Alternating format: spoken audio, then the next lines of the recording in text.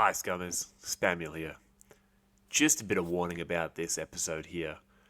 As you're all aware, I like to often say we are a G plus podcast. But in this particular episode, I make a few points that get me a little bit excited. And I do mention a few words I'm not likely usual to say during an episode of the podcast. So please do take that into account if you are going to be listening to this around any juves. Thank you.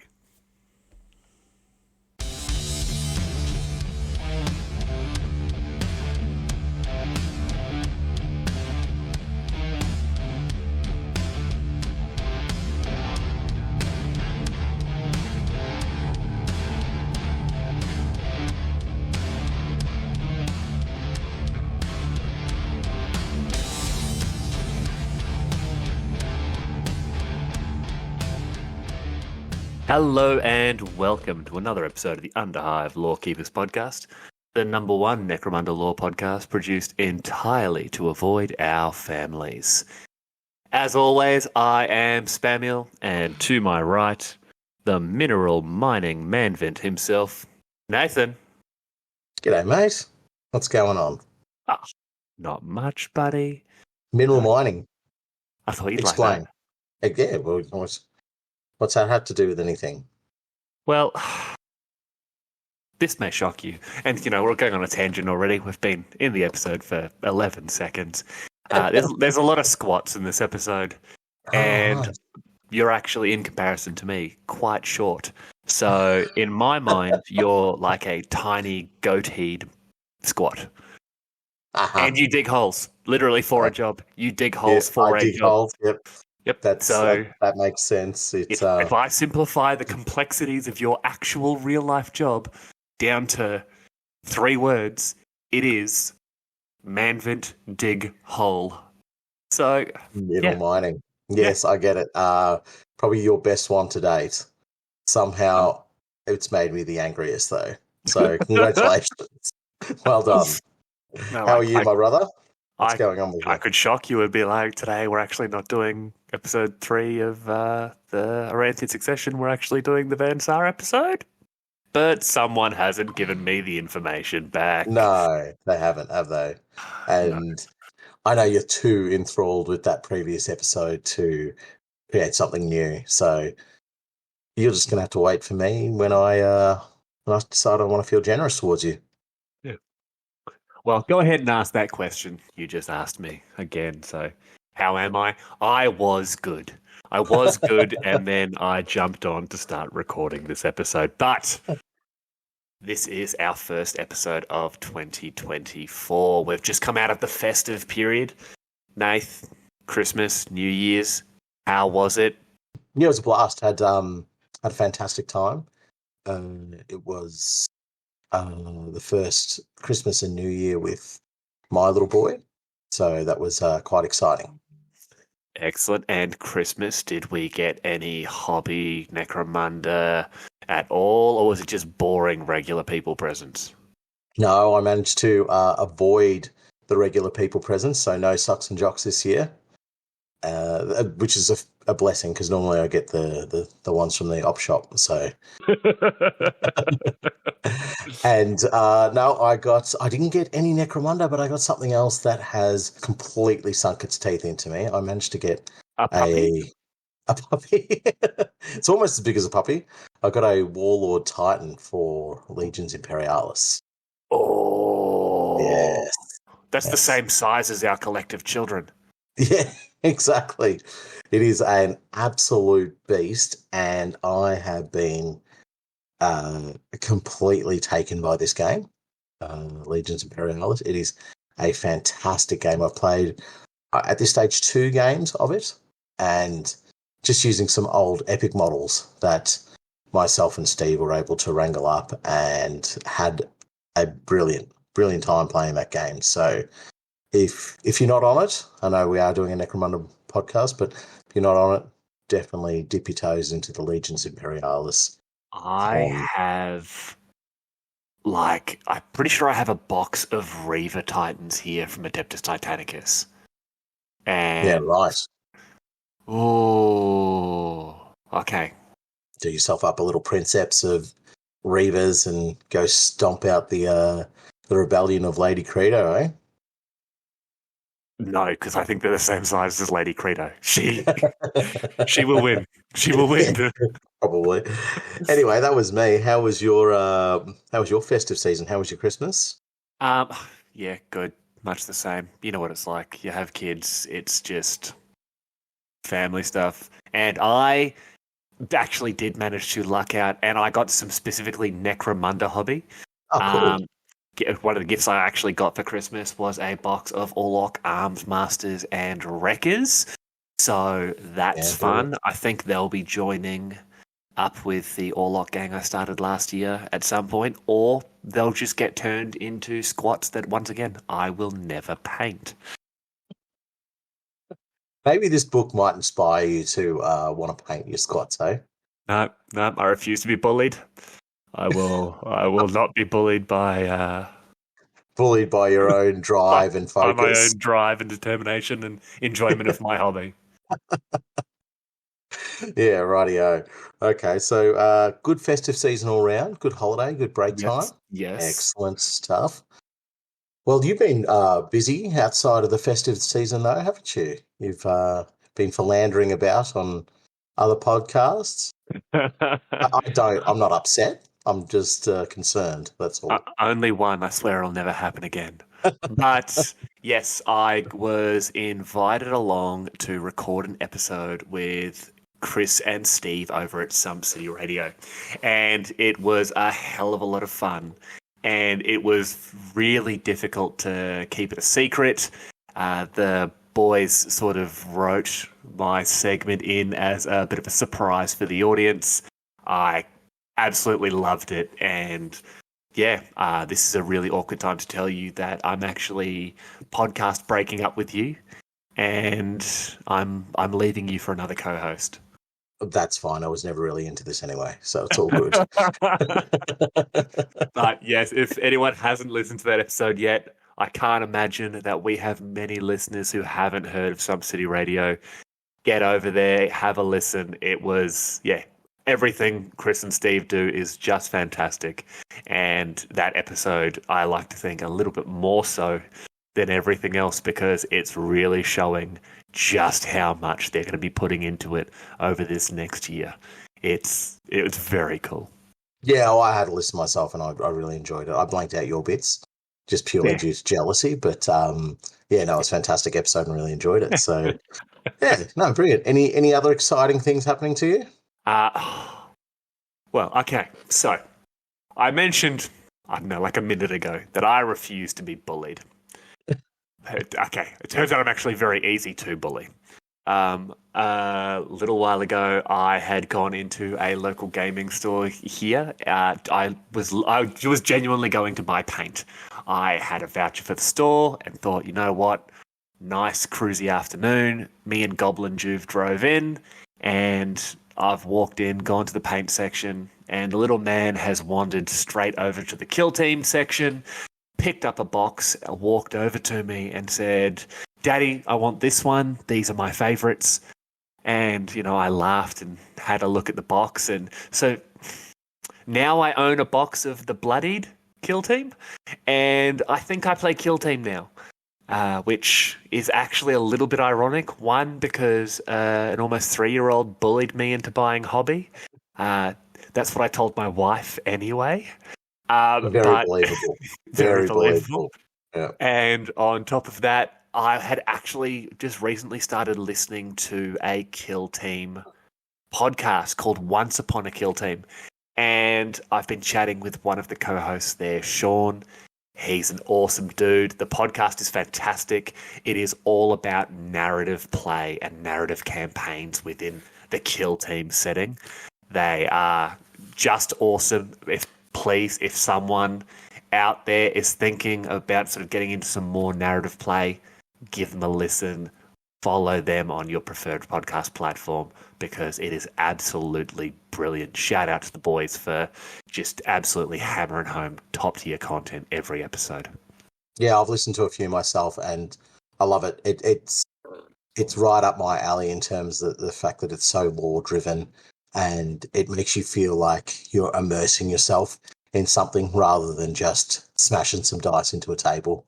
Yeah, fantastic episodes and fantastic podcast. So get onto it if you haven't already. Well, we have a pretty decent episode in front of us here. But if you do enjoy the show and you are interested in supporting the podcast, please shoot over to patreon.com/the Underhive Lorekeepers podcast. Starting in February, there will be a Patreon exclusive episode each month, as well as competitions, polls on episodes, and other bonus content. If you are looking for another way to support us, get onto our social media, Instagram, Facebook, and now YouTube. A like and subscribe helps us grow and get our particular brand of Necromunda lore out into the world. All of the links will, of course, be available in the show notes. And please don't forget to give us a 5-star review on your preferred podcast platform. Yeah, those 5-star reviews really help us to get found organically through whatever platform people are using. So those are major help, and hopefully it's just a couple of clicks of a button for you guys. We can't just rely on me yelling at people in various internet forums, hey, listen to my podcast. Yeah, I got kicked off the street the other day for that. It wasn't good. Also, mentioning our Patreon, just a shout out to our new Patreon members.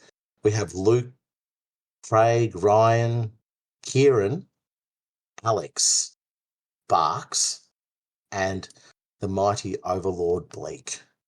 Thanks for all your support. Now, we have one more thing before we get into the episode. And that is a segment I'm rather swiftly coming to hate. It's called Spamuel Corrections. Cue the corrections music. And Nathan, this episode, we have 3. 3? Other Is that a PB? I think it's up there, yeah. Yeah. We have 3 kind of big corrections to make. Oh, right. Oh, dear. So the first one actually goes to me. Yep. And I incorrectly mentioned... Do you remember when the Prophet showed up at the Sidorak crater? And Yes. I said he had the bones on the stick. And I kept saying, oh, yeah, I think it's the bones of the Arch-Prophet of the Redemption. Well, yeah. apparently I said the wrong word repeatedly, as was pointed out to me.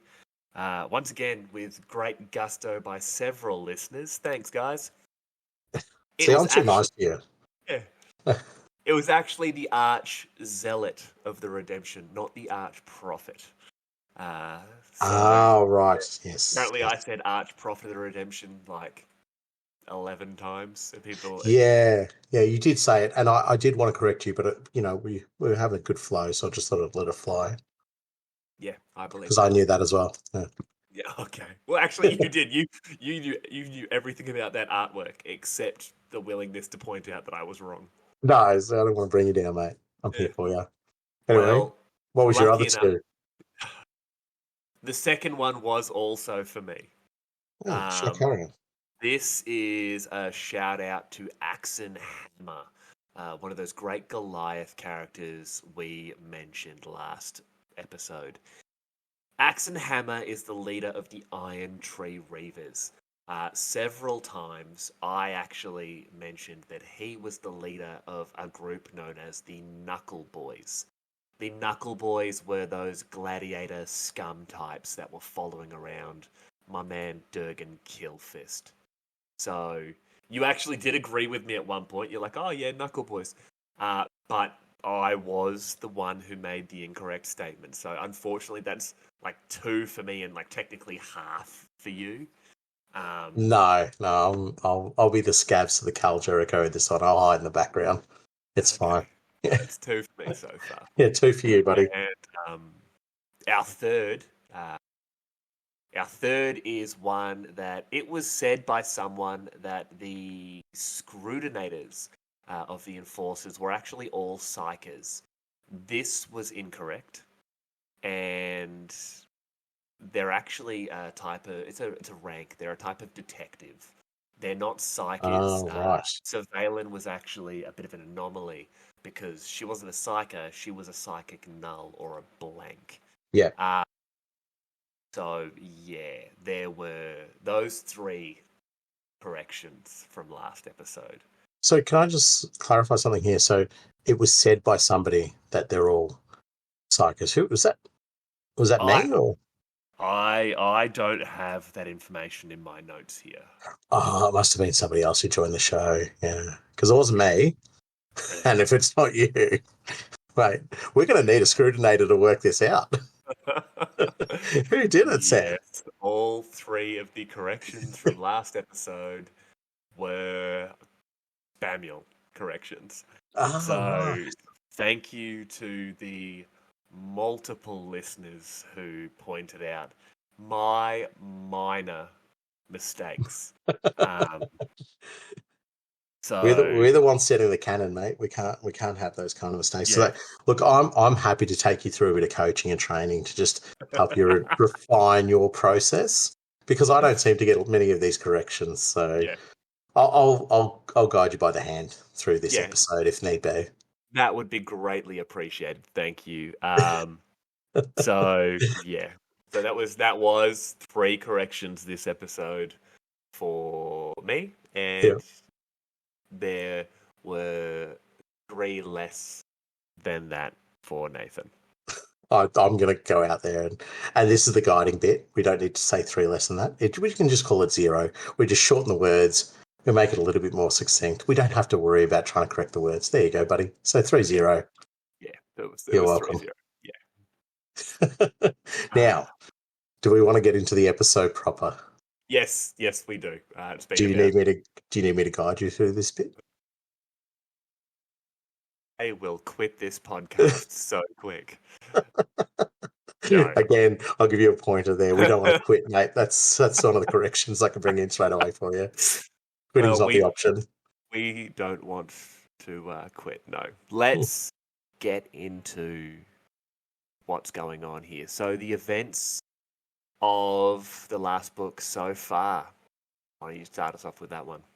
Yes, so we have the mighty Zealot appear. Oh no, wait, sorry, Prophet.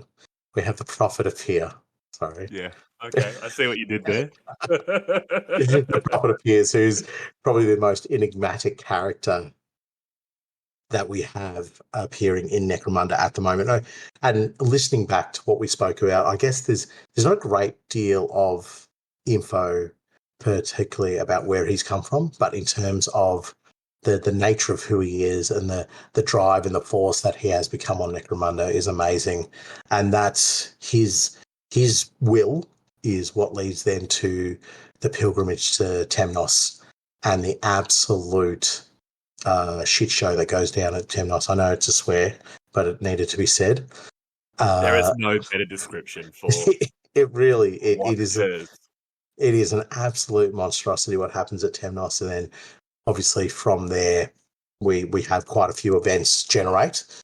But I think Temnos, the artwork really showed in that book, in the Vault of Temnos, how exactly what was going on in terms of the scale and exactly what was happening to the individuals. But the enforcers getting absolutely munted there as well.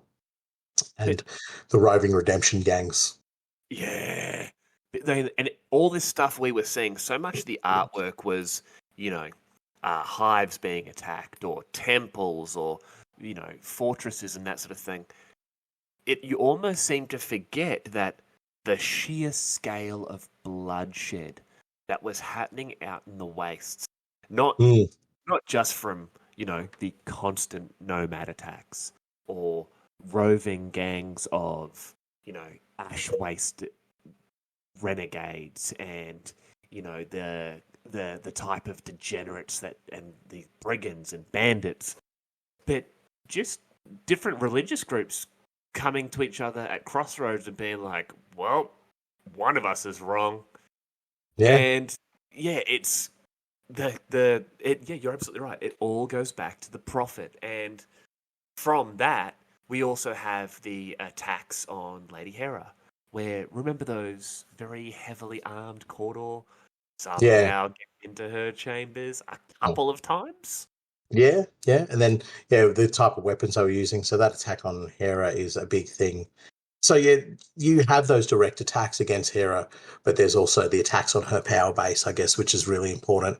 And that is destabilizing and undermining her, undermining High Primus. And when, I guess, the pilgrimage or the crusade, as I was referring to it, joined together with Cawdor, it really scuppers whatever sort of semblance of control she was trying to create. And I guess another thing that needs to be mentioned is that she destabilizes herself a little bit as well, in the sense A that, little bit.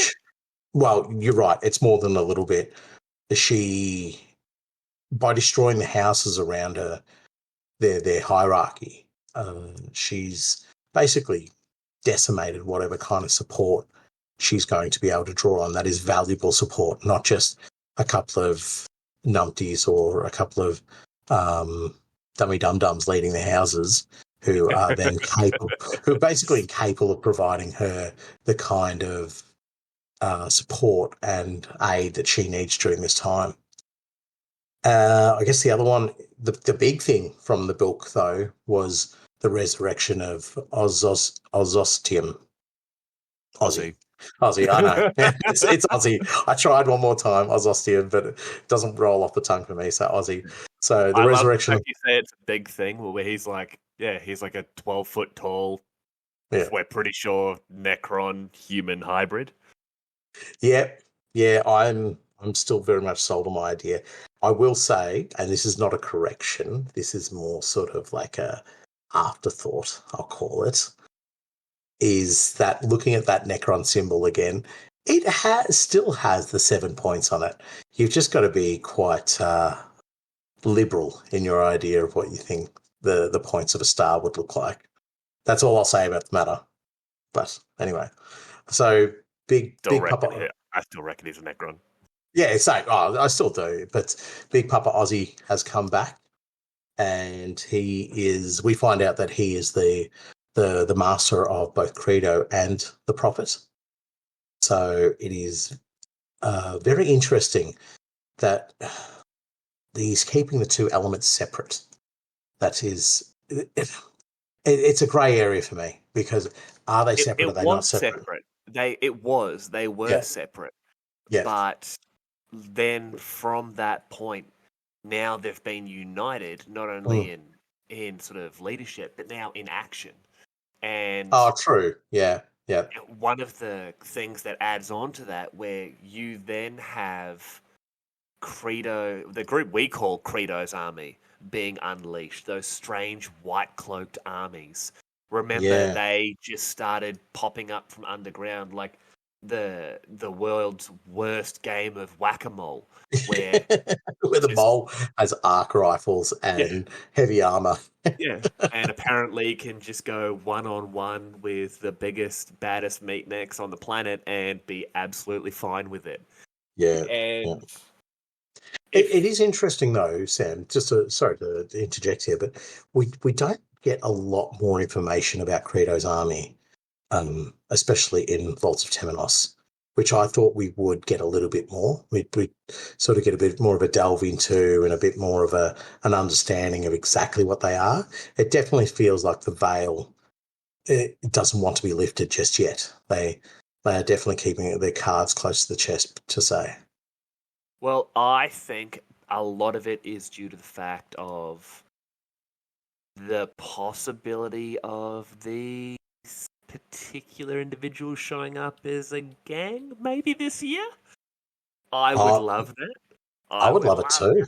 But make sure there's some House Aranthis aligned Ogrins in there if you're still designing the gang with Games Workshop. But I also think it's because they aren't necessarily completely written out yet. Mm, So I really think when we get another campaign series from Games Workshop, we will see a hell of a lot more.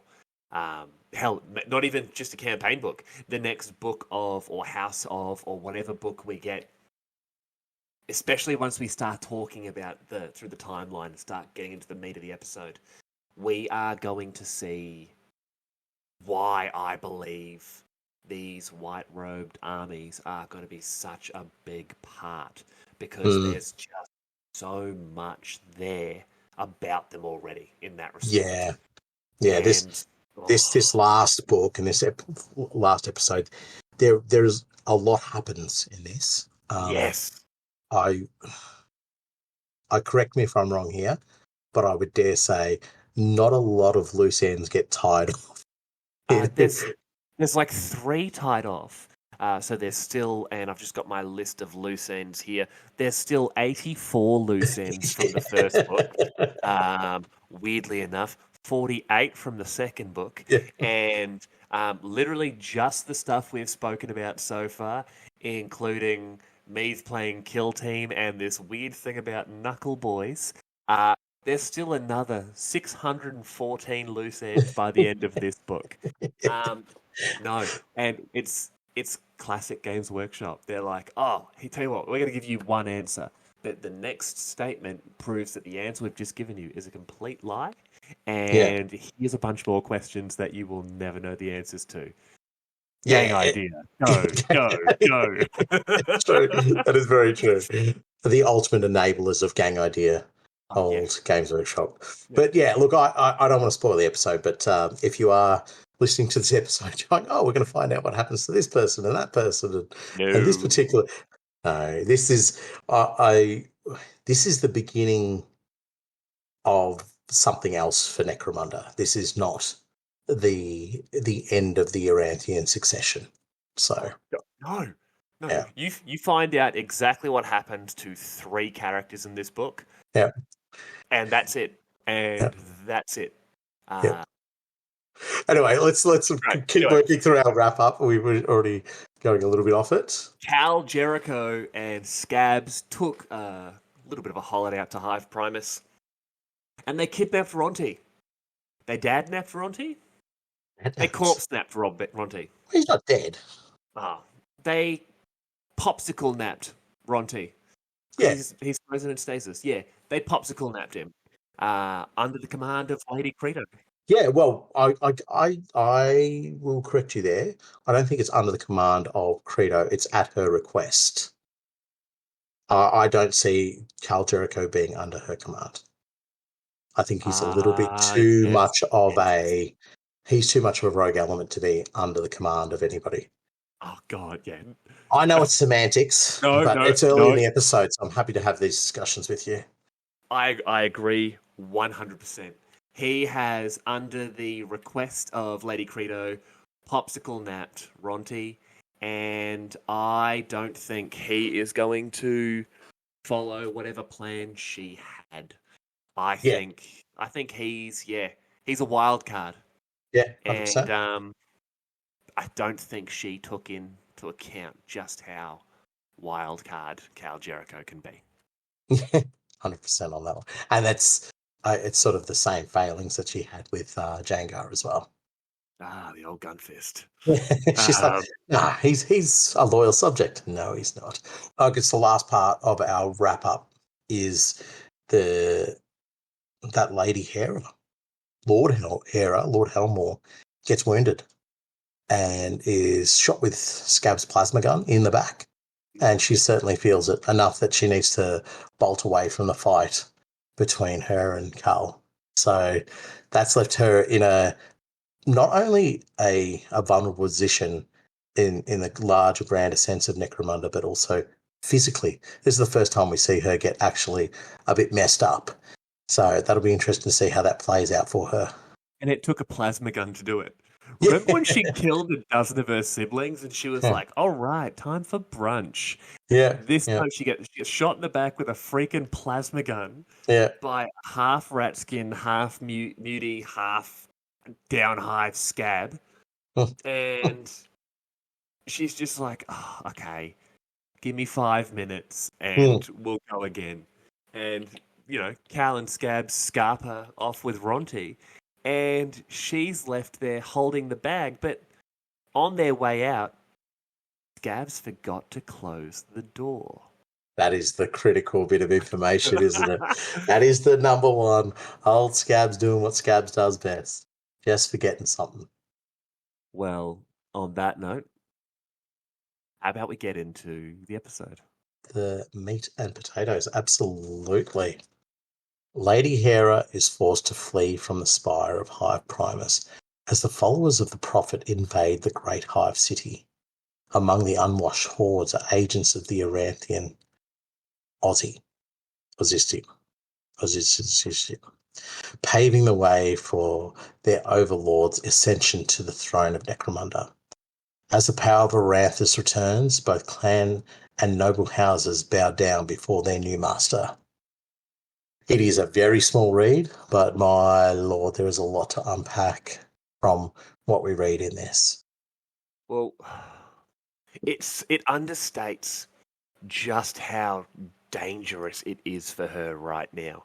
She's literally forced to flee as this mixture of redemptionists and the downtrodden, the below the working class, that prisoner with job class have forced their way into her domains.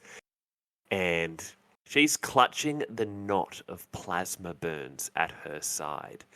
And, it's to the point of one of her menials rushes over to actually help her. And she rips her sword up, threatening to kill him if he touches her. This is a servant that would be maybe not known to her, but she would at least possibly recognize him as one of her servants. Like, it's a bad day in Hera Town. So there's a lot going on for Hera, as mentioned, and the threat to her personally and where her mental state must be with the whole world collapsing around her is terrible.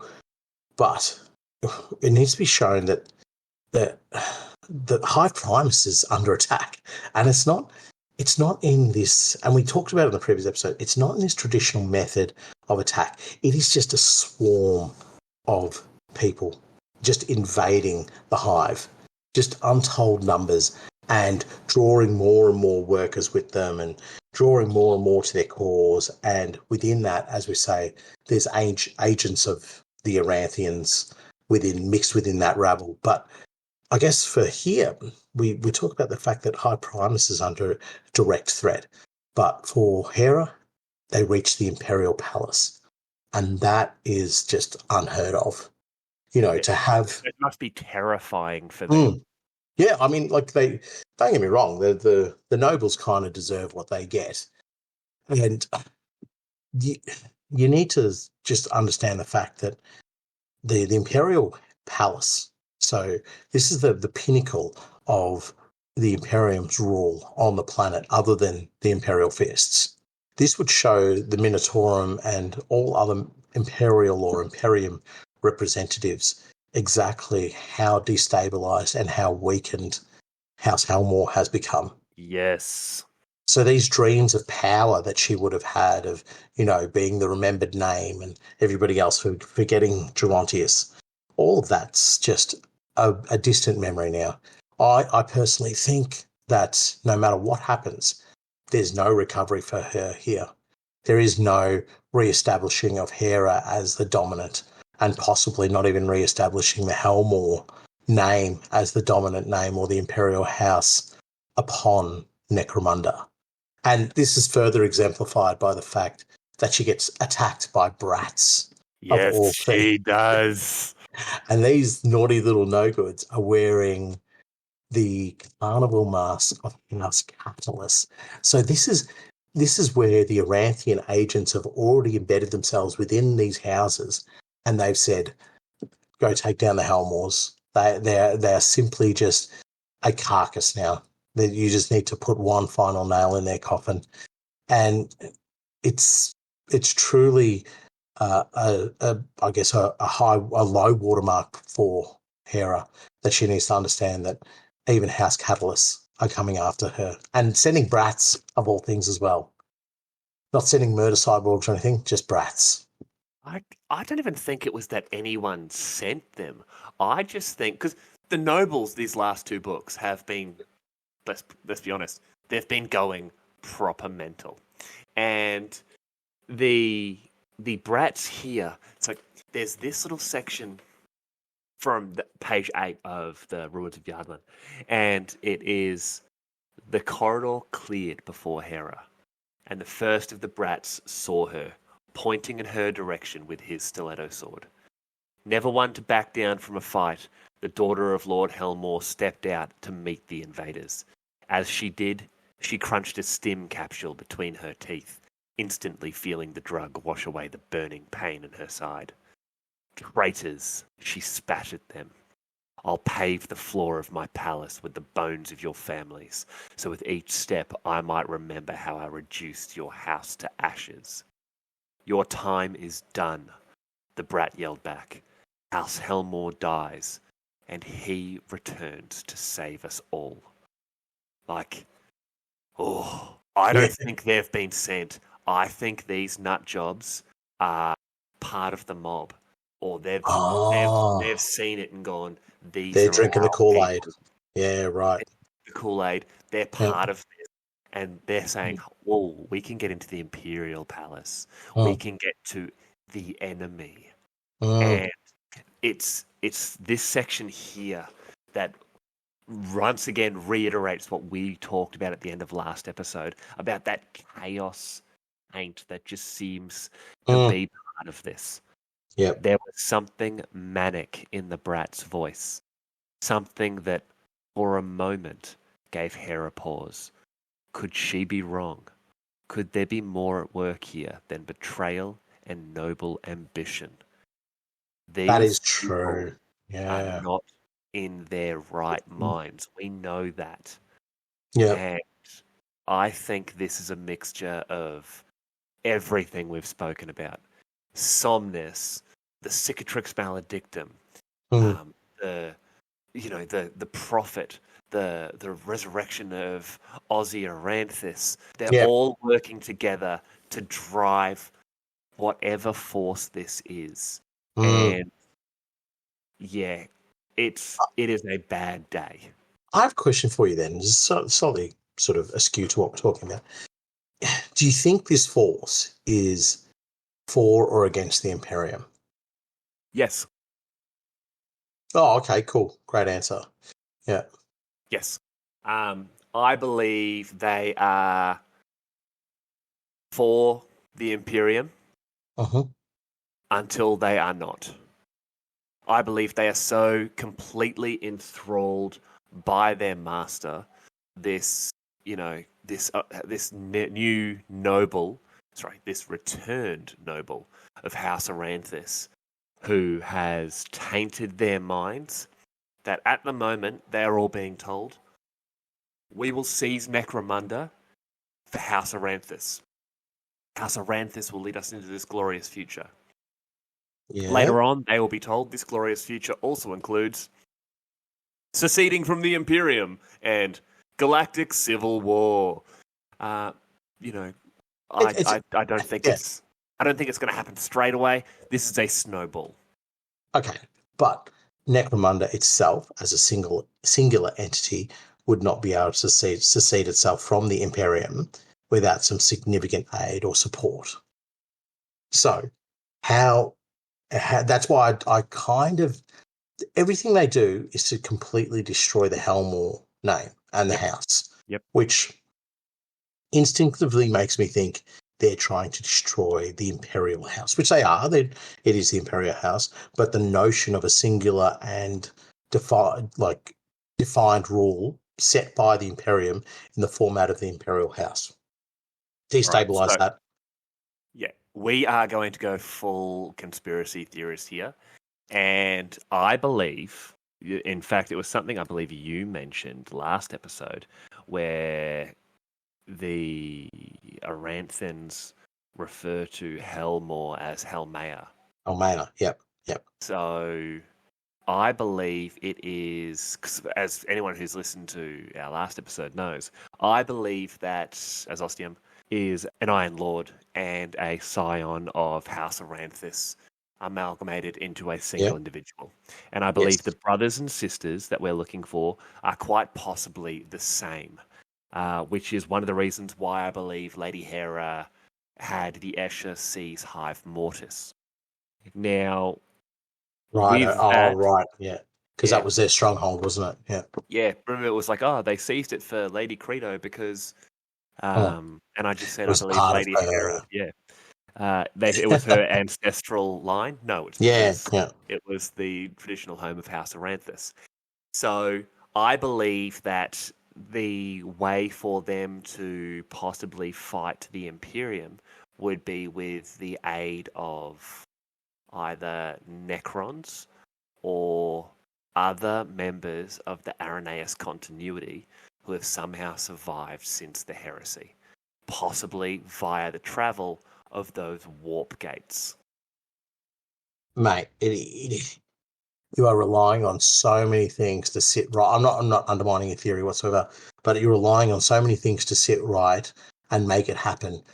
Yep. And I say this not because I don't think it's possible to happen, but I think the placement of Necromunda within the galaxy, it is so dangerously close to Terra that if the Imperium decides it wants to raise its little finger and set an example, then it's nothing for them to get to Necromunda and truly stomp face. Okay, where are they going to get the troops from? So this is now turned into 40k tactics with Spamuel and Nath. That's right, we're talking genuine troop movements in the 41st millennium. But seriously, right now, where do they get the troops from? The Cicatrix Maledictum has cut the galaxy in half. Yeah. All right? You are having trouble communicating within your solar system, let alone other systems or sectors. Or, okay, pick up the phone on Terra, call Baal, go for it. Oh, wait. Where are you getting the troops from? Line's busy, mate. Yeah. Mine is definitely busy because it goes through a literal hell dimension to get there. There's no one coming to help. No. See, this is where I differ with you. If this were to happen to one of the pinnacle planets within the Imperium, you would find the troops. You would find something. And if that something is an exterminatus, then that's what you would use. You cannot have this happen to one of the jewels in the crown of the Imperium. It's just unthought of, unheard of. Well, you know what? You're absolutely right. So, do you think there could be, I don't know, cultist uprisings on, let me just pick a planet at random, Terra? No, I don't. Not on Terra. No. Okay, so do you want to talk about the Unthinkable War, which started in M42, when the Imperium discovered that a pauper prince Genestealer cult was active underneath the Imperial Palace? Right. Did they kill them all? They sure as hell tried. That's what I'm saying. Like, this is a bad time for the Imperium. This is the perfect time for everyone, absolutely everyone who has issue with the Imperium to attack them, especially in the Segmentum Solar. Like, it doesn't matter if you're on Mars right now. Life ain't good. Like, everyone is fighting. The galaxy has literally been torn in half. And Necromunda is still far enough away that the line is busy. You can't just pick up the phone and say, "Hey man, shit just got real here. We need help." The Imperial Fists aren't there. The Adeptus Sororitas aren't there. The Adeptus Terra aren't there. I mean, So you there might be think the some. chapter house is completely empty? I reckon there's maybe a squad. I wouldn't even say a company. They'd most likely either be on Inuit or the Phalanx or Terra, or trying to put down the number of uprisings and, all that sort of stuff there. Like, Terra is currently having Chaos Cult and Genestealer Cult uprisings. Terra. Yeah. Yeah, okay. I struggle to see the long game here because the Imperium will recover. The Imperium will recover. It always does, always will. And when it comes back, it'll come back with a proper iron fist. It will. I want to disagree with you there. The Imperium does not actually recover. It might be a little better than its worst point, but I don't think it ever recovers. Yeah, okay. Fair enough. I'll take that on board. But I just think I'm struggling to see the long game for the Aranthians here. I think that they are going to kick over a hornet's nest. Absolutely they are. Yeah. Absolutely. You know who else kicked over a hornet's nest? The Tau Empire. They had a little thing, was it the Damocles Crusade? True. And then, the Tau still kept a bunch of planets and then formed the Farsight Enclaves. Shout out to the actual bad guys of Warhammer 40,000, the Tau. Absolutely. Yes. But, yeah, like, people can kick up, as much dirt into the Imperium's face as they want. The Imperium has war on too many fronts. If they could focus their forces, the Eye of Terror would have been conquered in like 16 minutes. Yeah. Like, I can't go for that 15-minute record. Yeah, no, fair enough. No. But they literally would have just been like, all right, circle it. Let's circle the Eye of Terror. Now everyone just drive forward. And when you see something, you just exterminatus. Yeah, right. It's a planet literally full of beautiful puppies and perfect, capability to house humanity. You know what we should do? What's that? Exterminatus. Yes. Yeah, those puppies are actually demons. So yeah, that's what I'm saying. Like, I get you that what I'm saying, there is so much that has to happen for it to be true. But if I'm even 1% correct in that, like... Okay, yeah, it's just... for me, it's... The attack on Helmor or Helmar sounds very personal and very driven by a great slight or something that has been done to this to Aussie. But the overarching theme is that you're still attacking the sanctioned Imperial House of Necromunda. Yes. Which is dangerous. Like, you can go after the Helmors, go for your life, because there will always be another Imperial House. But you can't attack the Helmors because you're attacking the Imperial House. Well, we can move away from it. I'll just that's the overarching. No, yeah. I totally agree with you. Yeah. There's a lot more to this than we're learning in this book and that last, section of the last book. There's so much more to it. In fact, I want to talk about that attack on the Imperial House and the actual escape that Lady Hera made. Now, there's an amazing part here actually in the reading. Now, I really want to read this section to you because it's a little bit of a mic drop moment. So it talks about, on about page 10 of the Rules of Jardlan, it's called The Flight from Primus. And it talks about how everything we've really talked about so far, with the Great Darkness, the pilgrimage, the resurrection of Azostium, and then the Aranthian army, the rebellious types, those rebel lords, these mercenary groups were coming up, and just all the attacks that they're actually making on the Imperial House. In fact, it was actually eased, sort of moving from Helmor to Aranthis, by the Mercator Veritas and the Mercator Horologists, the guilds of oaths and cycles respectively. They had actually laid out the legal claims of House Aranthis to become the Imperial House of Necromunda, albeit under the careful supervision of Lady Credo. So whether these guilders are actually working because they think it's the right thing, or they've got a crazy, possibly member of the Blades with a power sword to their spinal columns saying, how about you fix these forms up for us? Yeah. Yeah, look, I think having that legal claim is important, which when you do mention that sort of means that they want to be recognised by the Imperium as well. They don't just want to sit there and say, we're just part of now Necromunda independently. We are part of the Imperium, but I still don't believe they are good for the Imperium. I will say one thing though, when you're talking about the merchants and so forth. I will say one thing. We do get a mention of a caryatid. You son of a bitch! Oh, this is exactly what I was going to read, and you've ruined it! You've stolen it from me! Good. Read it. Yeah. Read it, for I will be vindicated.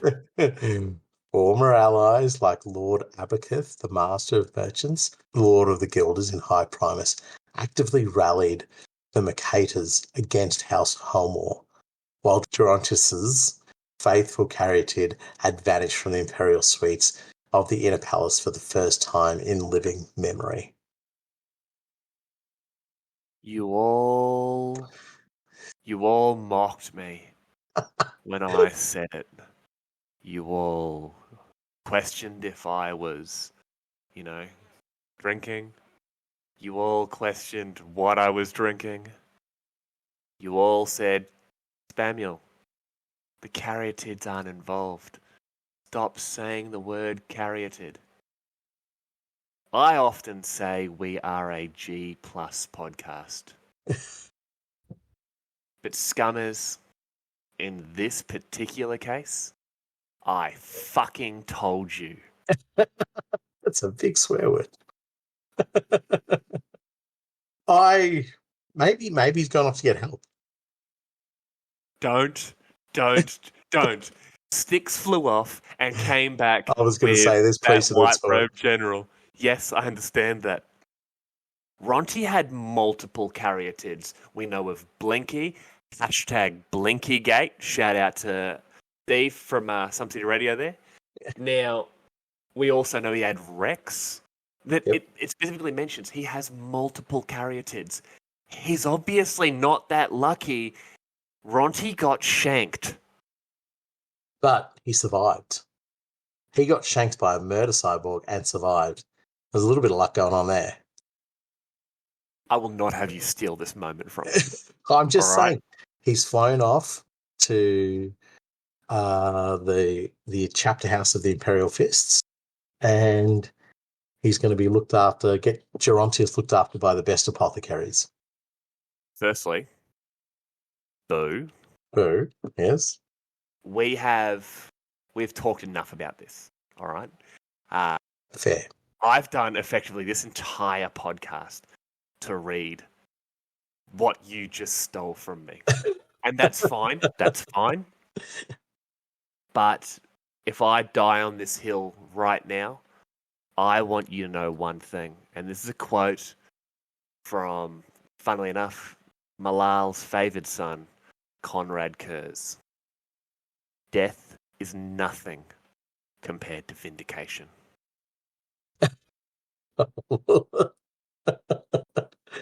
You're drinking your own Kool-Aid now, Sam.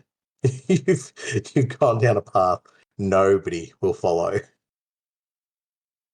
Don't care. You finish this. Go. Finish this. Take us to the next point. Right, I will do. So the last thing I just want to say about this, and it's directly from the book. It's pretty much the first sentence you read. If the great darkness had brought Necromunda to its knees, then it was the pilgrimage and the prophet that broke it. What fragile order Hera had been able to achieve in the aftermath of her father's incapacitation and betrayal of House Escher and House Orlok was shattered by the return of Ozistium. Aussie. It's Aussie. It is Aussie because I butcher the pronunciation each time. But that to me is a beautiful summation of our first reading point that Necromunda is totally at its knees and is in dire need of some sort of salvation. And that salvation needs to be leadership. It definitely Anywho. got leadership from Caryatids. Queen Adina and the newly risen over-tyrant Jenga are forced into an uneasy truce as they contemplate the return of an ancient power on Necromunda and just what it might mean for their clans, contracts, and people. It's nothing like being conned into, attempting to destroy not only your enemy, but you're also your own clan by a woman under the control of, time-traveling, possibly Xenos hybrid robot man, to really make you sit there and go, maybe I goofed. Are you talking about Adina at this point? I'm talking about both of them. Oh, right. Like, Credo played them both real well.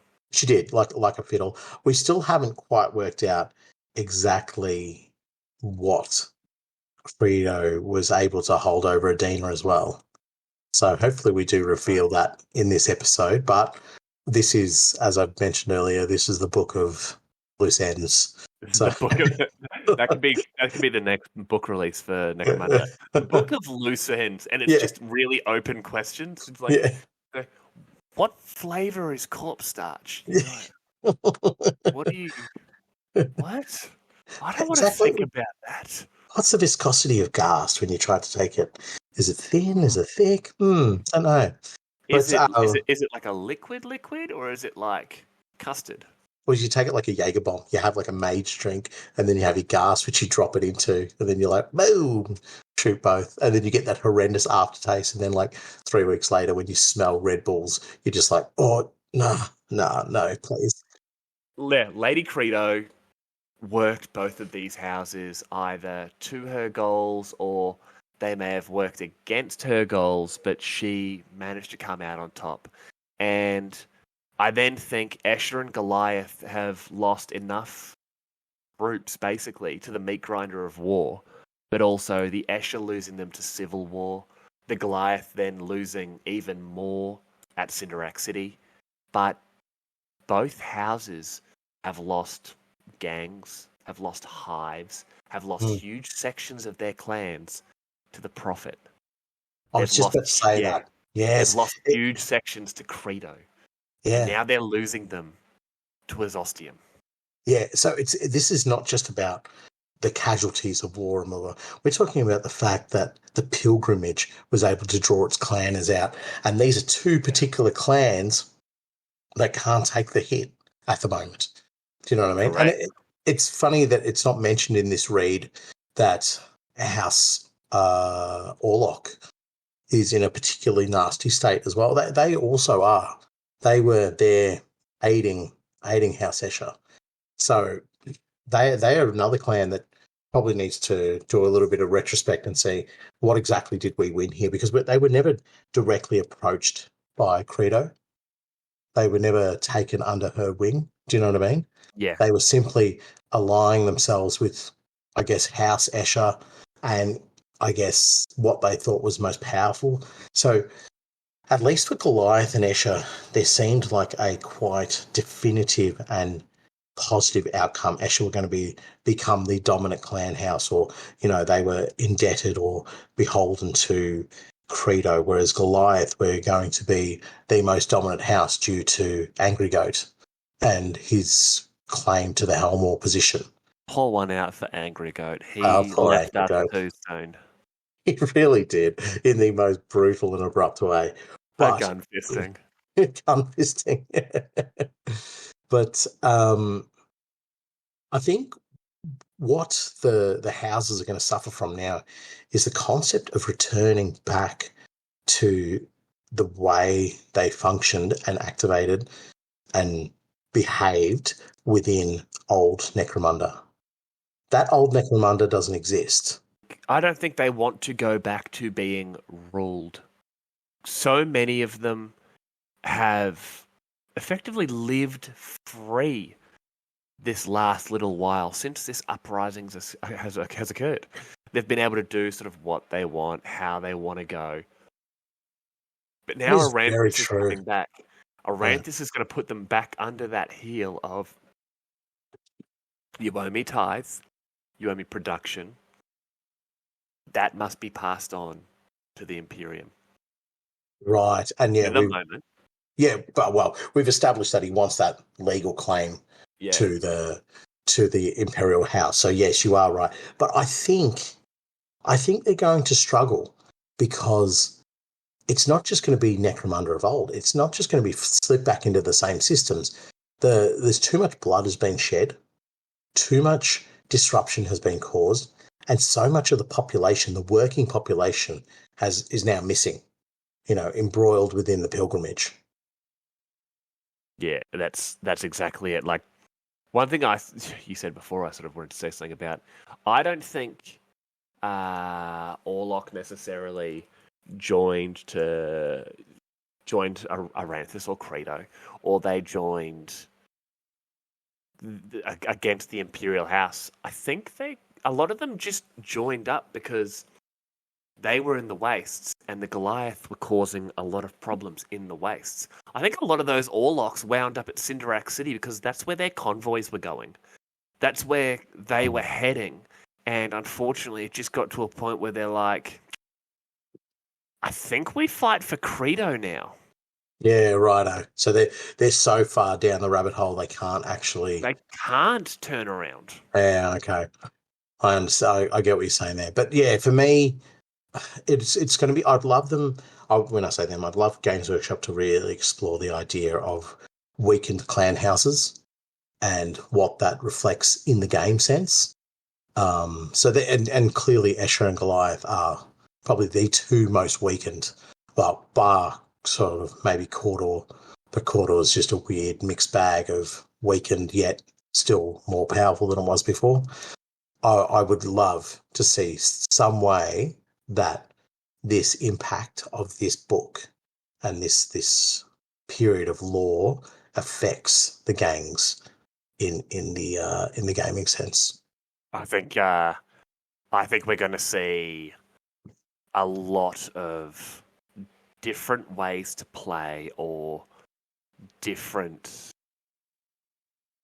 views on playing coming from this campaign book, because so much has changed from a lorical perspective, and so much has changed from a setting perspective, that if you want to play narratively, if you want to move forward narratively, your games, your gangs, everything has to change. Like, yeah, play more crusading gangs, play more like just nut job religious stuff. Like, and I would love to see adjustments to the game itself representing that. Yeah, and I think that would be a great thing to see across the board, but particularly for these two clans. The other thing, when we mention these two clans, they have a very strong synergy. Goliath needs the chems, Escher needs the raw materials to make their las guns and whatever. Yeah. So it's sort of like having a huge brawl and then just going, okay, well, we're back to trading partners again. You know what I mean? It just seems, I guess it's the Necromundan way, isn't it? You have a few fisticuffs, a few blood noses here and there, and then you go back to working in next to the same cubicle. You know what I mean? So yeah, and that's exactly it. I think no matter how this really goes, I think a lot of this is going back to what's the word I'm looking for? Business as usual. Yeah. At the end of the day. Yeah, it's sort of, and that's one thing I would hate, and that's why I keep mentioning about seeing this reflective in the game. There's one thing I hate is that when you have these big major events and you have these cataclysmic moments, and then nothing derives of it. It's sort of all like, well, we just hit the reset button and it's all back to normal. I would love to see this have some sort of bearing and impact. It would definitely have it in the lore, but as I said earlier in the game. But I do feel like Games Workshop's moving away from that concept as well, of going, okay, we've had a huge, 13th Crusade or the 10th Crusade, whatever, Black Crusade, sorry, but it didn't affect anything, business as usual. They don't do that anymore, and we can see that from even as recent as the release of 10th edition, where they had a attack on a planet, and the community got to decide whether or not the Tyranids or the Imperium would win that battle, and then that becomes a hard point within the law, and it becomes stuck. Do you know what I mean? So I'm hoping that is what we see within all of the Aranthian Succession. We have some stuff that just drills it, locks it in place. No, that is now the new truth. That is the new format of belief that we have. Oh, can you imagine like actively playing games knowing that it's going to affect real life? Oh, that man. Would be crazy. That would be crazy. I remember playing games that was it the 13th Black Crusade of Warhammer 40k years ago. Yeah. Oh man. But anyway, we've got Necromunda podcast. Yeah. Look, the principle still applies. I think Games Workshop is still leaving the footprints of their lore, like leaving the impact of their lore onto the game, and onto the actual background of the history. And I just would love to see the Aranthian Succession have that. And even if that means that weakens the Goliath and Escher gangs for a period of time, then so be it. It just makes it more fluffy and more fun. Yeah. Yeah. Well, that ends my rant about GW. And I guess we can go into our next reading point. It wasn't even a rant. You were praising them. Well, no, it wasn't. No, it's just a divergence from what I would normally be talking about. It was your Spamuel imitation, where everything I talk about ends up with me yelling about something. Okay. Yeah, exactly. I was trying to be inspired. It didn't feel good. So, anywho, on to the next point. Pilgrims, converts, faithful clanners, and nobles pour out of Hive Temenos in their millions. After the great pilgrimage had drawn them to the ancient hive, it then cast them forth, the servants of the prophet, taking the true word of the redemption to all four corners of Necromunda, and with it the influence of the ancient Aranthian lord, Ozzy. You're just going to keep trying to pronounce his name every single time. And every single time my head against the wall. You're just going to get pissed off. I've got to have a go. I have to. Just like the prophet would demand of me. Just have a go. Have a dip, Nath. See how you go with it. I can just imagine the prophet looking down and being like, "You there, Hiver? Have a dip." That's pretty common lingo on Necromunda. You back off, mate. I can only assume. But I think it's great. We're seeing, everyone has almost been sucked into that vortex that is Hive Temenos. And then, Azostium comes up, he turns around to his followers and says, all right, every direction away from here, go. And they move out to spread his will and bring the rest of the planet under his heel. And it reminds me of, you see here the biblical plague of locusts. Yeah, right. Everything that they came across was devoured. Yeah, that's what this faith is doing. Yeah, it's interesting that we're talking about them spreading out and basically spreading his word across Necromunda. What I want to know is, are those pilgrims that were brought in, are they returning back to their old lives or a semblance of their old lives?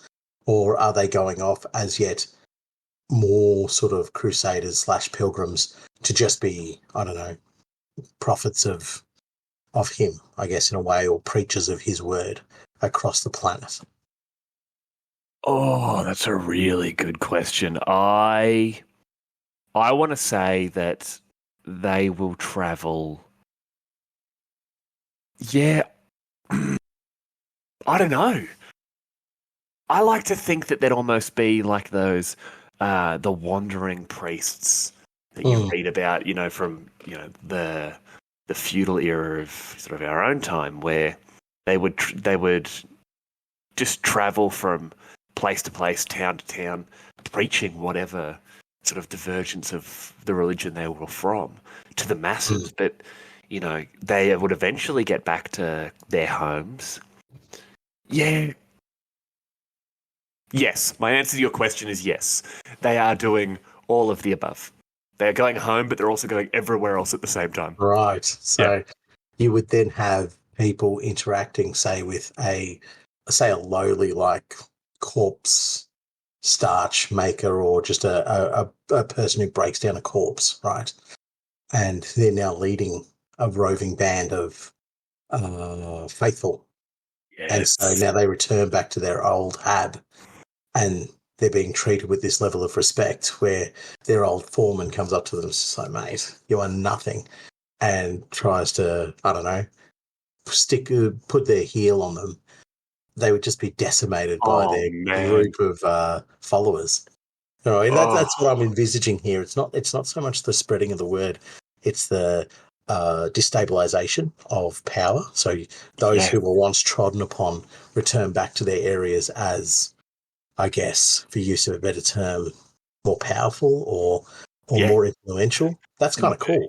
More influential, yes. Like this is that overwhelming theme of this succession. In fact, you've mentioned it a couple of times already this episode, where the those on the lower rungs of society have been lifted by the prophet, have been lifted in power because they are now bearers of his word. And that corpse starch factory worker comes back to whatever hive he's from, and old Simon supervisor comes along and says, "Oi, mate, you back on the assembly line. You've enough of this, nonsense before I put you back in your place." And all of a sudden, the old factory worker, mate, has 10, 20, 30, 40 guys, 40 of the faithful behind them going, "You do not speak to our preacher in that way." And that supervisor gets put in his place. And unfortunately, his place is in lunch because he's just thrown into the machinery. And then that factory floor is now being like, well, holy hell, we're going to follow that guy. Yeah, exactly. It would draw more people over.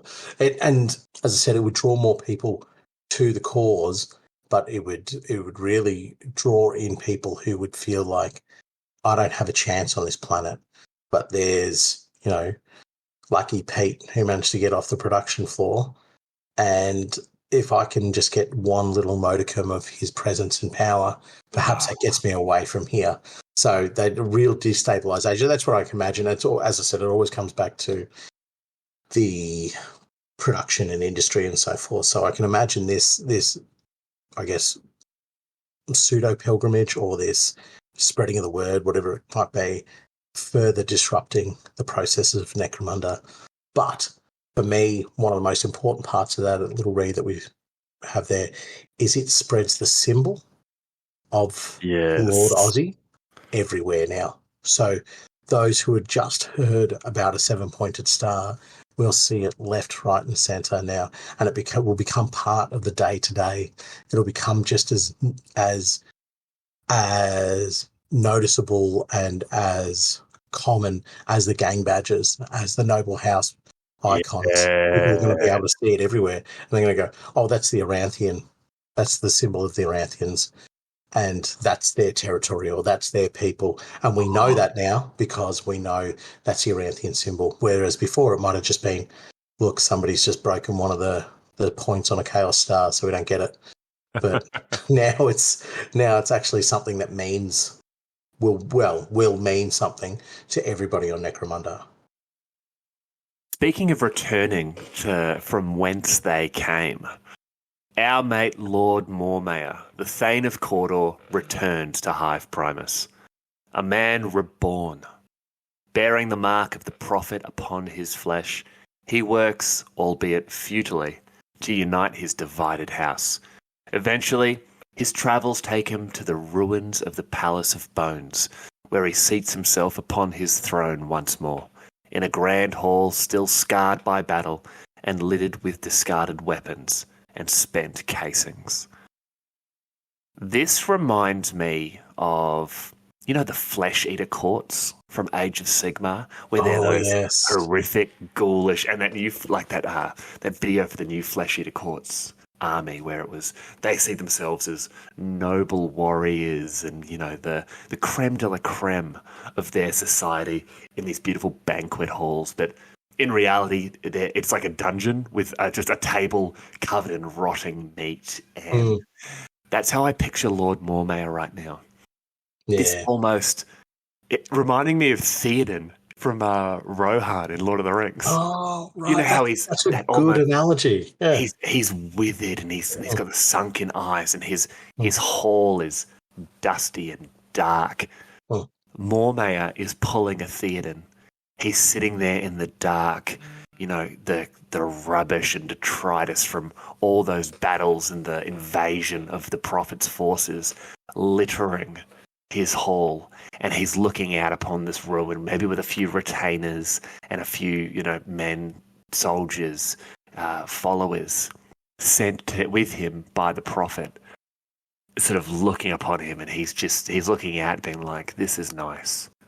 This is We're back to normality. We're back to normal here.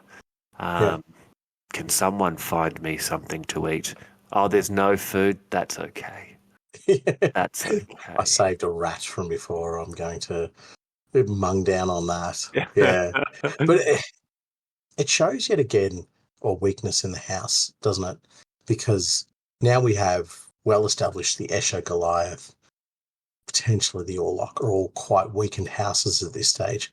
And Cawdor, it is a strength without being a substantial strength, if you know what I mean. Yeah. So now we have a house that is weak from the top, weak all the way through, and the only reason it holds its strength is because of the Prophet and the pilgrimage and the fact that that was, I guess, amalgamated all together to become the new House Cawdor.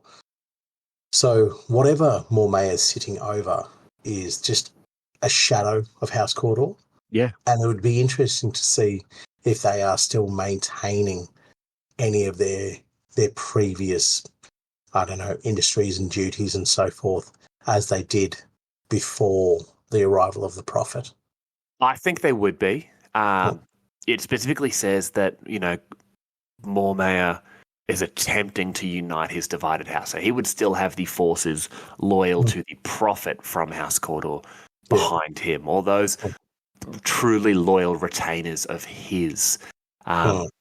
Whereas we know the Red Redemption, the followers of Clovis, those sort of redemptionist factions who, when Mormaer was saying, I need soldiers, I need help, they were turning away from Mormaer because they saw the Prophet for what I saw him for, a false prophet. He was we disagree on this, you and me, but they sided on where I sit with this sort of situation.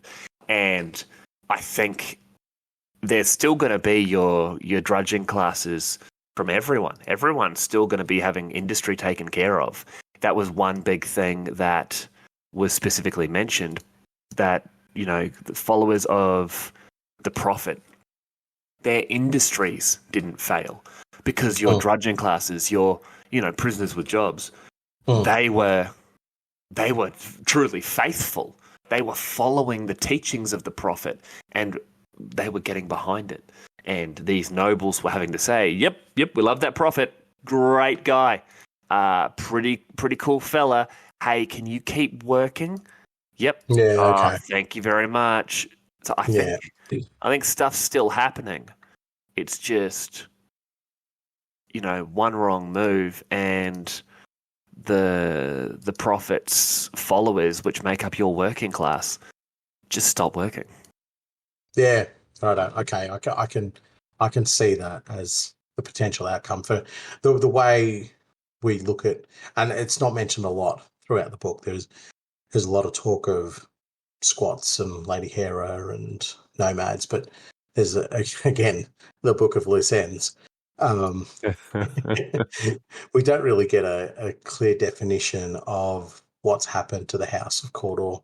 And I guess this kind of gives us an idea that when it specifically states he seats himself upon his throne once more. So I can envisage Mormaer becoming the Thane of House Cawdor again Yeah. with actual power, not just sort of I'm in power thanks to the will and whim of the prophet. He is. Yeah, but he is now. Yeah, But but he I'm is. saying the long term is potentially actually him becoming once again the singular and without influence power of House Cawdor. Yeah, no, I Perhaps, totally agree. Yeah. perhaps. Moving on to our next section, many former hivers, clan gangs, and our caste nobles find a new home in the Waste. The largest of these is the makeshift city of New Primus, built in the skeletal ruins of Hive Ventarium. For a time, this new wasteland outpost prospers until the settlers discover, to their horror and their peril, an older and far more determined foe has made the ancient Hive their home, the Grey Waste Walkers. Dun, dun, dun. I was going to say, dun, dun, dun. Just stay out of the wastes. Stay out of the ruins of hives. Stay out of cities. Stay out of caves. Stay out of tunnels. Stay out of rooms that say that there are like dead people inside, or if it's a convention of a mixture of people who are like bicycle enthusiasts / vegans. Stay out of all of those places. If you live on Necromunda, stay out of all of those places. Also on Necromunda, vegan means they exclusively eat people. I'll just let everybody know that is verbatim from the tourist handbook of Necromunda. Well done, Sam. That was perfect. I didn't think you'd remember it all. Yeah, but man, that must suck. These people have busted out, founded this new settlement, and it's going great. And then one day, there you are, Nathan. I'm assuming your job will be some sort of like ash wastes pastry chef, and you're all excited. You're heading down to the bakery, and then you and your entire block are killed by a bunch of ash waste nomads because they're like, "I'm sorry, did you move onto our top floor? Get out of our city." Yeah, it sucks. Necromunda sucks. Yeah, it really does. It's kind of sad as well because it says former hivers, clan gangs, and outcast nobles. So in my, I don't know, I guess, positive mind, what is it? Optimistic mindset that I'm looking for. Yeah. I imagine them trying to create a newer, better style of society. Yes. Where they're going, okay, we can become self-sufficient, we can do this. There's no tide sitting over our head because the governance is completely up the wazoo. So we'll create something better, only for Necromunda's history and past to come back and destroy the new. It's poetic, I guess, in a very, very sad way. But it's poetic in the form of face shooting. But also, what you described there almost sounded like filthy democracy. Yeah, well, dip your toes in it. So I'm assuming the ash waste nomads aren't democratic. Otherwise, they would have joined in. They could have been like, "Yeah, we'll jump in. We'll cast our vote." We have the ash waste nomad party for progress. The NPFP. We of the NPFP believe that we should kill all interlopers. All in favour? Aye. All opposed? Oh, well, no one. We killed all the interlopers. Motion carries. Yeah. Yep. That's the first time we mention the nomads so far, but they have a very important role within this series, within this book, actually, and I guess you get some really nice insights into them as well. But you get some terrifying insights into them. I'm being a bit too kind with my words, but Sam's right. Yeah, some terrifying insights as into what exactly they are and what exactly their motivations are. But before we get to them, take it away, Sam. Our next one. we have the return of our girl Scrutinator Primus Servalan. She and a small group of loyal enforcers escape Hive Temenos ahead of the agents of Azostium. Unable to reach Hive Primus, they instead turn southwest towards the expanse of the Irradium Oceanus and countless kilometers of wasteland beyond. Their ultimate destination? The prison hive of Zalctra, and the secrets Servalan knows are hidden in its submerged cells. Firstly, once again, can people stop locking things up, obviously en masse, in either prisons or temple cities? Like, we saw what happened just then in Temenos when you had a bunch of drunken gangers running around, thieving artifact weapons and unleashing demon beasts. Now, you've got Servalan and her crew kicking on to Zalctra to go to a prison which, correct me if I'm wrong, Nathan, is usually a place filled with bad people who maybe want to cause some kerfuffle. And if there are secrets hidden in its submerged cells, I can only assume they are going to be secrets that are used against Azostium and this rebellion. So what I want to do is I want to store them, quite possibly these world-ending weapons, around a bunch of criminals and recidivists. Oh, you see them as weapons, do you? I see them as weapons. I immediately think this is weapons. Oh, I don't.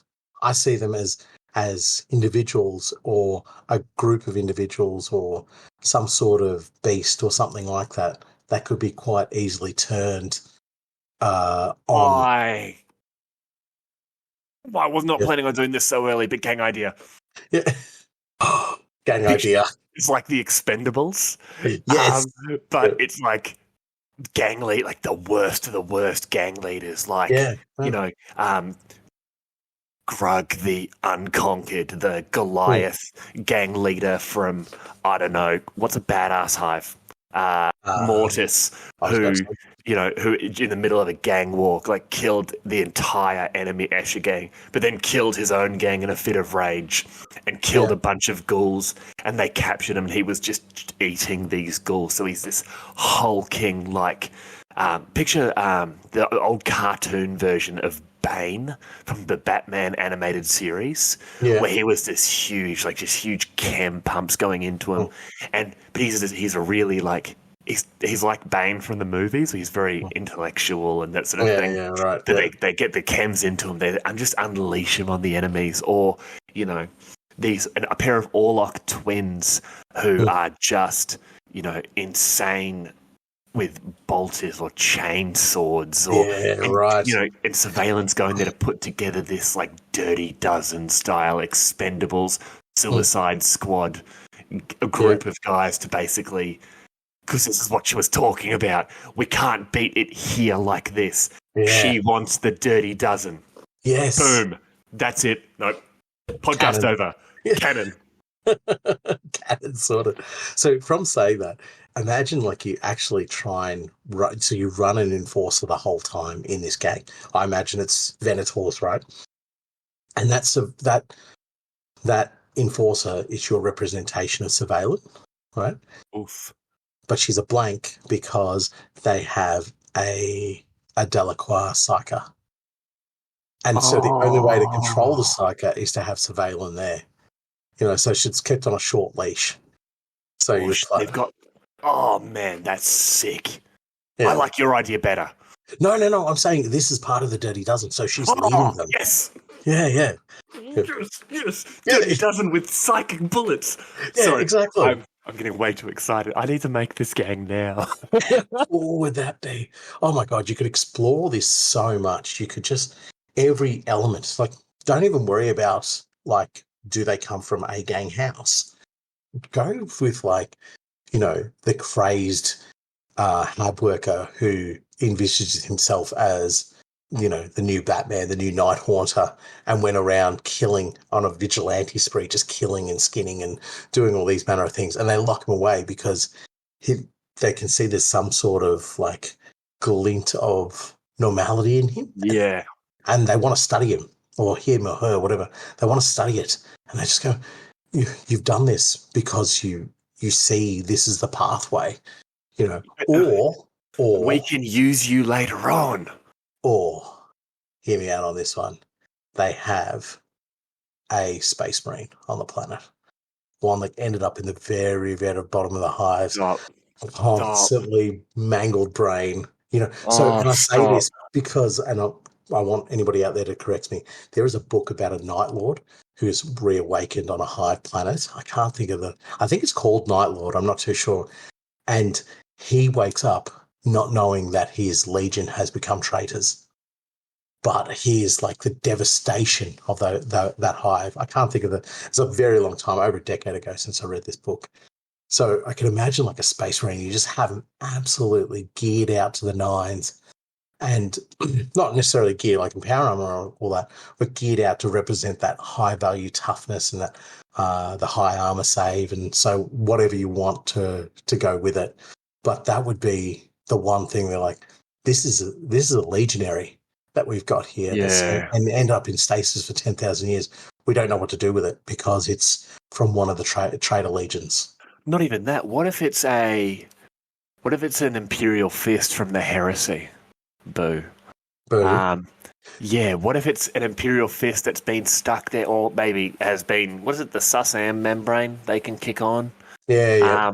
Or, hell, he's just in stasis. I don't know, man. I just like stasis. But they recovered him. They recovered him from the skull. Oh. And he's gone mad talking about the beast. There you go. There's 500 different options of what can be locked up underneath this hive, and every single one of them is more horrific than the last. You could even go to alien races as well. Oh. Xenos races. A bunch of the Drukari. Remember when the Drukari attacked? Yeah. What if there's a bunch of Drukari and they're like, listen here, you pointy-eared dickheads. We've got a giant robot for you to kill, and then we'll let you go. Yeah, and whatever you do along the way to kill him, we're going to turn a blind eye to. Knock yourselves out. Well, we did mention this last episode, but I'm going to mention it again. Zalktra was also recently raided by Credo and her Vansar allies, and they broke out a prisoner who definitely wasn't Mad Donna Yolante. So what if Surveillance is going there to unleash Mad Donna, and she's like, uh-oh, and Mad Donna's already out. And that just makes me such a happy Samuel. Oh, man. That would be cool. I kind of want to see an elite cadre of Dark Elder going after old Aussie boy, because I reckon that'd be cooler. That Goliath Bane guy, those Orlok twins, there's 3 Dark Elder, there's a Space Marine. Who else is there? You know what? Screw it. Karloth Valoy is in there. Yeah, and cool that day. I would. If Games Workshop release a Karloth Valoy model, I will go to my local store. I will just simply hand them the deed to my home. I will take their stock of whatever comes out with Karloth, and I will live in my work van. I'm fine with this. Oh. That would be, imagine Karloth Valoy in there, and it's just like, we have to go to the Underhive. Or, sorry, we have to go, what's the very bottom of it? Oh, God, the sump.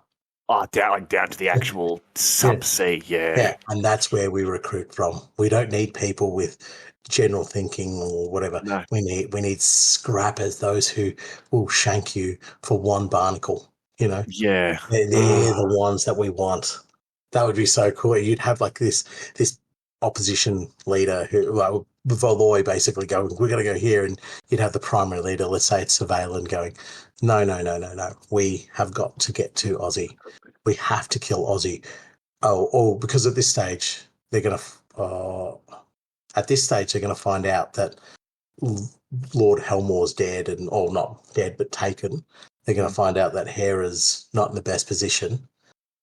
So they would be on board to go, okay, we can sort of get away with doing almost anything here. Yeah. Well, Yeah. it's the enemy of my enemy, Mm, Mm. 100%. All right, Oh, moving on. Gee, why you keep derailing us, Sam? What's the matter I with know. you? It's definitely my fault. The wall is overrun by the followers of the prophet, and religious zealots pour into the spire. While assassins and agents of Ostium use the cover to cull the opponents of the Aranthians, most pilgrims simply revel in the gilded atriums and grand gardens of Necromunda's nobility, leaving grubby hand marks and dirty footprints everywhere. Mm. Those poor cleaning servitors. That's what I'm Honestly, concerned about. I've just realised they're the only good guys here. The poor cleaning servitors, Yeah. they just want to buff and polish the marble floors and the beautiful gilded and assuming gold leaf walls. And let's be honest, this is really just shaming the pilgrims for being poor.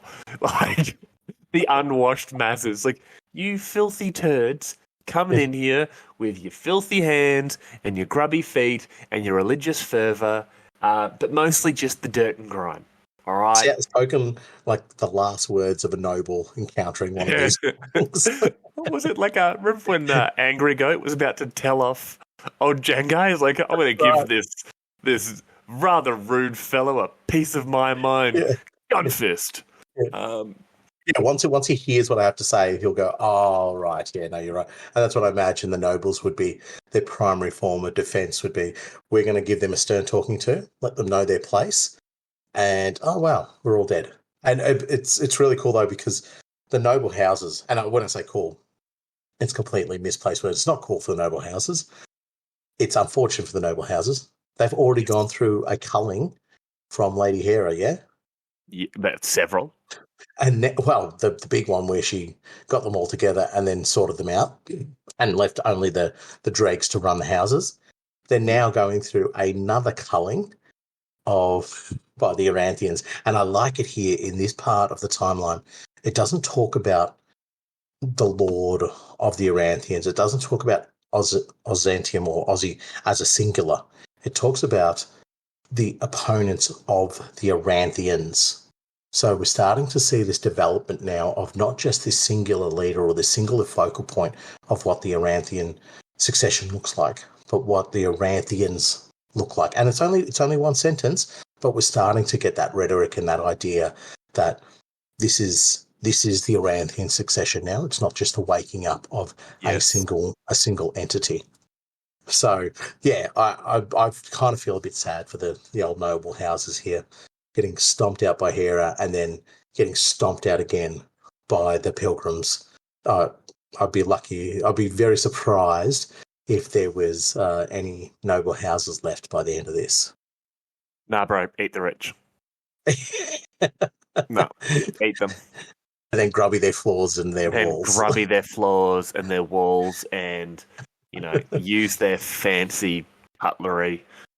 Yeah, eat the rich. This is a toilet. This is not a drinking bowl. How amazing is that? Actually, this is my new soup dispenser. You drink all the soup, you press this button, brand new soup.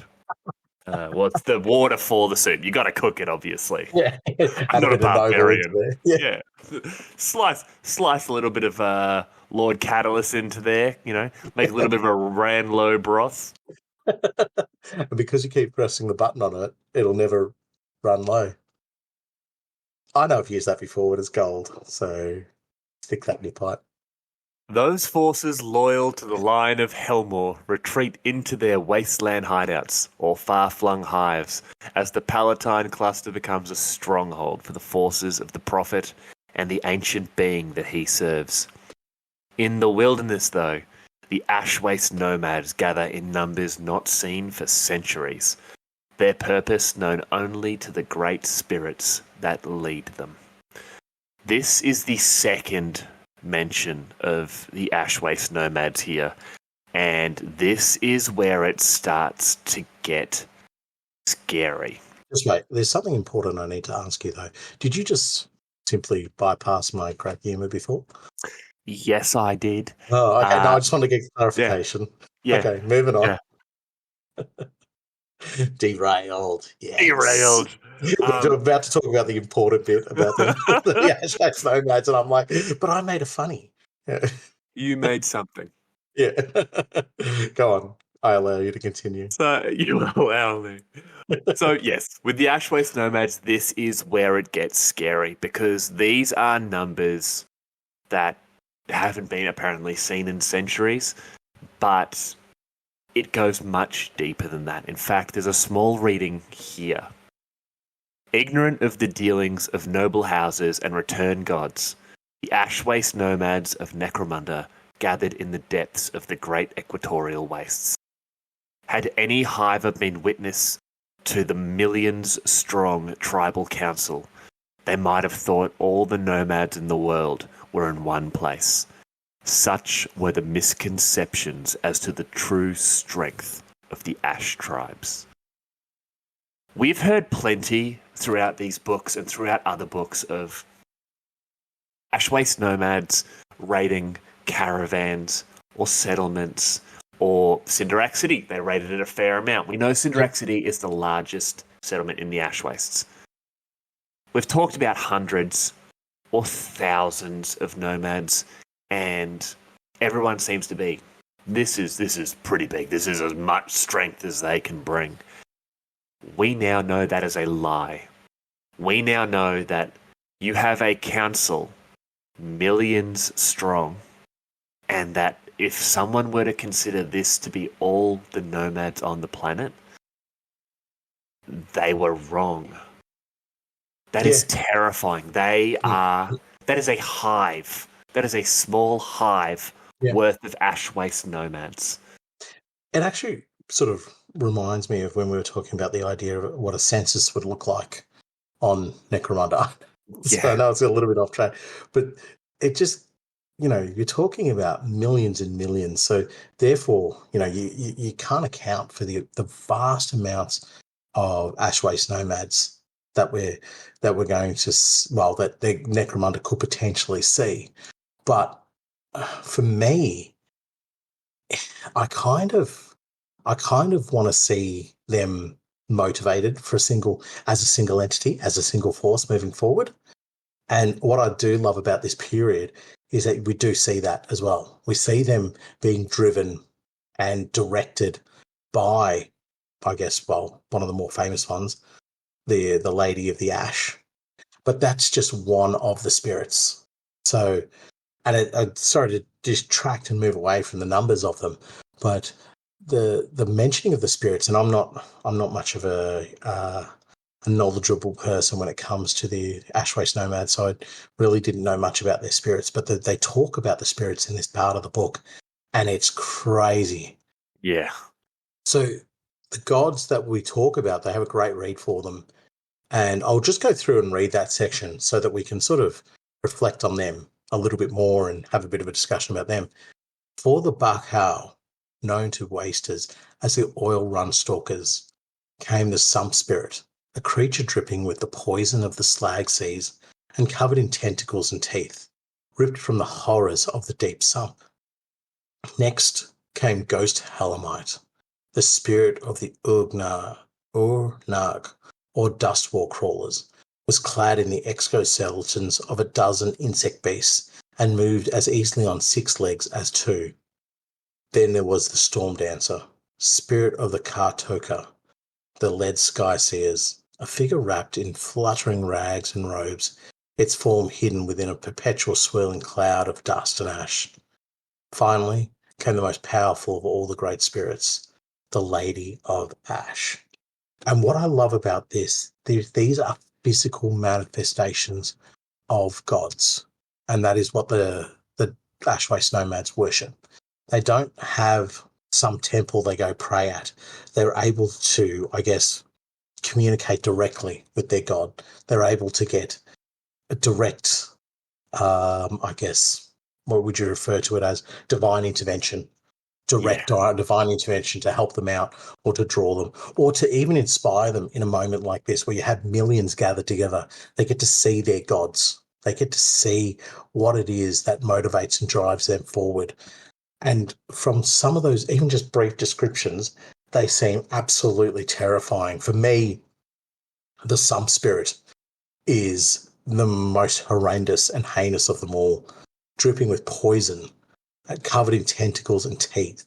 It is just something that I can't imagine any ganger or hiver or whatever seeing would be able to survive the encounter physically, but then also mentally if they do happen to get away. They'd just be a wrecked mass from it. It reminds me of I keep wanting to say Primarch, but the Eldar with their what's the word for their weird god things? Like there's the Zane. Oh, the Phoenix Lords. The Phoenix Lords. Yeah. It reminds me of the Phoenix Lords, where religion and belief of their purpose and their particular school of combat or whatever takes them only so far, and you can meet the head of your temple or whatever, but when you meet a Phoenix Lord or you meet one of these spirits, you're meeting the actual personification of your belief, where we're looking at these great spirits, and their faith is proven. Their faith is true because it is tangible. It is in front of them. If you are of the Baku, you can go up to the Sump Spirit and say, my faith is in front of me.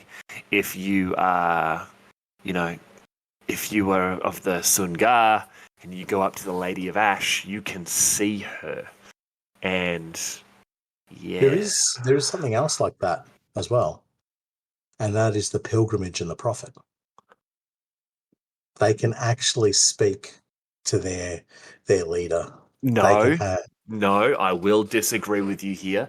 They can visit with and speak to and see someone preaching the word of the Emperor. At the end of the day, he is still talking about the Emperor. But he is not the Emperor. Okay, and I can believe in the divinity of the holy shovel, and if I go to a shovel store and see 50 shovels, I'm not seeing 50 gods. Yeah, okay, fair enough. I still think that the reason for the pilgrimage being so successful is that it isn't a shrine or a concept they're following. It is their prophet. He is simply someone preaching the word of the Emperor in a different fashion. But it's giving them a focal point. Are you questioning the divinity of the holy shovel? All right? Dig deep, dig wide. I'll Hi ho, it's shovel time. All right? Praise unto the shovel. No, I understand. I understand what you're saying. I do. Yeah. I see it very differently. I can see your personally, I can see your incorrect perception. Yep. But yeah, no, they don't believe the prophet is the divine being. He may speak with the will of the divine. He may speak with the power of their divine leader, but he is not the divine. He is not the divine. Is how I don't. I still think if you have something tangible there, you're more inclined to do more. It's like if Angron rocks up to a battlefield.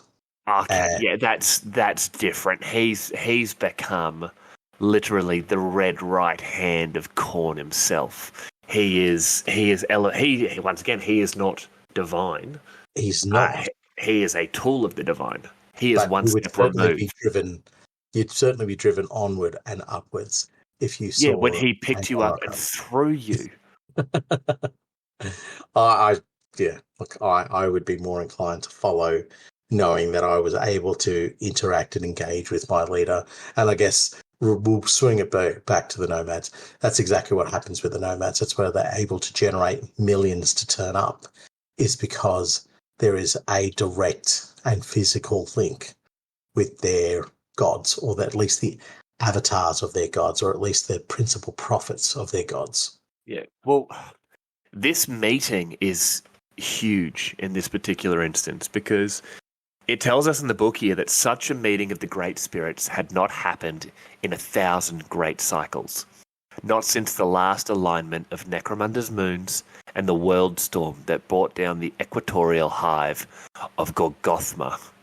Back then, the Lady of Ash had led her people against the hive dwellers and their machine gods, punishing them for their transgressions against the world and reminding them that they were but parasites feasting upon its ashen hide.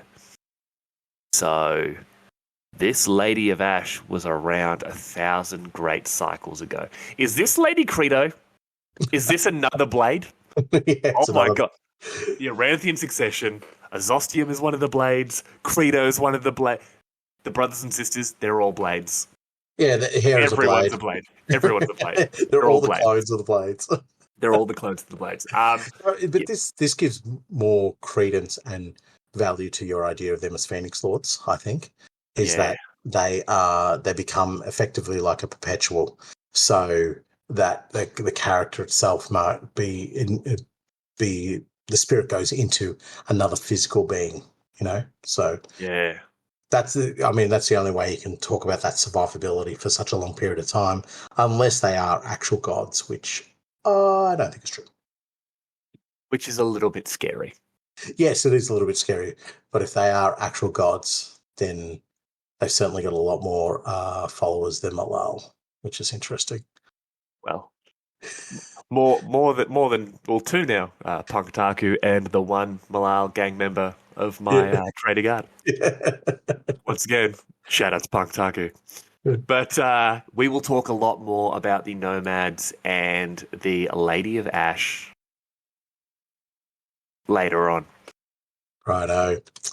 Winds whipped up by the great storm drive the toxic cloud layer of Necromunda down toward the wasteland. As the air pressure increases, the vortex over the Secundan abyss twists and turns in upon itself, showering the equatorial spine in rust rain, radioactive ash, and gravitic lightning. All paths over land between the hemispheres of Necromunda are cut off. That is not great, and implies that you need to now take what are the Necromangian tunnels? Yeah, bud. Yeah. That's not a great place to be, considering how flooded they already are with people trying to escape the cities, being closed off, and other gangs and other outlaws just using them as killing grounds and hunting grounds for themselves. And white-robed armies. Yes. And, once again, just quickly, shout out to Hive Secundus and the Secundian Abyss. It gets into every episode. But, yeah, you don't want to get into the, what are they called, the Necromagnium underways right now because, yeah, they're chock full of folk. Yeah. Chock full of folk who want to shoot you in the face and take your stuff. And that's just a normal day on Necromunda, but there's more of them now. And you can't even go outside to, the Secundian Abyss, because, it sucks. You've got this crazy vortex, which is a gravitic and electromagnetic storm that clings to the Secundian Abyss. Once again, is the world storm still going? Because weather on Necromunda sucks. It does so. And I it's not very clear, is it? But I do think that the world storm is still going at this stage. There's been no clear and definite outcome to say, hey, this is abated and we're starting to see some sort of movement. It feels like the world storm's just moving. It's worse in some areas. So you travel to one area and you're like, hey, we can go through here. It's not ideal. It's not perfect weather, but we can still move on. Whereas some areas of Necromunda would just be absolutely inhospitable, impassable. Yeah. You would not be able to get through at all. Yeah. Look, What we need to understand here, though, as well, is that there are occupiers of these tunnels who can control them, can open them up and shut them down. And they, right now, would be holding the absolute power within these areas because of their ability to shut the gate, to say, no, we've had enough of people coming in. And those, from what I understand, the majority of those tunnels are controlled by our little stunty mates, or your little stunty mates. Well, I want to say our little stunty mates because we're a kind, caring, and accepting podcast, especially of tiny people with enormous beards and huge levels of firepower. We welcome them into our homes, and please stop shooting us. I will say one thing about the Scots and Leagues of Votan. Since doing this podcast since July, I have looked at them a lot more, and I have been drawn into their beard magic. Oh man, I do like them. I'm very opinionated about dwarves. I'm very opinionated, but because of Steve, I'm very opinionated about a lot of things. Actually, I just go, nah, don't like it. No, can't shift me. But this particular group has managed to shift me. And one of the things that did it for me was their new kill team, which is just a ridiculously good-looking kill team. But also their new vehicle, the Scavlian Explorator. It's just, for me, it's proper sci-fi. It's ridiculous. It's so good. You don't even need to sort of worry about the setting of 40k or Necromunda for this vehicle to exist. It is a proper sci-fi vehicle. It looks like it has all the practical elements along with a whole bunch of just silly, over-the-top sci-fi elements to it as well. Beautiful vehicle, real simple design, but just ticks the boxes massively. Anyway, won't derail any further. I'll move on to our next read. Psychic anguish and atmospheric turmoil work to awaken the broodspire from its slumbers. Sensing the distress of its prey, the ancient creature sends malstrains and brood scum out into the wasteland in their thousands, seeking escape from its abyssal prison. Those who explore the Secundan abyss note the increase in activity, though they are ill prepared for what is to come. Here you all were thinking, I wonder what weird religious crap's coming on next. And out of left field with a steel chair, we have Hive Secundus. We have the God's damned broodspire and malstrains. Oh, buddy. Yes. Oh, buddy, it's Genestealer cults. Wait, that's it. Cancel the episode. Let's just talk about Genestealer cults. Man. Yeah, I love this part where we begin to talk about Secundus and we begin to have a look at how much of a focal point it becomes. And so much so that the malstrains are actually attacking the dust wall, which we'll go into a little bit later as well. But there's a really cool character who we get to see who's not a Genestealer character or a Genestealer cult character, sorry. Provost Marshal Logan Kane. He is an absolute badass.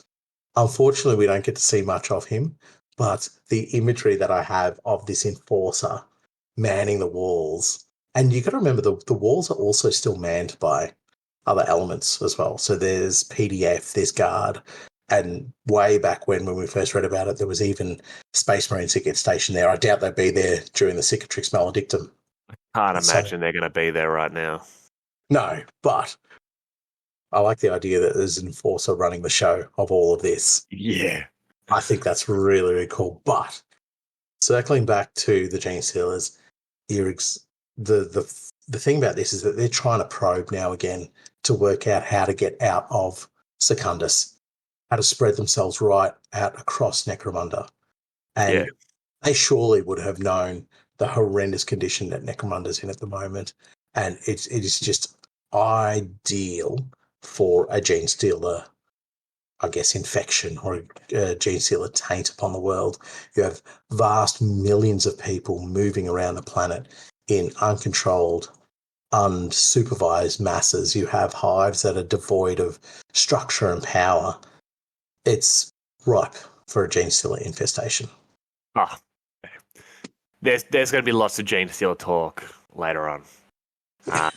But I just love the fact that it talks about how, all the crazy junk that's going on with the psychic anguish and the atmospheric turmoil and this brood spire. I'm assuming that's the name of the new patriarch within Hive Secundus. Or at least the highest ranking patriarch, the oldest. Yeah. And so it sends out its Malstrains and its brood scum and just like, okay, find a way out. We need to expand. We need to get out of this prison push. But I can't stop talking about Genestealer cults right now. There's 3 things I love in this world: Necromunda, Genestealer cults, and Genestealer cults on Necromunda. And obviously my wife and children and the podcast and our listeners, but primarily those 3 things. And I can't get sucked in right now. No. Well, as I said, we'll get back to them. We do have to talk about them a little bit later.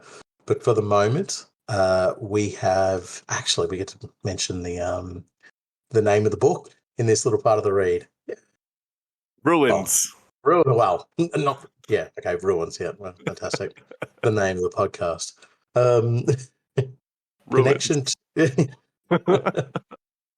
Connection to the ancient squat hold of Jardlan is broken, and all envoys sent to their halls fail to return. This comes after Haro, Charter Lord of Jardlan, calls his kin back to the defence of their home, claiming the shadow of Secundus is stirring against them. The other Ironhead squat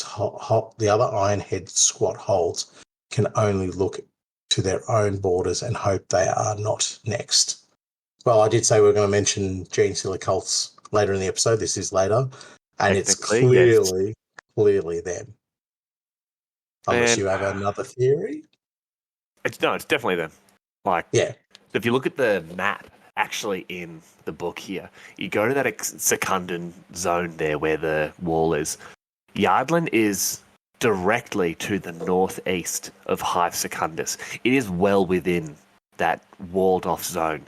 It's basically in the worst place you could be, and those little red lines there, in my mind, given from what we see far to the north, that's a Necromagnium underway link between Jardlan and Hive Secundus.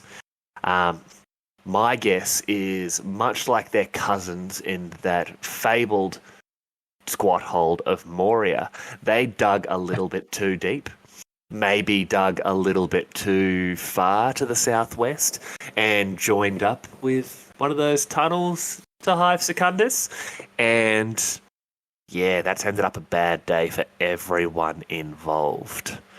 That's the way I'm reading that. Oh, totally. Because once that tunnel is perhaps even opened and knocked open a little bit, the Genestealers will take advantage of it. But because it's within that exclusion zone, they'd be attacking overland as well.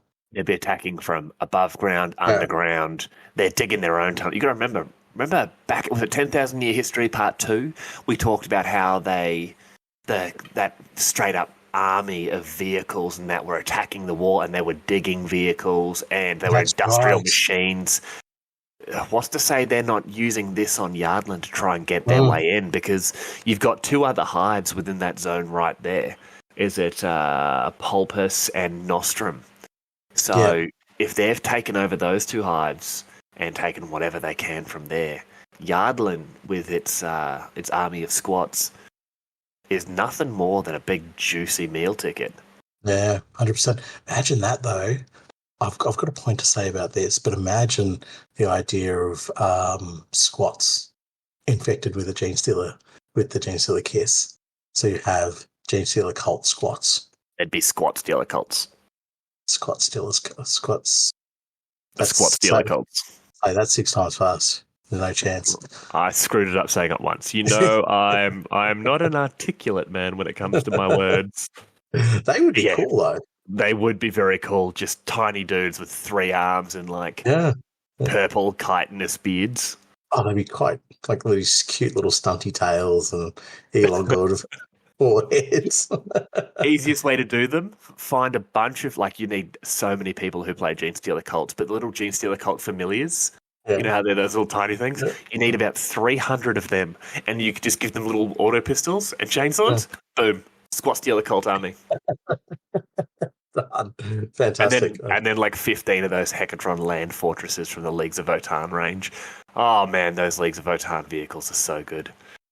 They would look really cool. Stomping around on those, actually. But I like that idea. Genestealer cult infected squats. Is that possibly a gang for the Manvent for 2024? No, I'm brewing something. Archromunda 2024? Oh, I've got 2 ideas out there at the moment. We'll talk about. They definitely will be talking about them at the end of this episode because they're both related to the nonsense of this Aranthian Succession. Excellent. But I also want to point out something else here on this map. Something I know you really love. Thanks. If you look down to the southeast of the Hive Secundus there, it's the wreck of the Gladius 4. Now, listeners may recall that for absolutely no reason, Nathan went on a rant about how frustrated he was that he couldn't find out anything about this wreck. And I really want to know more about it. I still do. There's a tunnel going past it. It's right exactly. there. What was the Gladius? I'm not going to do this again. But just a couple of quick questions for people to mull over. Was it a Zeppelin? Was it a Stratoplane? Was it a Thunderhawk? Was it a Ridge Runner? I definitely believe it is a interplanetary vessel of some description that has been shot down and has somehow avoided Helmore's graveyard. Maybe it's been shot down somewhere else, or it's been drifting through space and has crashed into the planet and has landed there. This is the stuff that entire campaigns are built around. Exactly. And I'm just terrified to build a campaign around it and be like, it's definitely this, it's this ship, it does this. And then Games Workshop release, the Gladius 4 campaign, and they're like, no, it's actually a single Space Marine land speeder that just crashed there. And that's it. I'm like, oh well, I look like. And it was fully recovered. Like they recovered fully every recovered. Last it's just a hole. Left a hole in the ground. It's just very famous because they were like, oh, a Space Marine vehicle went down. Oh, lovely. Yeah. Guitar. Well, back onto something just a little bit more happy-go-lucky. Ash waste nomads sweep across the great equatorial wastes, consuming all settlements in their path. The towns of Rust Gulch, Lucky's Hideout, and Far Enough are all extinguished in single bloody cycles of murder, leaving only gutted wrecks, ruined buildings, and corpses behind. Those that can flee towards the Hive cities, though they meet a hostile welcome from Hivers who have sealed their own cities against attack. Once again, the Ash Waste really looking after its citizens. Talking like that hurts my throat. So these poor bastards are rushing back to the Hives to try and save themselves after their friends and families and loved ones and neighbours have all been killed horrifically by Ash Waste nomads. And these Hive cities are like, go away. No, you're too dangerous to have here. We don't want to open the door. Get out. Yeah, if you stay out there and you get attacked, we'll see where you're getting attacked from, and then we can shoot over there, wherever you're getting attacked from. That makes things marginally safer for us. You're basically like rangefinders for us.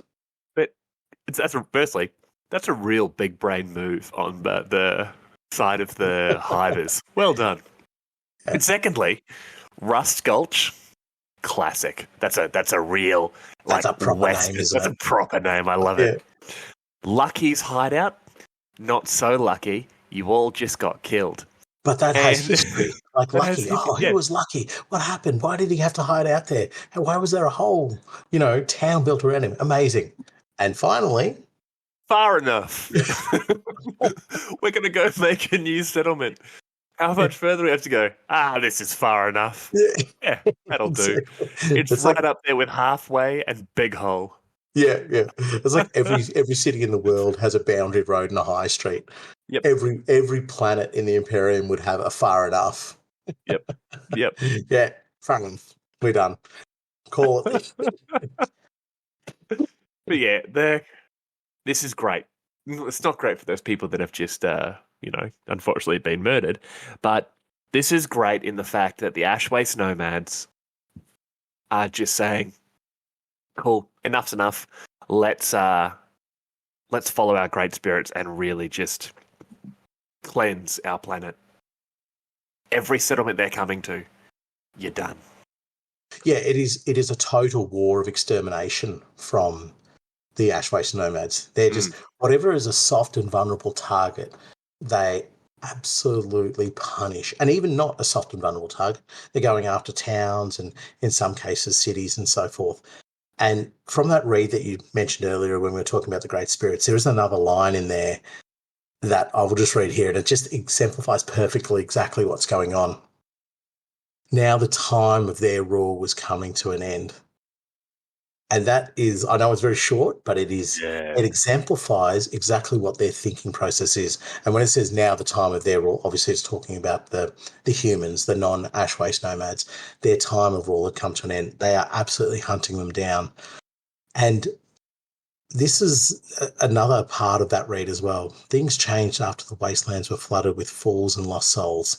They were easy pickings for the nomads, the little sport for their war parties. So again, where these pilgrimages are going off and moving and so forth, they were moving with some sort of freedom and some sort of focus. But now the Ash Waste nomads have just put it into third gear and they're just like, mate, anything that is not us is going to die. Do you remember last episode when the pilgrimage was, in its millions, and those Ash Waste nomad war parties, the Hellamites were just ticking off, troopers on the side, or they were coming up on campsites where people were relaxing for the night and just being like, "You idiots!"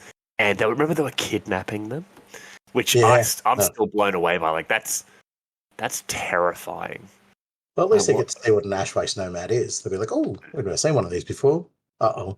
Uh-oh. Yeah. No, I don't think that's an at least situation. Hey, mate, the silver linings. That's what Necromunda's about, yeah? You try to find the positives? Silver linings and, I guess, going far enough and, far seeing enough. what happens. All right, next one.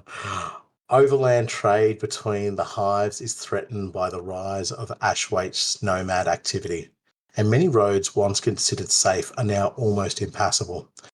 Even the Great Ash Road East, a major artery between the hemispheres of Necromunda, becomes a war zone, with heavily armed cargo aids and mounted runner gangs fending off relentless nomad war parties. Yeah. There is some form here, though. You're going to have some veterans out on that road. The Escher, the Orlok, what's his name? Axiom, with his Goliath as well. The old Antry Reavers kicking on. Yeah. Yes. Definitely not Knuckle Boys. But you imagine these hard, to-the-wall veterans taking on raiding nomads. What a cool fight that would be. It also shows you that this is almost the nomads going into a stance of total war, where even these major arteries, where they've always considered safe, of course you can drive down this road. There's constantly traffic on it. No one's going to attack you there. All of a sudden, nomad war parties are there. They're attacking even heavily armed convoys, not just your lone vehicles. They're attacking full gangs or full groups of gangs. This is that next step. In my opinion, this is the nomads going total war. Yeah, no, unleashing on Necromunda. So our time has come. We will take back what is ours, or at least make you bleed for everything that you have taken from us. Oh. I do have here one little scratchy sort of gang idea if you want to hear it. Always up for a gang idea? Up for a gang idea. Gang idea. So imagine a group of engineers tasked with going out and clearing all the destroyed vehicles. So they're not necessarily built around combat and so forth, but they're built with the premise of like, we've got to clear the roadways. So it might be coming from a guild who says, we need to finance you to clear this road so that we can get out there. And they're more built, more built around logistics. So they would definitely have a vehicle, but the vehicle would have a claw or some sort of boarding plank that they can use to hook onto, or a winch or something to clear things out of the way. But their whole premise is using, sentries and guards and all these other things to protect the operation that they currently do at the time, which is to clear the vehicle. Yeah. In my mind, and being the Imperial Guard treadhead that you are, remember the Trojan support vehicle? Yes. That Chimera with the big winch and yeah. I'm picturing, vehicle idea. Now, to make I'm going to call it the Manvent Pattern Recovery Platform. Yeah. All right? You need a Baneblade chassis.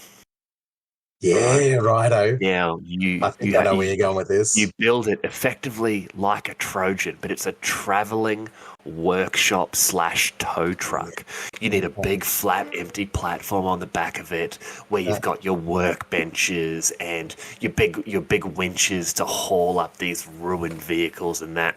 And I'm going to say this is an Orlock gang because you have wreckers that are sort of hanging out on the side of the vehicle and they can do a quick jump over to make sure, everything's kosher before they hook this bad boy up. But also, if other vehicles try and raid them, they're able to jump across. But you'll have a big focus on melter weapons and that sort of thing for cutting through wrecked armor plating to strip that bad boy down to get in there. This would be great to see. I have a Baneblade here somewhere that I haven't built. Do you know when you mentioned Baneblade, I've got the similar idea. Like, as soon as you mentioned Baneblade, this is where my brain went. You got the inside of the Baneblade. So it just has a track. So on the inside, but that's where it has like these heavy haul winches and sort of like an assault ramp. So I'll make it a larger ramp, drops down, and they actually drag the vehicle into the guts. They flip the ramp up, and then they can just piss off with it. Anything bigger than that, they put onto the flatbed on the back or whatever, and then they just boot out. And then exactly as you're saying, you'd have melter weapons and weapons that would be used to break down vehicles, or even just you try and take melter charges and demolition charges where they're like, we can't recover this, but we're going to clear the road, decimate it, and then you would just have like pipe wrenches and hammers and all this. You'd straight up like a full workshop. But hanging off the individuals as well. Yes, and that's where what you said about that sort of like convoy that would be going with them. That's where you're going to see your Orlock quads, your Ridge Runners, that sort of thing. But they're going to be festooned with all sorts of gear that, Kane and his crew are the ones that found this. So they get first dibs on loot. Everyone gets to take their, item or bag or whatever, their armload worth of gear, and then the rest goes back to the rest of the gang.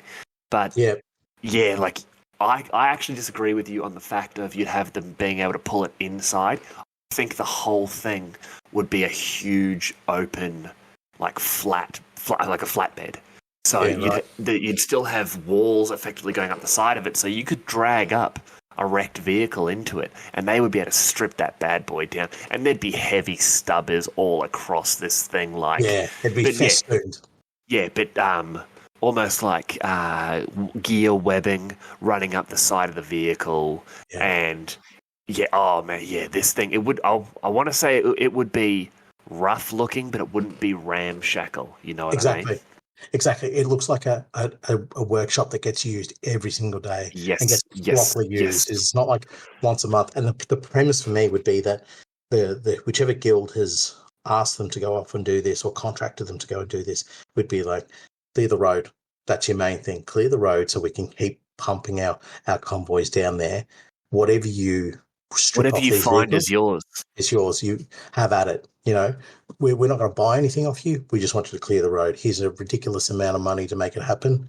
But if we run a convoy down that road and we hit a roadblock, It's your ass. Exactly. That's exactly the idea of it. It's just like, we come for you. Man. I love the idea of like engineering groups going out there and they're just sort of having to roughshod themselves into becoming combat engineers. I think it's such a cool idea. Oh, yeah, I really like that. Well, speaking of engineers, let's talk about some real ones. The Van Saar begin to make a series of precise calculations for the continued existence of Necromunda. Taking actions based upon the results, thousands of agents of the House of Artifice set off to other hive cities, wasteland outposts, and even off-world to shift the odds back in the favour of their home. So, hear me out. I think they're going to strap like jet engines or plasma thrusters onto the base of Hive Primus and shoot that thing in space. We are going to see hives in space. Cool. Just for our listeners, just so I can give you a bit of a detail about what happens behind the scenes here. Sometimes we find that we talk a little bit too much about certain points and we give each other the wrap-up. So I'm just going to do that now, Sam. I'll just give you the wrap-up on that one. Because not only is it insane, but I'm concerned. No, it's not insane. I'm not the only one who thinks this. There are learned scholars within our community who agree with me. All right? Men and women of learning and education, you hole-digging grub. Oh, digging grub. I'm assuming this is your little council of caryatid haters that I've heard rumours of. And you get together, you paint each other blue, and you get angry about the fact that you look like caryatids. I am not going to deny that there may be such an organisation as the one you describe. No. But in all seriousness, the first rule about Caryatid Club is you do not talk about Caryatid Club. The second point I'm going to make here is I think it would be rad if the Van Saar came together and were like, you know, let's just send this bitch into outer space. There's all these issues on the planet. Let's get off the planet because nothing ever goes bad in space. Yeah, no, I totally agree. I do like your, in all seriousness, let's talk about flying hives. Okay. What do you think they're doing then? I think they're going to do what they did through the entire Aranthian Succession. What was that, Sam? Yeah, nothing. One gal wound up in Khorne's throne room. Yeah. A bunch of them sided with Lady Credo. We don't talk about that though. Yeah. That being said, there is a very cool Van Saar character we're going to talk about at the end of the episode. Yes, there is that he one. He is very cool. He is an outlaw Van Saar. I was just about to say, he's not really a Van Saar. Oh, yeah, okay. We'll talk about that character at the end. And it's a perfect segue to move away from flying hives in space. Let's just put an underline under that one and never come back to it. You're welcome. I'll agree to disagree. You still will. All right. So plots and plans, millennia in the making, come to fruition as the mechanisms of House Aranthis take over the social hierarchy of Necromunda. With the blessing of the guilds, clans, and nobles, Ozzy, actually, let me try it one more time. Ozostium. Nice. Was that it? Yes. Yeah, that was perfect. I hear the cheers from all the fans. Ozostium takes the throne of the hive world, having turned its most ancient traditions against it and subverted its people to accept him as their new overlord. He's done it. He's done the Aranthian Succession. But this goes back to what you said. Was it last episode or the episode before? You cannot just assume that because you are a Helmore or you are a Yulanti or whatever you are, you can't just assume that because of my position, because of my power, I will become the next ruler. Yeah. Ozzy, through through House Aranthis, through the actions of Lady Credo for this, through everything, has done exactly what you were talking about last book. Has subverted the nobles, has gained the financial backing, but also the verbal backing of all of these nobles and clans and guilds. And I'm just assuming, please tell me if you think otherwise, those few remaining members of the Adeptus Terra, or the Ministorum, or the Munitorium. Yeah, no. It definitely, he has definitely done that and taken over control of them. And there's a great line from within Ruins of Yardland. I'll just read that, and it directly explains exactly what Ozzy's pathway was. It seemed to Hera that after all these years, the lie of Necromunda had been revealed, that the power lay not with the noble houses, but with the subjects who served them. Boom. Yes. Oh, And what has overrun Primus? The faith. mad people. The will of the people. The will of the people. The popular vote. Yeah, exactly. Even the Imperium is twisting to this. The Imperium's going, well, what's going to work for us? Is it going to have Ozzy in power, or is it going to have Hera in power? Mate, it's Ozzy. So we're going to take him on board. We are going to allow his succession to take hold, whether that be that they are under thrall or that they are simply going, look, we need some form of stability brought to the planet, and it's not going to come from the Halmors and the other noble houses. What else is there? It just doesn't seem to me that any. I think that the vast majority of people making these decisions, your nobles, your guilders, your clanners, so many of them are looking at this and just being like, everywhere Aranthis is taking control of seems to be at peace. Lady Hera, on the other hand, was a nut job who just started killing people. Every time she got involved in something, people died. There were purges. There were, she was getting her enforcers to kill people in Hive Primus because they were faith traders, and they weren't. The Prophet hadn't even got there yet. So yeah, true. I remember that. Yeah, how much of this comes down to just them having enough of Hera? Yeah, Ozzy brings in a completely different way, I think, way and ideology of leadership. And I guess it's due also to the fact that he is a corrupting psychic voice inside the heads of a lot of the Necromundans at this time.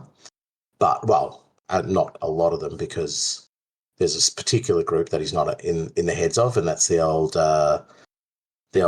Delacroix, who already have the silent ones chewing their ear off. So they're probably a bit immune to it. It actually states that House Delacroix were absent from Ozzy's, I guess, what would you call it? Inauguration? The inauguration. Yeah, his inauguration, yeah. And it says, the House of Shadowed had disappeared, leaving the other houses to wonder if they had been extinguished by Ozostium's agents, or perhaps they were formulating their own plans. That's pretty interesting. I'm thinking it's probably that they're creating their own plans, their own nefarious fishiness. I think it's less that and more, hey, didn't we kill this guy and his entire family that time? So maybe we won't gate crash his party if he's about to become the new Imperial Governor? That is very true, actually. I was just thinking, I reckon this bloke's got a pretty decent memory. We're going to boot off from here. But sort of referencing to something I'd mentioned earlier in the episode, the idea of validation from the Imperium is really important for Ozzy to be able to, I guess, maintain control or establish control at least. Yeah. And it states quite clearly in the book that the Adeptus Terra had basically given the rite of passage to Ozzy. And it says, what is it? Those representatives of Adeptus Terra, nominally there to oversee the interests of the Imperium, were handpicked by the Aranthian, as in Ozzy, from long-serving local servants, their loyalty already given to Ozostium, and their reports to their off-world masters reassuring that order had been restored to Necromunda. So now is the capacity to do what you want. Because, as you mentioned earlier, the majority of the military forces are off Necromunda. The forces that should be loyal to Terra or to the Imperium are either too small to have any sort of influence or already under the will of Ozzy. So, but looking at that, it's not even that. It's just he knows that if he controls the information going out, he controls everything the Imperium knows. Because all lines of communication off-planet are done by, be it Astropathic Choir or anything like that. You control the Choir Masters, you control those communications. If you control transport and travel off-world, even as simple as, heading up to the Eye of Selene, if you control that, you control what the Imperium learns, what they receive physically. Everything he's doing is ensuring that the only information that gets out is Azostium's information. He is ensuring that the only thing people learn are what he is willing to teach. Yeah, that is very true. And I think you have the other nobles would be on board as well. And that comes about because, as you mentioned, Hera's reign is horrific. It is death, blood, and slaughter, left, right, and centre. Every solution to her was, who do we kill? Like there has to be a particular person or group or whatever. We wipe them out. We solve my whatever issues I have. So she was a very blunt tool. And so I don't necessarily know if all the noble houses are on board with Ozzy, but they're most certainly sick of what they've just been part of for the last however many weeks or months or whatever it was, especially during the time of the Great Darkness. But they don't even have to be on board. They just have to be against Hera. Yeah, exactly. Just being against Hera and just taking on the new, well, they're not new, but they're basically taking on the Aranthian house and saying, oh, welcome back to the fold. We're very happy you're here. We were rooting for you the whole time. Yeah, exactly. You had that unfortunate business in Hive Mortis, but we knew you'd persevere and get through it, boss. Oh, we're 14th cousins, 11 times removed on my mother's next door neighbour's dog walker's side. So I'm basically a Aranthian as well. Why wouldn't I want you to win? Exactly. So I mean, for the nuts and bolts of it, this is the Aranthian Succession complete in a way. All right, end of the episode. Yeah, well, I mean, there's obviously a lot more going on. The Aranthian has succeeded. Basically, yeah, that's what this says, and it even says in the book that the sigils and the marks of House Helmore were struck from the grand plazas and gateways of the Hive City. So they're gone. Now, it's interesting whether or not that the whole house is gone or whether or not it is them removed as the principal, noble house, and there is some element of them left, which there would be. There would be still elements that would draw themselves as Helmore. Well, but what their power looks like is unbeknownst to us. Well, there were 30 siblings. Hera took out 12 of them. Yeah. All right. So there's 18 left, including Hera. Who are the other 17? Where are they? Yeah, but then there's also extended family. Yeah. Well, yes, I'm talking about just Ronti's kids. Like, we're not talking about Uncle What's His Face and Aunt Who's It. Like, those are just even more cogs in this machine. Like, yeah. So, and that's what I'm saying. Like, we should move on to the next point, but just to sort of wrap it all up is we don't really get an understanding of what House Helmore looks like now. Is it been completely liquidated, or is it a skeleton of itself, or is it an underground, network or what has become of Helmore. That'll be very interesting to see when that is totally revealed to us, and what kind of power and what kind of establishment they have on Necromunda, considering that Big Aussie has effectively completed the succession. Do you think any of the Helmore children who survived might be looking at this and might have actually sided with Azostium over Hera? Oh, definitely. They would side with him, and probably on the basis of, well, if I can show that I'm a good Helmore, then I'll get a pat on the head, and I'll be allowed to, get his coffee. Yeah. So, or at least keep my head. Yeah, well, that would be the principal thing. Like, I'll survive first, and then I'll work my way up to royal freaking coffee grabber or royal coffee grabber, or whatever position they think they might be able to amass, and then henceforth be able to reestablish themselves as a Helmore. But I think also the repercussions from the other houses towards the Helmores would be very interesting as well, because they would have a long list of vendettas, I'm assuming, that they want to revisit on Hera particularly, but any Helmore will do. Any Helmore will do. Like the whole Helmore family, let's be honest, you said it episodes ago. They're really just the strongest gang leaders. And you don't become you don't become a planetary governor by being a nice bloke. Yeah, exactly. Yeah.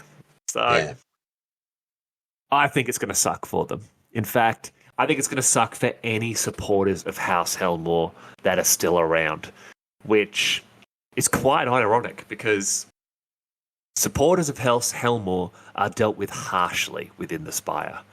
In their zeal to appease their new master, many nobles betrayed their own kin, welcoming Lord Azostium to the Spire on a carpet of broken corpses whose only crime was questioning who the new Lord Helmore was going to be. So they genuinely just said, I wonder which of the Helmore kids is going to be in charge. And next thing you know, Aunt Who's It from before has stabbed you repeatedly in the neck, and then a giant metal man is walking on you. Really just rubbing your face in the dirt while you're down. Yeah, well, Shankety Shank should not have asked that question. You are done. But it's classic Necromunda, isn't it? They're like, oh, Hera was so horrible to us. Look what she did. Oh, we're in power now. Now, for us to be able to do that horrible nonsense.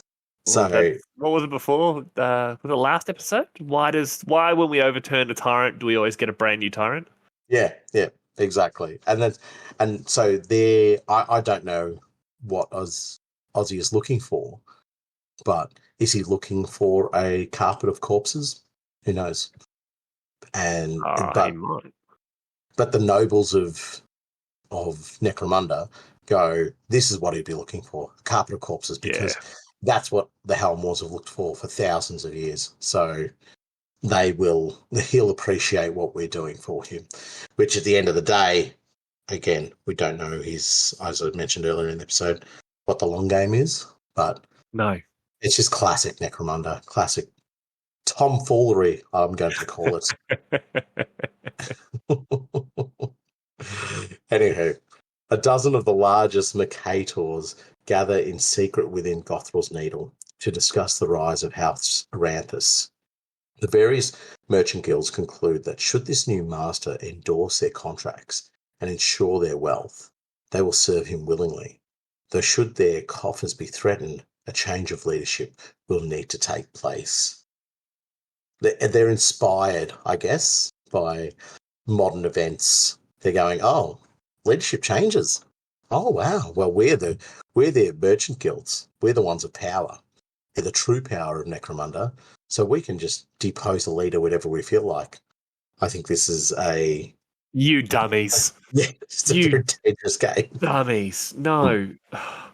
He's literally just killed his way to the tippity top of your entire civilization, and they're like, yeah, we'll just won't let him have money. Yeah. Yeah, exactly. It's crazy. It's like I can imagine them bringing a knife to a gunfight sort of thing.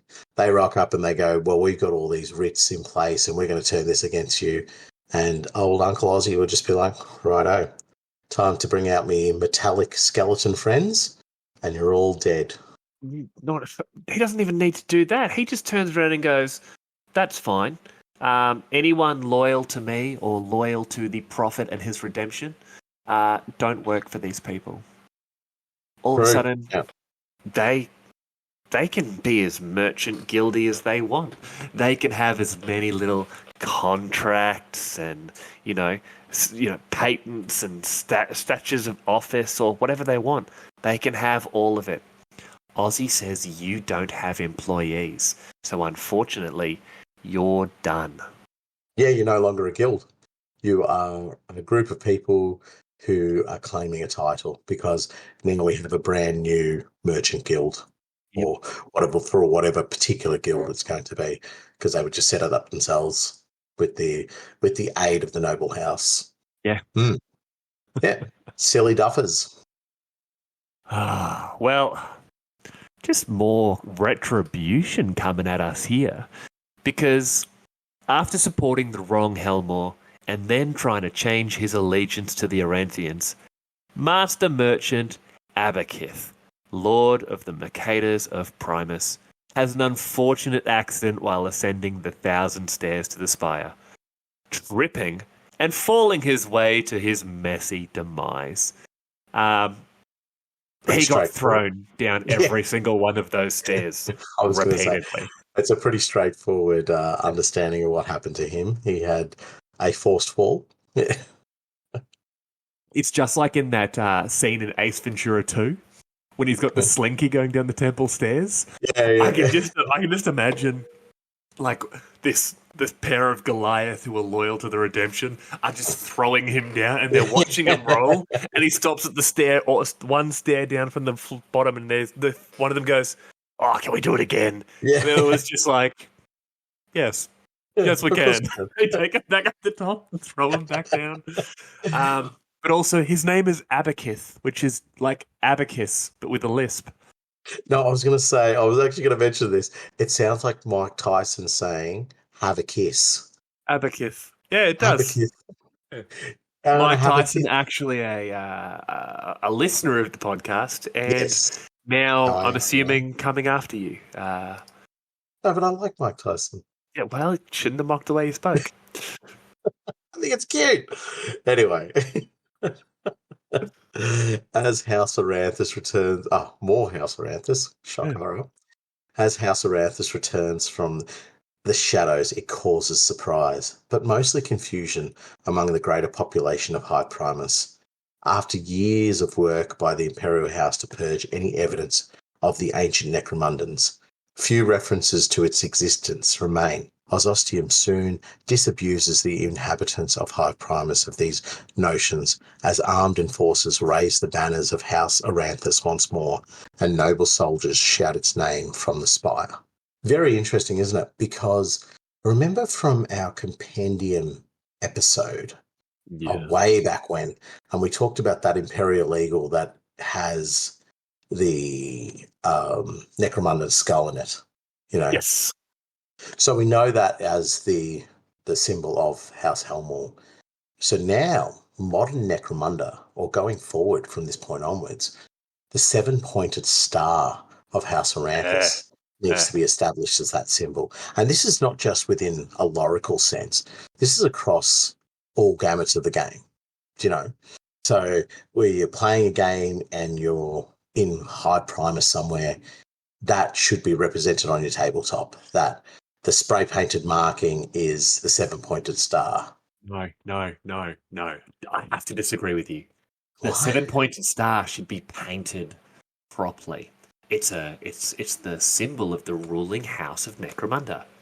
Spray painted over the top of that is the symbol of Helmore. Like, you need to remember, the agents of the Aranthians would be going through and destroying all evidence of the former Imperial House because they want to remove that from people's minds. but you're going to have those loyal sons and daughters of Necromunda who, for some foolish reason, are like, yeah, but we liked the Hellmoors better. And they're going to be spraying up the Hellmoor Eagle or the Hellmoor Face, whatever it is. And then they'll be righteously destroyed by the forces of our correct and lawful leader, Planetary Governor Azostium Aranthis. Praise be unto his name name be praised. And we have a proper convert of the Zealot. Oh, I don't want to get thrown down a bunch of stairs by some Goliath. No, I agree with you. I think when I finally actually paint some terrain, I'm going to make sure that I have some 7-pointed stars on there. But what I want to know, is it the 7-pointed star with that bird's head in the middle? Because that is sick. So, yeah, that was my next question as well, is what exactly does this symbol look like? Because I don't think we see it anywhere. I've had a good peruse through the book, and I have not seen it. I have Googled it, and I have not seen it. Well, we have seen one version of it on I think it was the cover page of the Hives of Temenos, False of Temenos, where we saw the 7-pointed star that had the bird's head on the inside there. That's right, we did too. But was that, I don't know, was that Credo's emblem, or was that like what the true Aranthian symbol? I don't know. But then, further to that, what's the now Imperial / Aranthian symbol look like? You know, that's what they would be displaying across the cities. Yeah, they're going to try their own personal one. Yeah, they would want to bring in the Imperial Eagle into it as well, wouldn't they? You'd have to. You'd have to. Yeah. I can imagine it's like the Imperial Eagle with a 7-pointed star for like in place of its body, almost. Do you know? Yeah. Yeah. I don't know. I don't know. We're speculating on stuff that is and well we don't like to reach. speculate. We are not a podcast that believes in speculation at all. So don't speculate because it will get you thrown into prison. Yeah, pretty much. Yeah, it's Necromunda just going through a rebranding, basically. Oh my god. Necromunda is basically Twitter. Yes. Oh my god, Azostium is Elon Musk. It makes so much sense. It does. A giant robot man, yeah, of course.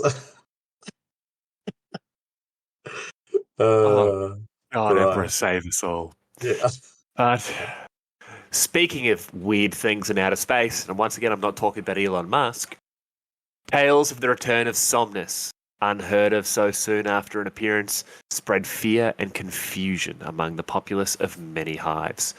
Unknown to most, these rumours are spread by the immortal cult of Necromunda, whose psyches feast on the terror of the hive world, turning it into etheric energy for their shadowy masters. Those crazy buttholes are at it again. I love Such a them. good description of them. I really do like them. Crazy Every time they show up, everything just goes redonkulous. I love these nut jobs. One day I'm going to make a gang of them. I just need to be able to turn every member of my gang into a psyker, but you have to roll a scatter dice, and whatever direction it rolls into, the closest model, friend or foe, is what you have to fire your psychic power at. Honestly, the immortal cult are, I can't think of a better way to think of it. They're dicks, basically, right? But all their planning comes about like, I have a great plan and we're going to execute it. Have we thought about the contingencies? Have we thought about other plans? Have we thought about something else? I have a great plan and we're going to execute it. And that's it. And they get stuck in this, they put the blinkers on, and they just go head first into it. But every time they have a plan, it just seems to be do a bunch of ghast, do psyker stuff, and ... step 4, profit. Yeah, exactly. You have step one, step two, and fill in the blanks and On the profit. blank, profit. Like, I love them. I love them. I love everything about them. But yeah, they are silly I'm numbers. I am happy they got a mention Yeah. in somewhere within the Aranthian I think Succession. They needed it. I think they've been mentioned every episode. Have they really? I didn't think we mentioned them in the previous episode. Oh no, we did it. Damn. Yeah, I was going to say, because it'd be them and Secundus. Them and Secundus have somehow showed up every episode. yeah. No, it's just Secundus has. We know that. As well, but Secundus deserves it's a fantastic place to be. Secundus is great. I love it. I wouldn't want to live there. No, that the people of and the cults, the Genestealer cults within Secundus don't want to be there. That's why they're forever trying to get out. Why they're trying to get out, yeah. Anyway, moving on to our next one. House Ranlow and House Green make a secret alliance to preserve their power against the return of House Aranthus. There's a bit more of this read to go, but I will insert my own little 2 cents here. The beginning of a bonkers idea. Anywho, reading into it. Battalions of Green Hive militia are ferried by Ranlow stratoplanes to forbidden cities across Necromunda. Their orders to seal the military bases against all intrusion and wait for word from their masters. This is a silly, silly idea. You're only saying that because they're on stratoplanes.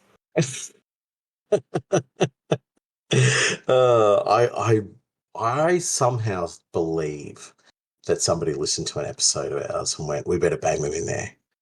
Let's get stratoplanes in here. Yeah. It's like, what's the dumbest thing we can do here? Let's make a bunch of them fly around in stratoplanes. Why would you want to do that? Just to annoy the Manvent. I'm in for it. But I love that these two houses are basically like, yeah, we're going to support him. We're going to do that. That's cool and everything. But just in case, let's just take a whole bunch of our military and send them to these forbidden cities and then seal them. They're basically doing what I have theorized those Aranthian troops have done, where they've gone to these military places, they're just sealing themselves in. The Grime militia are most likely not going into stasis, I understand that. But they're basically just saying, we're going to close the doors, not gas ourselves, which is Necromundan tradition. Yeah. We're just going to close the doors and wait. We're just going to wait and see what happens. This is what the Enforcers did, and everything went to hell. Mm-hmm. Like, I foresee these Grime militia and all of that becoming very important later on. I don't know why, I don't know how, but I have a feeling they are going to be very important later on. So I'll just say a couple of things about this. One is that these noble houses are still run by the worst of their house. Yes. As thanks to Lady Hera. Correct. 2, if these are known military facilities and they're going there to seal themselves in, I dare say the Aranthians are already on top of that. And from what we can see, they have a very effective and very clandestine army. So I think you're right. They are going to play a part in it, the part of a speed hump to Lady Credo's army. Oh, they are going to be no sort of challenge at all in comparison to anyone that Azostium sends towards them. They may comfortably fight back against gang houses, nomads, all that sort of stuff. They're not doing anything against the Aranthians. No, they will not be a footnote on their strategic pages. Was it? It was definitely last episode where you mentioned that the forces that are going to be, the plans that are going to be put in place by these new leaders, these noble houses, aren't exactly going to be top tier. Yeah. And yeah, we are seeing that here. This is a dummy move. Yeah, this is a dummy move, buddy. you probably should maybe go home, have a nap, because Aussie's already outwitted you. Yeah, it's a classic example of have it, sleep on it. Go have a sleep on it, Yeah. and then come Yeah. back. And if it's still a good idea in the morning, go for it. But Yeah, just go have have a a little think about it snoozle. then. Not Yeah. now. Don't Yeah. move armed forces into military complexes and then be like, oh, how did you know we were doing that? Long story short, we're basically just making fun of these nobles now. They're dummies. Yeah. Yeah, dummies. I want something a little bit more lighthearted. Yes. All across the great equatorial wastes, the nomad tribes attack settlements, outposts, and hives in huge numbers. Countless towns and people are wiped out, their existence scoured from the face of the hive world. Though this is not the goal of the nomads, who press on towards the peaks of the equatorial spine and the massive squat holds that shelter in its mountains. So, when I said light-hearted, I meant that in like the way of like the royal lightheartedness. It's lighthearted for the nomads. Those poor settlements, outposts, and hives. It sucks for them. So sorry, guys, I shouldn't be making fun. On the plus side, one thing that was mentioned during that meeting we mentioned earlier, the millions of nomads getting together. They specifically stated that they were going to destroy the half-men. So the actual reading here is, never in the long history of the nomads had the world spoken to its children, though it did so now, guiding the leaders of the Ash Waste nomads to wage war upon their most ancient of enemies, the half-men in their burrows. So, my theory is that they hate the squats because the squats maintain control of the underways, the tunnels, cavern cities, which mayhaps the nomads would be laying claim to as their own. Yeah, that would make sense. Like, they basically control the Necromangian tunnels, Yeah. the squats. They also are like mineral mining, and they're probably disrupting the whatever ecology the nomads have. I think also because, and correct me if I'm wrong here, but they've been on Necromunda for a long time as well, the squats. Well, the original squat inhabitants, I believe, came through right after the Horus Heresy. In fact, the rebuilding efforts on Necromunda were basically spearheaded by the squats, and it's squat technology that allows what small amounts of breathable atmosphere to, actually continue on Necromunda. Righto. So it makes sense that the nomads would see them as their great enemy or their most long-hated enemy. So yeah, absolutely. Going after them, I totally understand, but it's interesting they're going after the holds, which is, even if you're a novice to any fantasy or sci-fi realm, you don't go after a dwarven hold. So that just shows the power that the nomads believe they have at the moment. Well, this is actually a great little lead back to some old school Warhammer 40,000 lore, where when the Imperium and the squats actually came into contact with each other, the Imperium, at the height of the Great Crusade, had problems getting into squat holds, where to the point of they basically just went, hey, we're humans, you're kind of humans. How about we just be friends? Like, we join together, but you can maintain your legitimacy. And they allowed it. Like, the squats were basically saying, yeah, instead of running the meat grinder on each other, yeah, cool, all right, we'll do that. Yeah. But you have nomads who are attacking these squat holds however they can and quite possibly winning. Like, that's scary. And I think it's not even about the quality or the strategy that they're using. It is purely about the numbers that they're bringing to these fights and all the nasty, weird gribblies they'd be bringing to the fights as well. Plus, remember, we still have the World Storm kicking on in some parts as well. Oh, yeah. So this would be It still utilised as sucks. a weapon. Yeah. So we don't really know what's happened to these squat holds. I'm assuming that some have fallen or are in the midst of falling or, in the midst of holding off. 100%. Yeah. But obviously we know Yardland has gone the way of the dodo, but that's, that's Wait, not really? exactly nomadic. When did that happen? Just it'll escape you, mate. Oh, don't tell me it's ruined. No, I won't tell you that. It's just Good. it's just got a different aesthetic now these days. Oh, Yeah. cool. And Real it's a lot feng more shui. populated. Yes, the feng shui. Genestealers rocking around with demolition charges, just trying to set the ruins in the right way. I like the way the energy flows now. Yeah. But anyway, look, moving on from this because we are going to talk a little bit more about the nomads. It is interesting to see how this will evolve. This war between the nomads and the squats. And let's be clear, it is a war.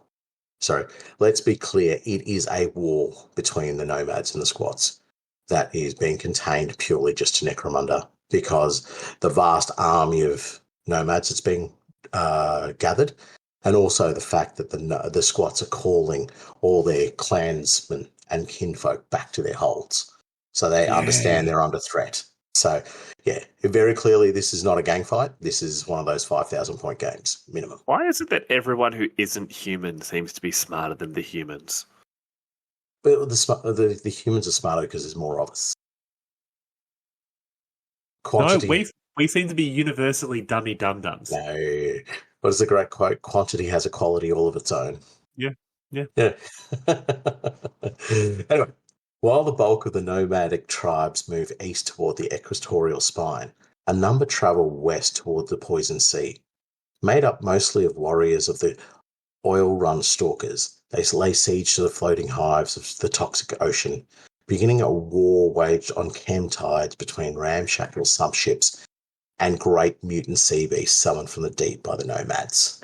You need to say something about this now because, oh man, it's in my belly and it's bubbling up and I need to say it.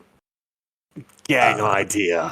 It is campaign idea. It's gang idea. It's miniature idea. I love the idea of the mutant sea beasts that are being summoned. That sounds so freaking cool. This gives you so much. And remember, the oil run stalker's spirit is that black, sickly looking thing with the tentacles and so forth. So there's so much going on now at the Poison Sea, and different ways of fighting as well. So fighting from barges while the tides smash into the barge. It's brilliant. It just ticks all the boxes. I will say, however, I do feel sorry for the particular people at Poison Sea or living near or around the Poison Sea. They've gone through the Great Darkness. Yep. They've gone through the rise of the Chaos Hallett cults that have come up. Yes, that's right. They've then gone through the Redemptionists coming. I'm assuming the Redemptionists are everywhere, so they're there. And now they've finally got some stabilization. They're going, okay, we have a new house in power, the Aranthians, and then the Nomads rock up. So have it almost as bad as Dust Falls. The Free State of Zep. Sorry, my apologies to the Free State of Zep. And just remember, you put the respect due on your voice when you mention those words. But so, no, I'm gonna restrain myself from blurting it all out at once. But just imagine how awesome it is that there are these floating hives, not floating hive singular, floating hives. Like, are there like engines underneath so that they can travel the sea? Are they chained to the ground like buoys? Like, so they're like just bobbing up and down?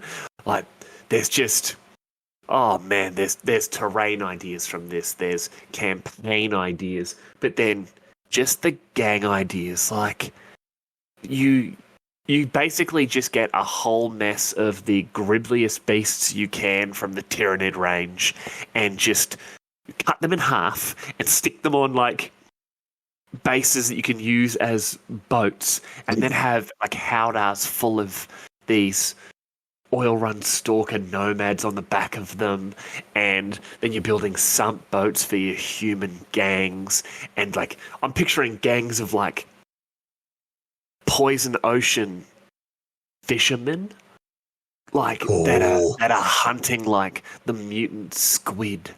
And that's awesome. Like you'd model them all, like all their heavy weapons would be harpoon guns or flamers, and oh man, they have like flare guns and stuff like this. Yeah.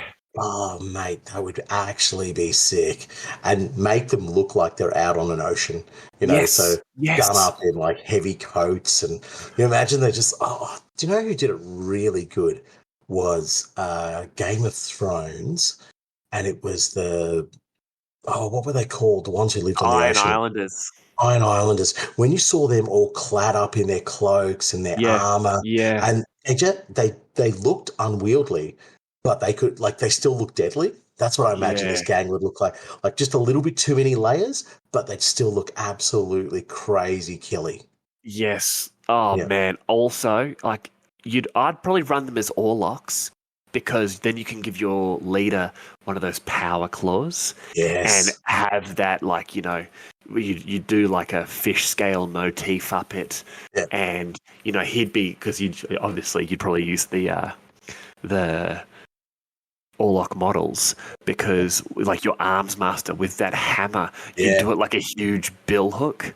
Yes, like the dragging, like when they're boarding each other, like they're boarding poaching ships, and oh my! But the power fist, you make like a captain's hook. Yes, you know what I mean? So it's just like a really nasty, almost orc-looking hook. So it's just extra chunky. It's just designed to just cleave into things. Do you remember the vampire counts? No, the Pirates of the Vampires of the Pirate Coast? Pirates of the Vampire Coast? This sounds like when they were trying to come up with the name for a movie, and they just started throwing pirates into every other word. Vampire, pirate, coast, pirate. Vampires. Posters on pirate. Ooh. Yeah. How about we just go Pirates of the Vampire Coast? Done. But picture them, but in 40k. Do you remember there was a White Dwarf years ago where someone had actually converted up the Pirates of the Vampire Coast, and they were the mixture of the militia kits and the Empire State Troops and the zombies. Yes, I do remember that. That's a long time ago. Yeah, right. I've got that issue here somewhere. But I loved that because you could really go to town of, like, on the front of your sump ship, mount this huge cannon and like really do it up as a pirate ship. Yeah. Because this is the vessel that goes out with the fishing crews to ensure that, you know, these nomad attackers or those cawed-off, ship jumpers or whatever don't attack your fishing vessels. Like oh man, and we've got rules for sump boats already. Yeah, exactly. Do you know what I would do though, which would be really cool, and it makes no sense? You have like almost sort of like a 40k type rigging on the ship, and then you give your gangers like drop rigs so that they can descend from the rigging. I reckon that'd be so cool. Oh, how thematic would that be? The special rules of being knocked into the poison sea. Like, you can't just hang out there. Like, it's melting you or it's burning you or there's stuff underneath pulling you down or biting you. Like, you're going to want to try and scrabble back up onto your boat. Like, oh. So, yeah, one last one I'll make about this, though. Powder monkeys. They would be sick.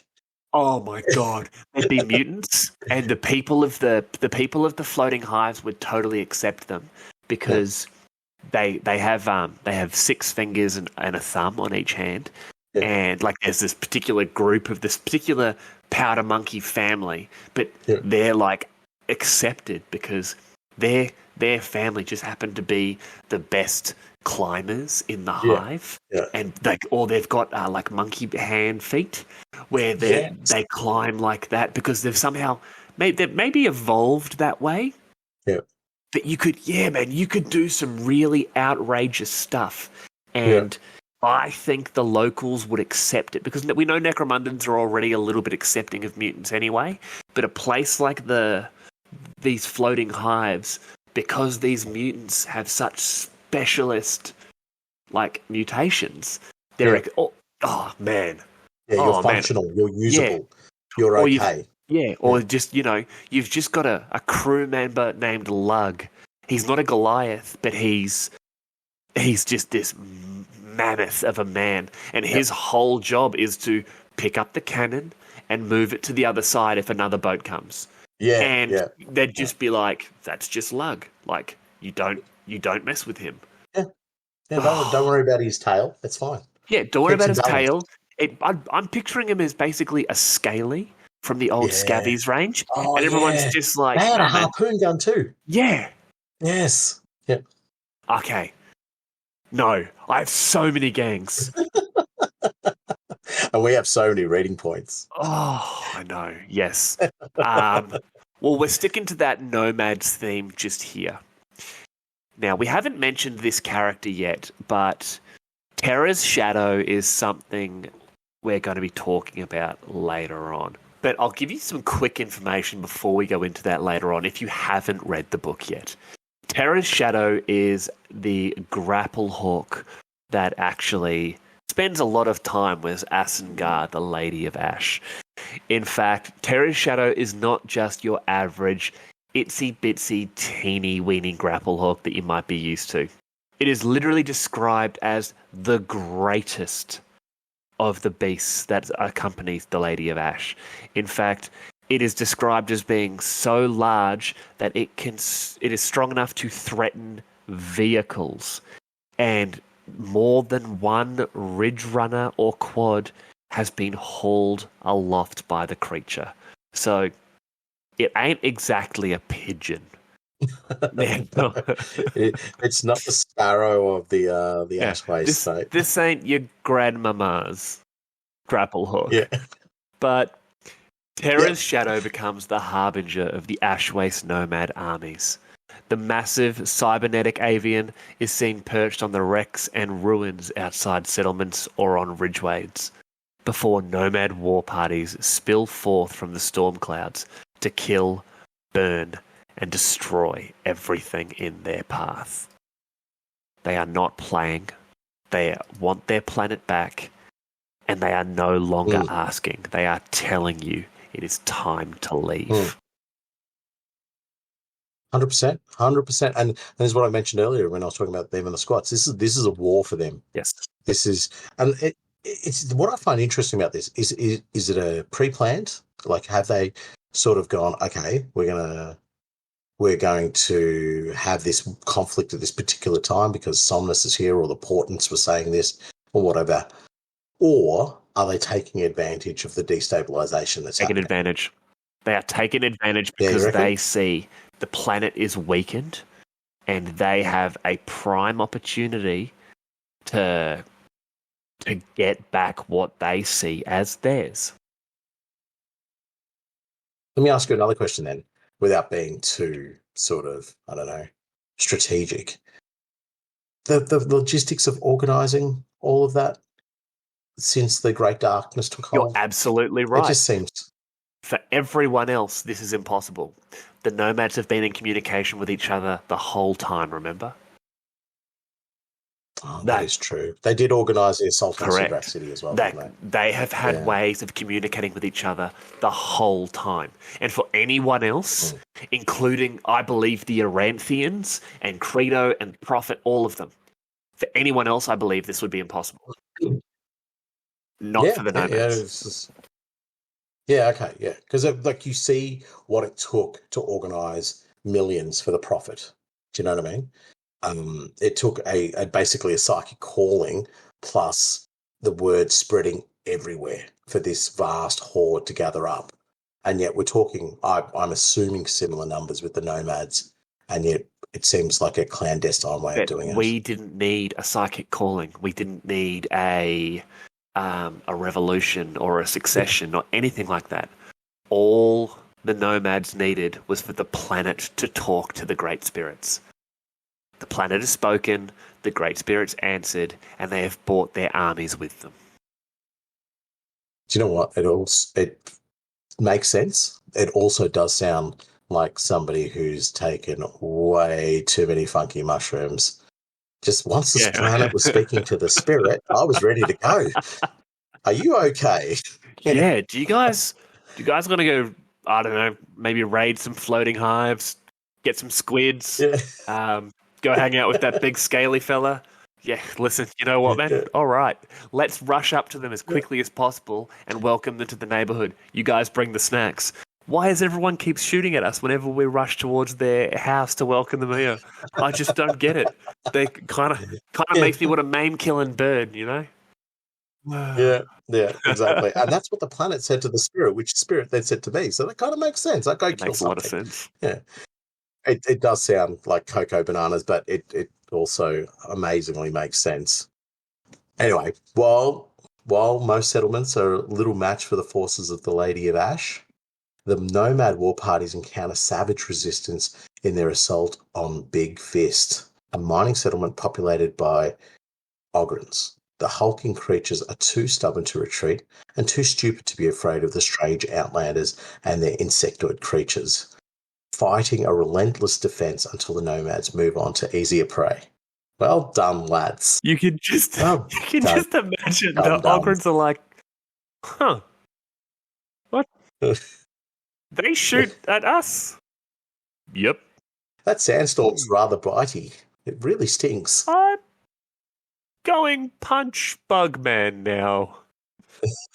Yeah, if you're going to attack anyone, attack humans, attack squats, attack Genestealer cultists, attack gangers on ridge haulers and convoys, attack whatever you want. Leave the ogrins alone. Just leave them alone. Yeah. Because you stab them, they laugh, and then eat your arm. Yeah, exactly. Yeah, but this is what happens when you take your strategic and tactical advice from a planet talking to a spirit that leaves a message in your head. Yeah, it makes you attack ogrins, and now who's the dummy? Exactly. They probably, once the nomads leave, they're just like, oh, yeah, cool. Business as usual. Move on. Back at it, kids. Just who wants to go back to another headbutting competition? I do. Well, let's get back to some good old-fashioned Imperial nonsense. Enforcers attempt to break out of the noose closing around the dust wall. Convoys of iron crawlers and venators carve up the wasteland, pursued by packs of dust-back Hellamite riders and nomad war parties. Adding to the chaos of the breakout is the shadow of the vortex, pummeling both hunters and the hunted, with toxic rain and gravitic lightning. Oh, buddy, you've got an entire nation of ash waste nomads coming at you. You are trying to get out of there as quickly as possible. So the dust wall is a very interesting part of Necromunda, and especially at this time as well. It is getting absolutely hammered. And in the read, it actually says it's the noose closing around the dust wall. Because what's happening here is, although we're trying to shift away from the nomads, they're attacking the dust wall. But on the other side of that, the Malstrains and the Genestealer cults are still attacking the dust wall as well. So they're pushing from both sides, and it is getting absolutely devastated. In the wake of all this is also Lady Hera's final destination of where she wants to be. And the reason for that is there is a battalion of enforcers who she knows are loyal to the Helmors, and she intends on using them to reclaim her power in High Primus. Classic Lady Hera going, I will get the bluntest instrument I have, which is enforcers, and I will fight my way back to the throne of Necromunda, which is, from everything we've talked about, it won't work. It's not It's not the strategy to win power on Necromunda, as Ozzy has shown. But I feel sorry for the enforcers on Dustwall. But more importantly, I feel sorry for the mighty Logan Kane. Yeah, he is such a cool character. Probably one of the best characters, in my opinion, introduced in this book. Now, yeah, Lady Hera is freaking out a little bit, obviously. She's just been kicked out of Hive Primus. And you know what? She's right. There's a whole mess of enforcers loyal to House Helmore right there at the Dustwall. But man, did she pick a really crappy time to go sightseeing, right? Yeah, what's happening at the Dustwall and to Logan Kane is horrendous. And it's written up, I think, quite sadly within the book as well. Despite the fury of the Maelstrom assault and the spreading storm, Provost Marshal Logan Kane, commander of the 17th Palanite Enforcer Battalion and master of the Dustwall, was more concerned about the tide of ash-waste nomads sweeping in from the west. Rightly so, the defences of the Dustwall were turned inward against the ruins of Hive Secundus, and Logan had few emplacements protecting the back of his garrison. Attacks from the equatorial waste had always been sporadic and random, nomad war parties hitting outland settlements or lone convoys before disappearing back into the wilds. Not this time, however. So this gives us an indication of the horrible situation that the 17th Palanite Enforcer Battalion is currently embroiled in. Genestealers to the front of me, nomads to the back of me, and here I am, stuck in the middle. I was going to sing that, and then I'm like, no, we've sung enough in this episode. And you jumped straight into it. I'm so proud of you. Yes. But I love the fact that he's looking at this. He's genuinely fighting a battle on two fronts. And then he gets this coded Vox transmission from Hive Primus, where he realised the fate of the Dustwall might not be his primary concern, and that loyal agents of the Palanites still within the Hive City reported that Lady Hera had fled the Spire, and the Hive's systems and defences were largely in the hands of those loyal to the Prophet. So he basically just looks at it and goes, okay, this is what we're going to do.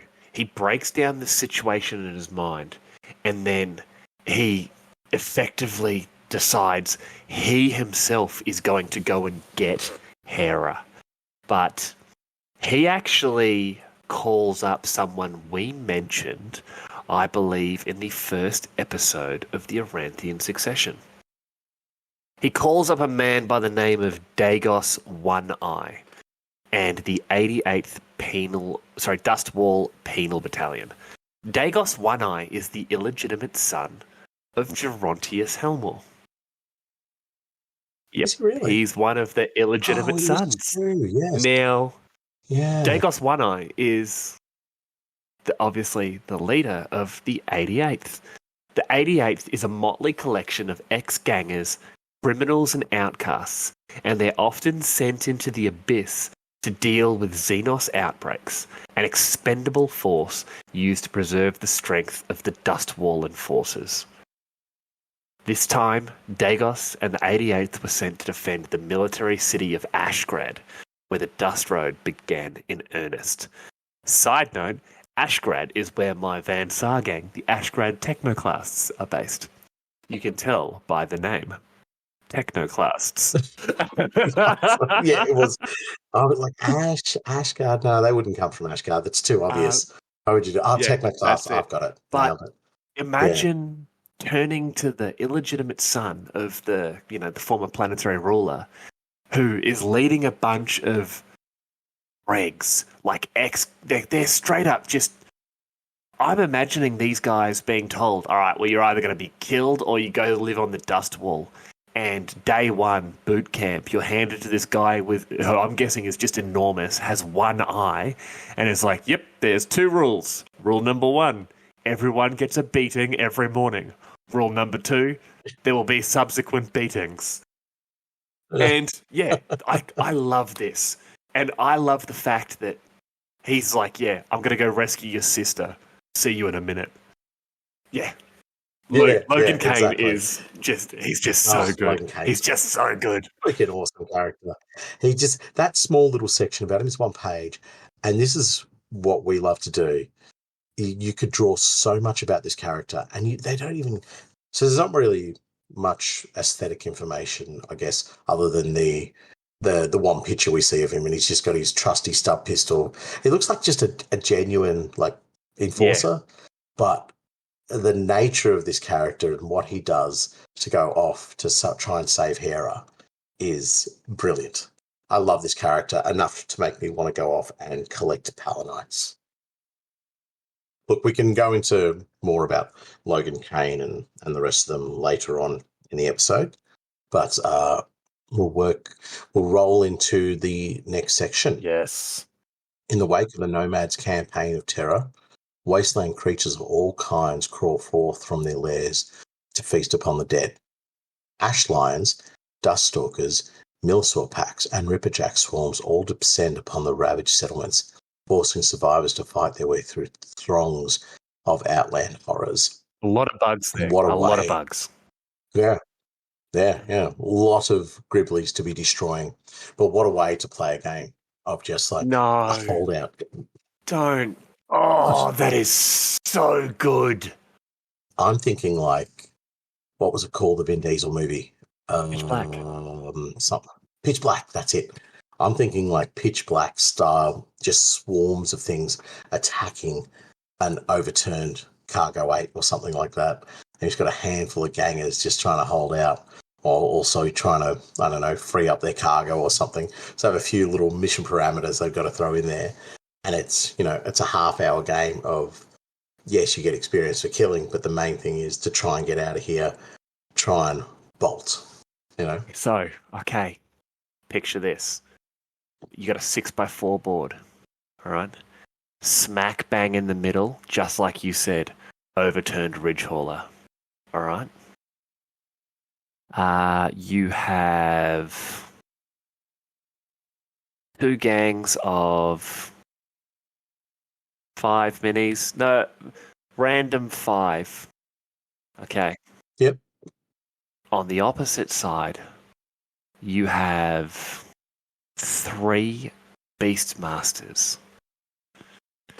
And they are the ones directing these monsters at you.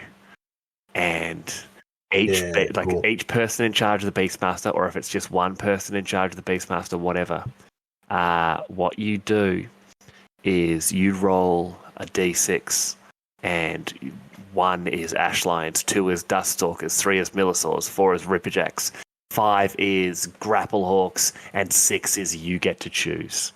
All right?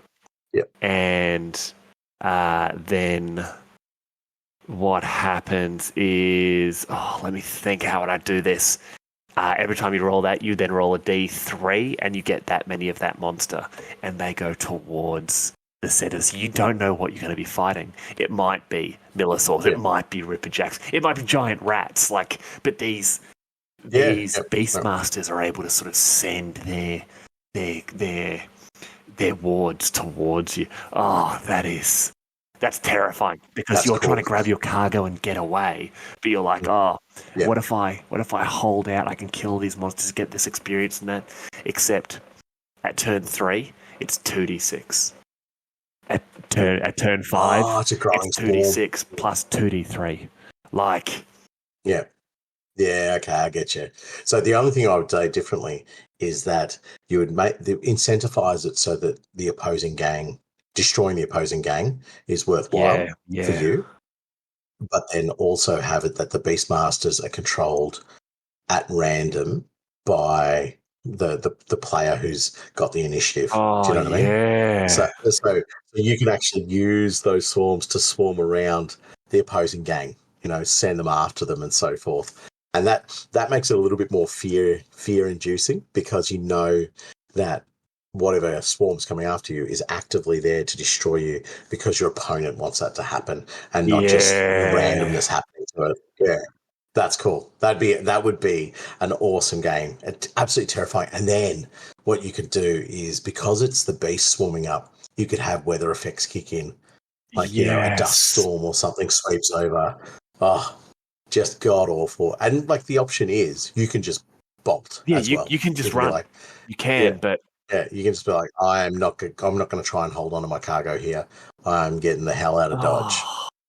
That'd also be a great game for me to play with the Pied Piper of Primus and his what was it, 100 Necromunda Giant. 100 rats or 99 99 rats rats. in there. Yeah. Just one Runk Corridor. Oh, yeah. Now that would be such a cool such a cool mission to fight, and that's what I always talk about within the games is the fear that the game can do to you, whether it be losing a gang member, whether it be the surrounds, whether it be getting off the table. This would be about trying to get out with your cargo, but also just knowing that at any stage you could be shredded by the beast, and you would punish the. I know it's brutal, but you would also punish for anybody who gets taken out of action. Oh Do you no, know what I mean? yeah, that's Maybe gonna suck. Like you, they have to re-roll, you know what I mean, oh, to see if they're actually dead, and they're like maybe they have to roll for however many turns they were dead for. You make that many rolls and pick the worst result. oh man, You know what I mean? So if they get taken out of action, say 2 and 2, and you played for 6 turns, they would have to make 4 rolls on that table, and that just represents the beast, just you know, tearing apart whatever's left of them. I love that. I love that. It's disgustingly brutal, and it probably gets some players just like, nah, I'm not doing that. It's silly. Nah, I'm all for it. Do it. Do it. Silly stuff is the best stuff. Yeah, just brutal. Oh. But yeah, that's enough of our campaign idea. Oh, sorry. That was just a mission. Sorry. Like That's it. Sorry, that's enough of our mission idea. Yeah. Oh man. Yeah, I really want to play that game. We should play that game. I should build. Yeah. I should build these 100 rats. And now I need some Militaurs, and I need some Ash Lions, and I need some Ripperjacks, and some Dust Stalkers. Oh man. Okay, it's going to be That's interesting though. What do you think Ash Lions are? I think they are insects that swarm, and they have mandibles, much like the real life antlion. Nathan, Yeah. Okay. Yeah, that's what I think. What do you think they are? I don't know. Maybe. Nah, that's lions? dumb. That's dumb idea. You're dumb. Your imagination is bad. Yeah. Okay. Cool. Thank you very much for clearing that up for me. Okay. Speaking of bad imaginations, read the next point. Driven by unseasonable weather and the awakened psychic presence of the broodspire, the vortex increases in intensity. Such is its renewed fury, the winds screaming through the high passes of the equatorial mountains can be heard as far away as Hive Primus in the west and Hive Vosroth in the east. Some hivers claiming it is the world itself wailing in pain. Oh, those mushrooms are really kicking in now. Yeah. I was about to say, you're in a hive and you're just hearing the world screaming. You're like, what's next? What's next? Like, what's next? Geese? Yeah, mate. It's insane because it's almost becoming this perfect storm for the Genestealer cult, where everything is building up to seem to be almost forcing them to try and break out. It's forcing them to want to expand and destroy. And it's not just the Cicatrix Maledictum that's doing this. Somnus, obviously. The will of the Prophet, what that is causing upon the Empyrean. The let's be honest, the psychic alien Necron robot clone man Aussie. Like there's so much adding to this, and it's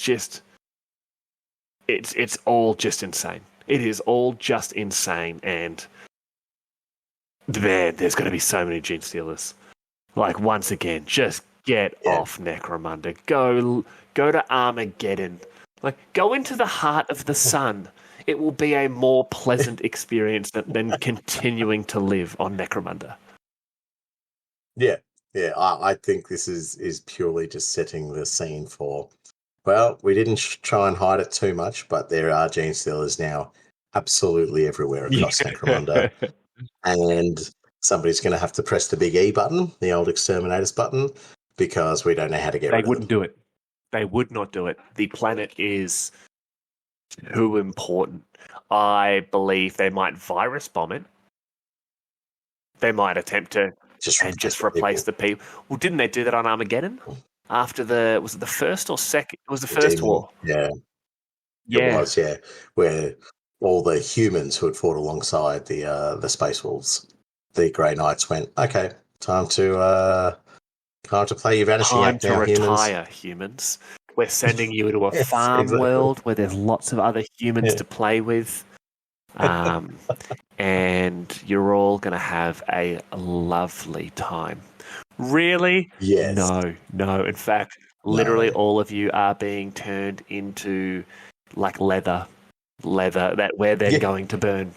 Everyone gets a Cybolt. You get a Cybolt. You get a Cybolt. You just looked at me strangely. You get two. Yeah.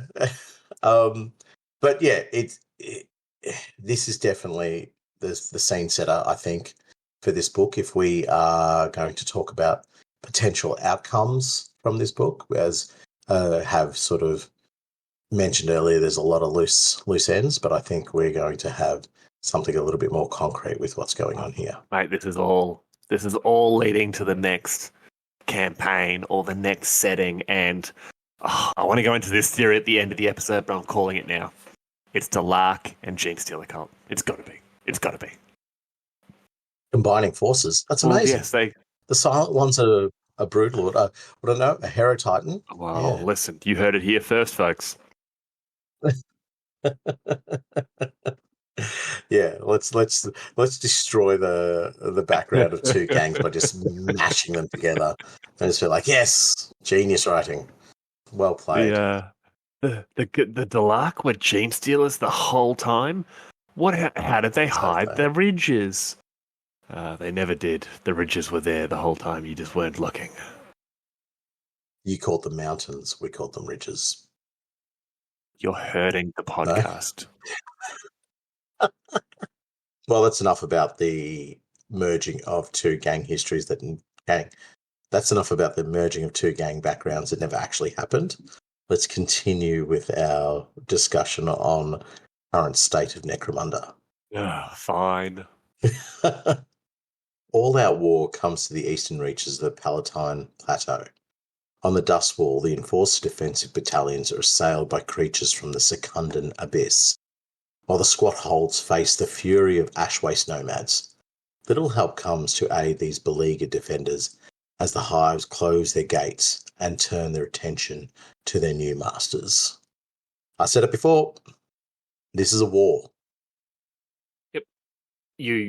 You do not waste resources on people who are not your own in a situation like this. And that's what the hives are saying. Yep. They're going, nope, not our problem. You know, we laughed about it before. Shut the gates. Don't turn on the gas. Just shut the gates. Shut it down. But this is exactly what I was talking about. This is an all-out war that has struck Necromunda, and it is in the form. For me, it's the nomads persecuting the most open war, but it is also the Genestealer cults that are providing the secondary element to this war as well. So, your average person. I think that somewhere, somehow, the planetary forces, the Imperial Fist, something needs to be involved to wrest control back to Necromunda. And if I was to be a speculating betting man, I'm going to say that old Aussie is going to show his value to the Imperium by stomping out this war and basically hurting the Genestealers and hurting the nomads. Okay. Oh, okay. That's not something I would have expected. No, it's very strategic, so I don't think you would have. But yeah, go on. No, that's basically that's not the path I would have expected him to take. But the way you say that, the way you're basically saying, yeah, you know what he's going to do? He's going to turn around, do something the Imperium hasn't been able to do Yeah. under the control of the Helmors, but it is able to be done under the Aranthians. That is a big move. Yeah. And if he can pull it off, oh man. You get the squats on board, you get all of the noble houses, even the clan houses would be on board. They said, look what this leader has done for us. So he begins to change the dynamic of not just replacing a tyrant with a tyrant, but replacing a tyrant with a savior. Oh, replacing a tyrant with a savior. It's still a tyrant, but under the guise of a savior. Oh, I love it. I love it. Yep, no, done. If he does it, he has my vote. and if it does happen, GW, like, I need to acknowledge it was my idea. So Yep. I don't care if they've already got it written. It's my idea. Yeah, done. All right. Throwing a little bit of love back to my pals over with the Ashwaste Nomads. Nomad Stormcallers summon up choking clouds of ash and dust to cover the advance of the Lady of Ash and her minions. These storm fronts bury countless ridgeways, cutting off hive from hive and settlement from settlement. Countless guild and gang convoys losing their way in the confusion and falling prey to the waiting nomad war parties. This once again shows the nomads having mastery over the environment that we mere mortals do not understand. And I've said it a whole mess during this series. I wish we'd been able to do a Nomads episode before this. Yeah.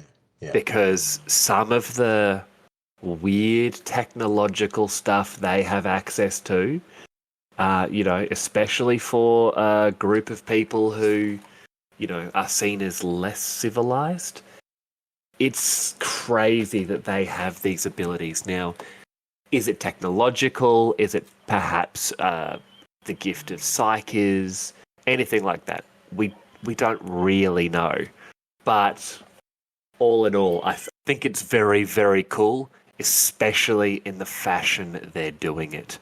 Almost that turning the planet against the invaders, the colonizers that are the imperial citizens of Necromunda.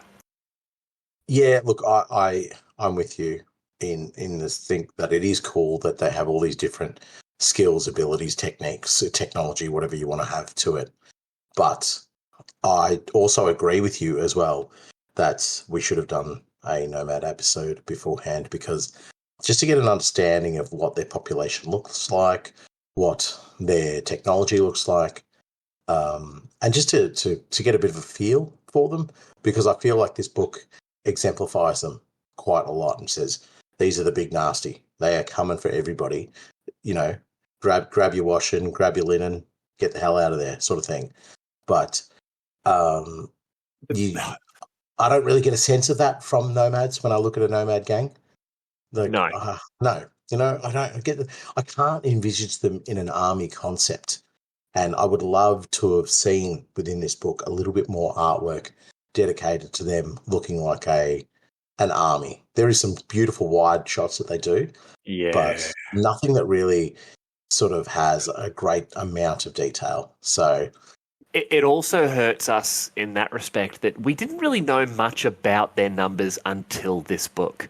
So we knew there were individual tribes, we knew there were individual territories, we knew nothing of this confederation of tribes.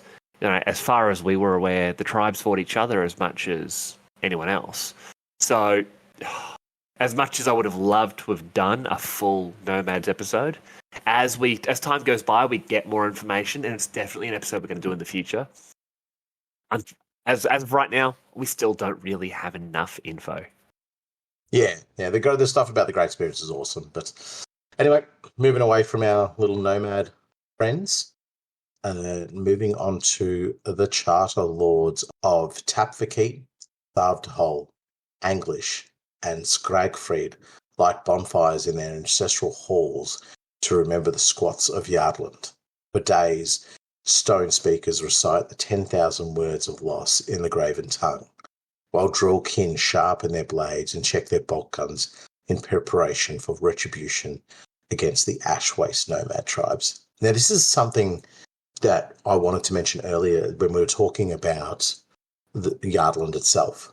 So its destruction it's quite clear that it's at the hands of the Genestealers, but less clear, and only until this point here, that it is also at the hands of the nomads.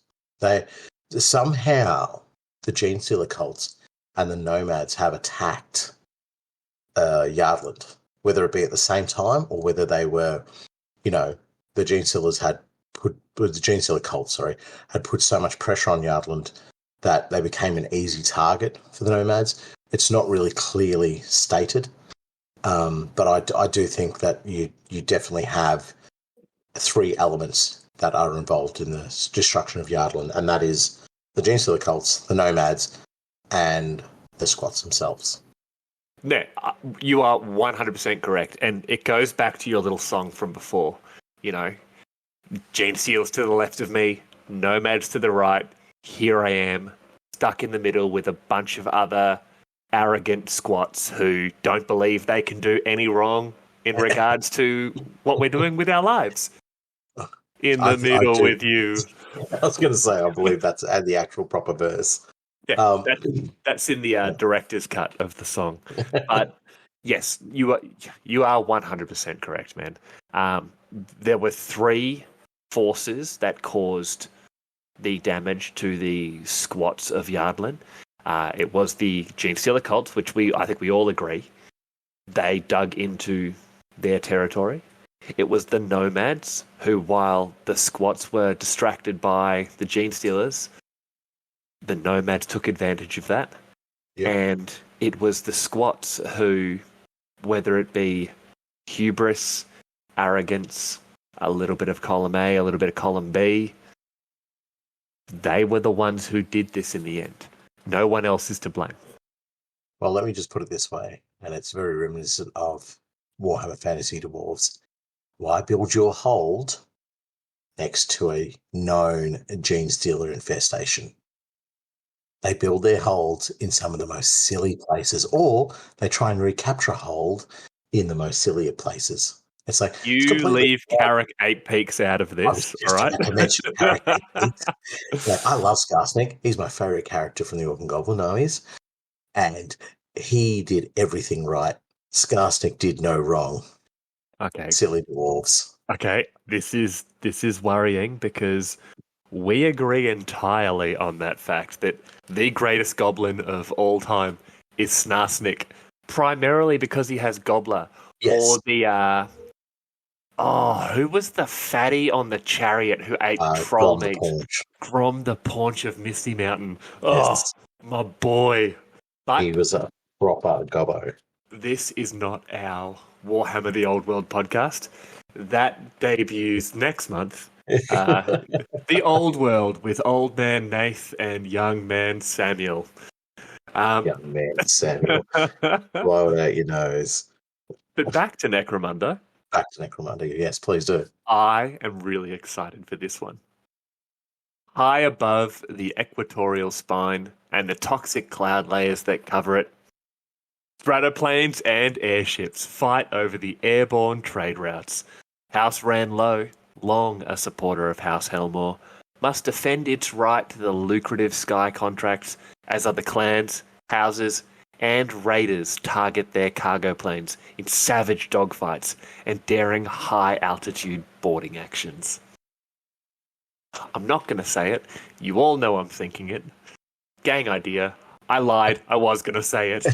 Sky Pirates. Sky Pirates. Sky Pirates. That's the whole idea. Yep. I'm just saying it. Sky Extrapolate Pirates. On your own. Go for it. Yeah. But no, I want aircraft in Necromunda. Bring it into the ash wastes. I think it'd be very cool doing strafing runs and anti-aircraft guns on the back of vehicles, and it That just would be gives really cool. Yeah. it just gives me an excuse to buy that Adeptus Mechanicus Archaeocopter. Yeah. Oh, I want it so bad. The Da Vinci Mobile. Yeah. Oh, mate. No, I love this. For me, I love the idea of gangs and other houses trying to manufacture their own planes or getting whatever they can to get up in the sky to destabilize House Round Low so that they can become the preeminent or the dominant within the air. And so you just got all kinds of ramshackle nonsense going up against stratoplanes that are mainly built for trade and not combat. Yeah. Also, how much are you going to trust like a helicopter or a plane or a pile of rocks that has been built by some waste mechanic? Like, I don't believe he has a genuine degree in aeronautical engineering or design. No, absolutely not. Do you know who actually would make really cool aircraft? And I hate to say it, the Vansar.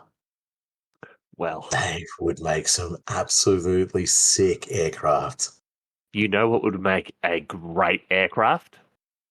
No, it wouldn't. A hive. A hive. If we strap enough jet engines to it, hey, come on, they did it with the Phalanx. We can do it with a hive. Let me try this on for size. I've heard this a lot. You're hurting the podcast.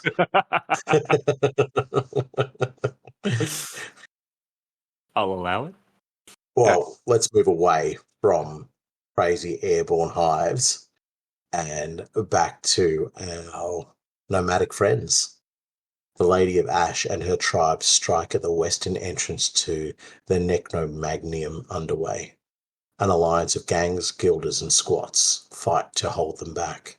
Though eventually the defenders are forced to retreat into the Underway, the nomads blasting their way in behind them and taking the war into the vast tunnel network beneath the equatorial spine. Yeah, buddy. There's a lot going on there because now you have the nomads within the tunnelway, which is dangerous. And I still believe that Credo's army has access to that tunnelway as well. Yes. So I think we are going to have some sort of engagement. You can't have two significant forces like this not actually meeting each other in some way, shape or form. And now that I don't know really what's happened to the pilgrimage, and we know that a lot of it's been dispersed to go across and spread the word across Necromunda, but surely there would be enough forces left to create some sort of militant arm, the Cawdor Mark II, that they would be at the whim of the Prophet, which is consequently at the whim of Ozzy, who would say, go clear these tunnels. I need this for my forces. But you can't imagine that we have let's round it down to a nice even number. We have 1 million nomads, all right? And I get it, the tunnels of the Underway go across the entirety of the planet, but they're going to be converging underhives or underhive. They're going to be converging underhives or they're central stations and that sort of thing there. Yeah. Those are points you're going to want to capture, whether you are part of the million-strong nomad army or the tens of millions strong pilgrimage, or even if it's just 100,000 strong army of Lady Credo. Like, there are certain points everyone is going to want to capture purely for their strategic location. And you are 100% correct. There needs to be a conflict between these forces coming together. Yeah, I totally agree with that. It's interesting that you say that you think the nomads would be capturing. So you think they would? Because I think, I don't know, I see them just wiping out areas. Yeah, so I've definitely misrepresented what I believe the nomads would be doing. Okay. Yeah. I think they would be capturing it, taking what they can carry Yeah. and then burning the rest. Yeah. Because Yeah. I think throughout this book, it sort of gives it that indication of them as well, is that they leave hives, towns, cities, whatever, in their wake, and they just wreck and move on. So, and that would sort of speak true to their sort of, I guess, ethos of, we want you gone. We want the Yes. footprint that you've left on our planet gone. Yeah, and that's what I'm saying. Like, they would be capturing it, looting it, and then destroying it, not because they want to destroy it, but because they want to destroy it to stop their enemies from having it. Yeah, almost like a scorched earth Yes. type process that they'll be going through. But yeah, there's more going on in the tunnels, and we'll come back to it a little bit later. It is important. It involves one or two important characters in there as well. But you're seeing now, and it says that the squats, guilders, and gangs are all fighting together here. Yeah. They're seeing the planet has just gone through a continuous case of, a greater, more influential enemy that helps unite X, Y, and Z factions together, because they look at that and go, well, you know what? If we don't stand together against them, they're going to wipe us all out individually. And we keep seeing this on Necromunda during this time period, where, hey, I hate you, you hate me, but we can't kill each other if these guys kill us. Yeah, exactly. And like a really good example is, and it's probably smaller in scale, is the Goliath attack on Cinderak City. There was a lot of factions there that just banded together because they just looked at it and went, the Goliath are coming, and they aren't going to be checking what your allegiance has been for the last, 5 years or whatever. They're just going to be stomping face. Yes. And obviously you have that against the Chaos Hallad cults and so forth. So, yeah, I think the nomads are the big trigger in this book, but I don't think it's really given as to why they're doing what they're doing. But that's a different, well, sorry, not why, more so what their end goal is. Other than the simple end goal. I believe it is the simple end goal. Complete eradication. No, but I just can't see it. It's not a feasible end goal.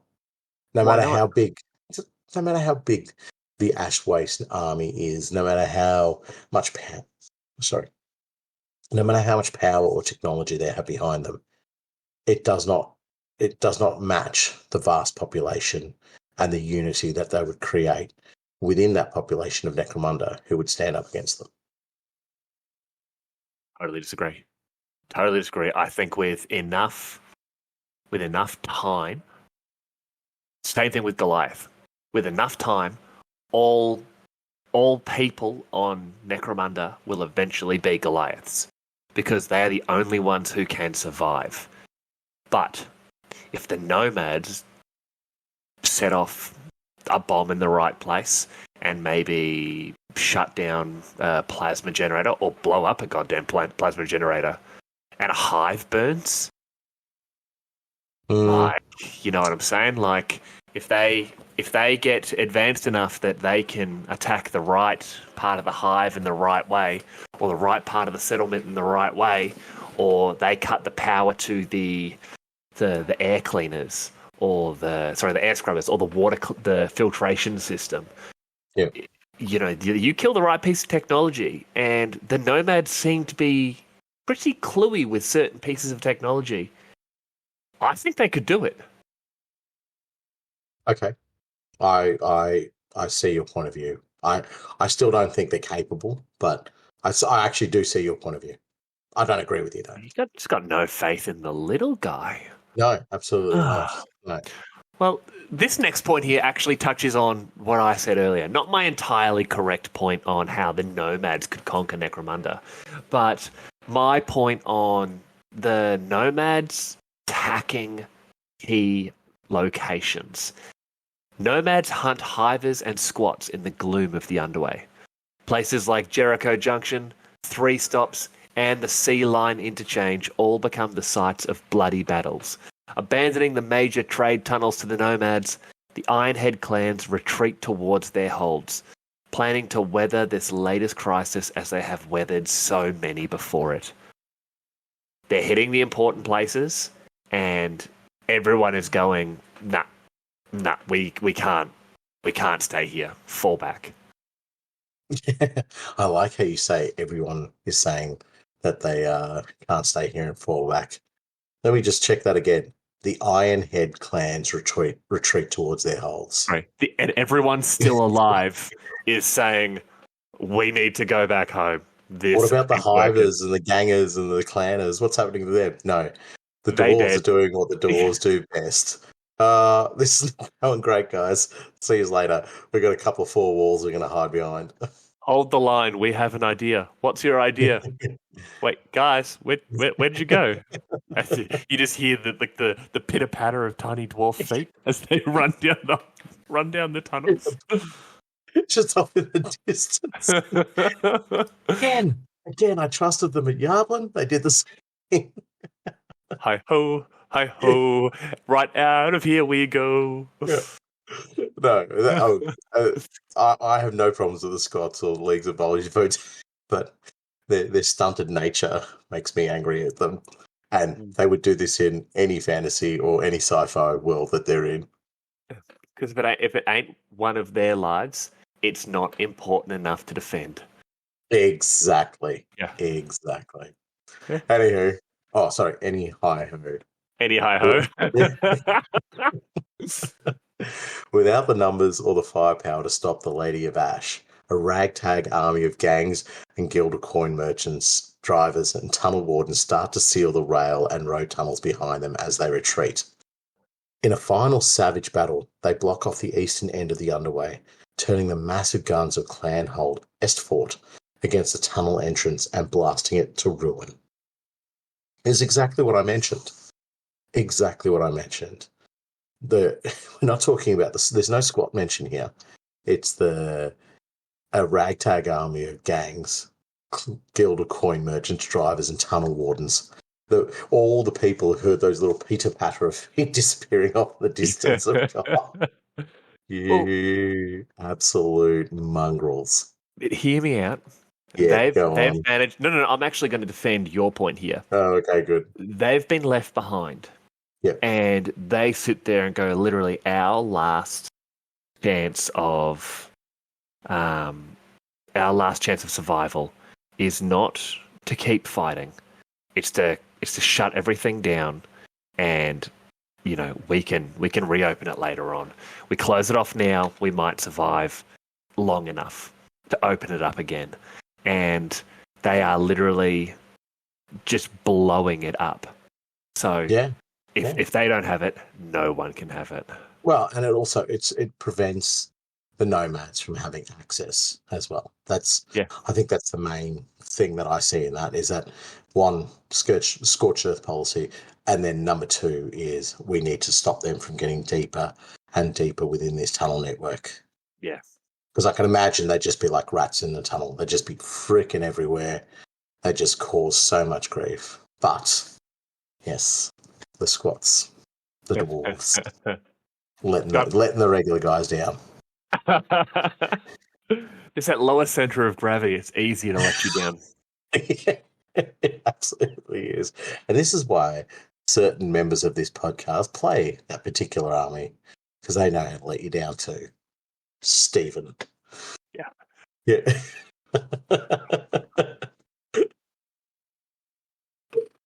Well, if we step away from all the times I'm assuming the squats have let people down, much like Steve routinely lets us down, we can also move away from the tunnels altogether, because, Nath, something awesome is happening up above. The Dust Wall, long a bastion against the horrors of Hive Secundus, begins to fail. Hordes of Malstrains batter the defences surrounding the fallen Hive, while Ashwaste nomads attack the enforcer positions holding the edges of the Secundan quarantine zone. In the confusion, many servants of the Broodspire escape into the greater wastelands of Necromunda. If ever the term the enemy of my enemy has been applicable in Necromunda, it is right now, where the nomads are actively, maybe not working with the mouse strains or, the cult of the second son as the original cult in Hive Secundus was. But they all seem to have the same goal, which is bust through that wall. And those poor bloody enforcers and militia and penal legions, like, honestly, it's just the worst place to be right now.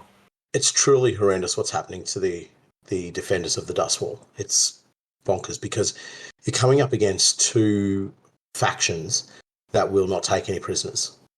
So there's no trading for hostages. I know we did mention earlier in the episode that the nomads had taken some prisoners and whatever, but I don't think that's a common thing. And especially if they're attacking the Dust Wall. They don't care about Palanite enforcers. I think not being taken prisoner by a group like the Nomads or the Genestealer cults is a good thing. Because I'm convinced the Nomads are going to eat you, or the Genestealer cult are either going to eat you, or you end up macking on with, Papa Patriarch, and you join the cult. Like, yeah, at the end of the day, dying is the good option here. Oh yeah, 100%. I actually like, as much as the enforcers are the ones that are talked about. I think it's the poor bloody militias and so forth that have just been wrangled up and forced to be on the wall.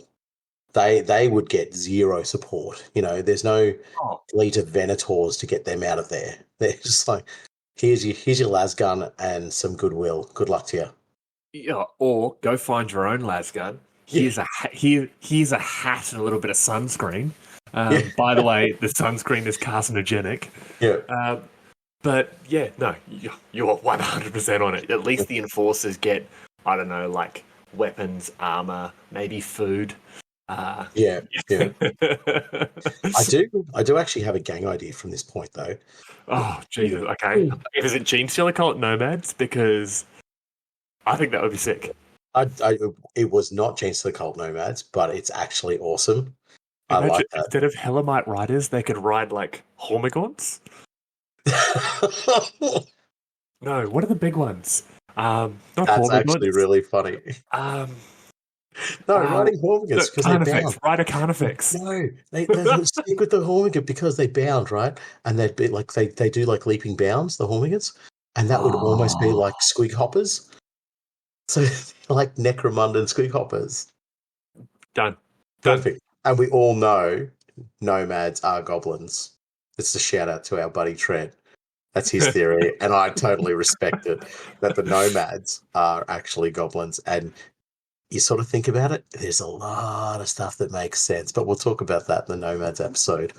But no, my gang idea is actually a group of enforcers that have escaped but have the Genestealer kiss, or they're infected by the Genestealers, and they go off to a hive and they are spreading their infection.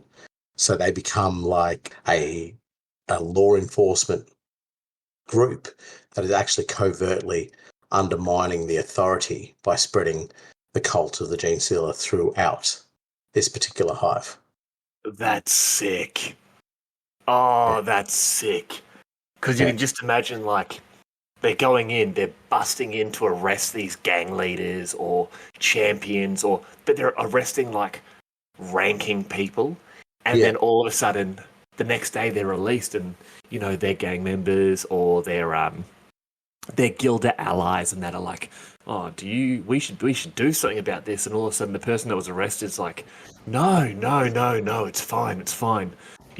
Misunderstanding, they realized who I was. In reality, they're part of the cult now. And oh man, that's awesome.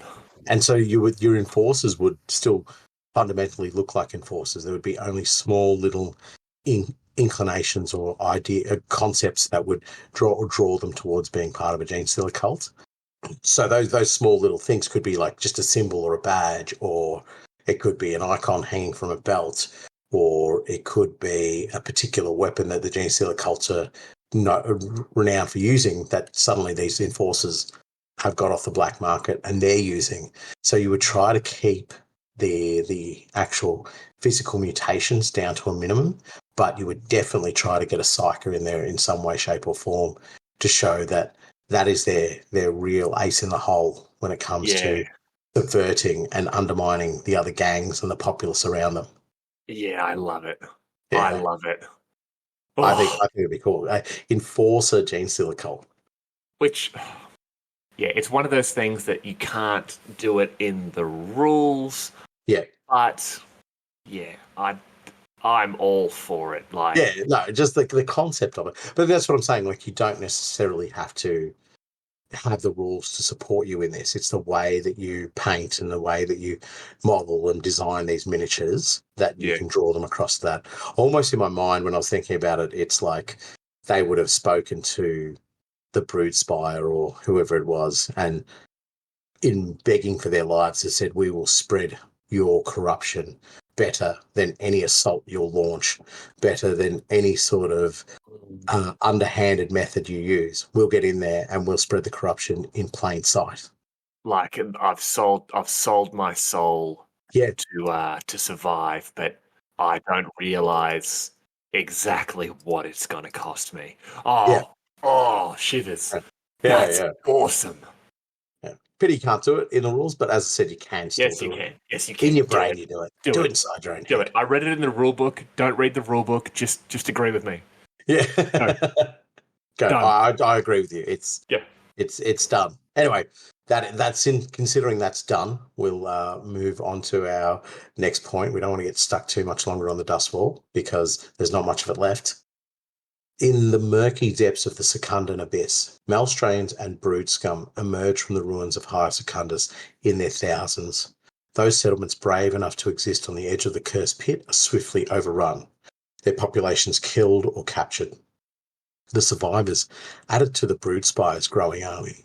Soon a tide of Xenos horrors are spreading out across the exclusion zone towards the weakened defences of the dust wall.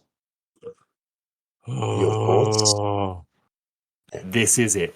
This is the game you're making that is Cawdor and Goliath and Escher and Dalark and Orlok and Hive Scum and just everything, and Enforcers and I don't know, Ironhead Squats. And this is everyone. These settlements killed or captured and just added to the army.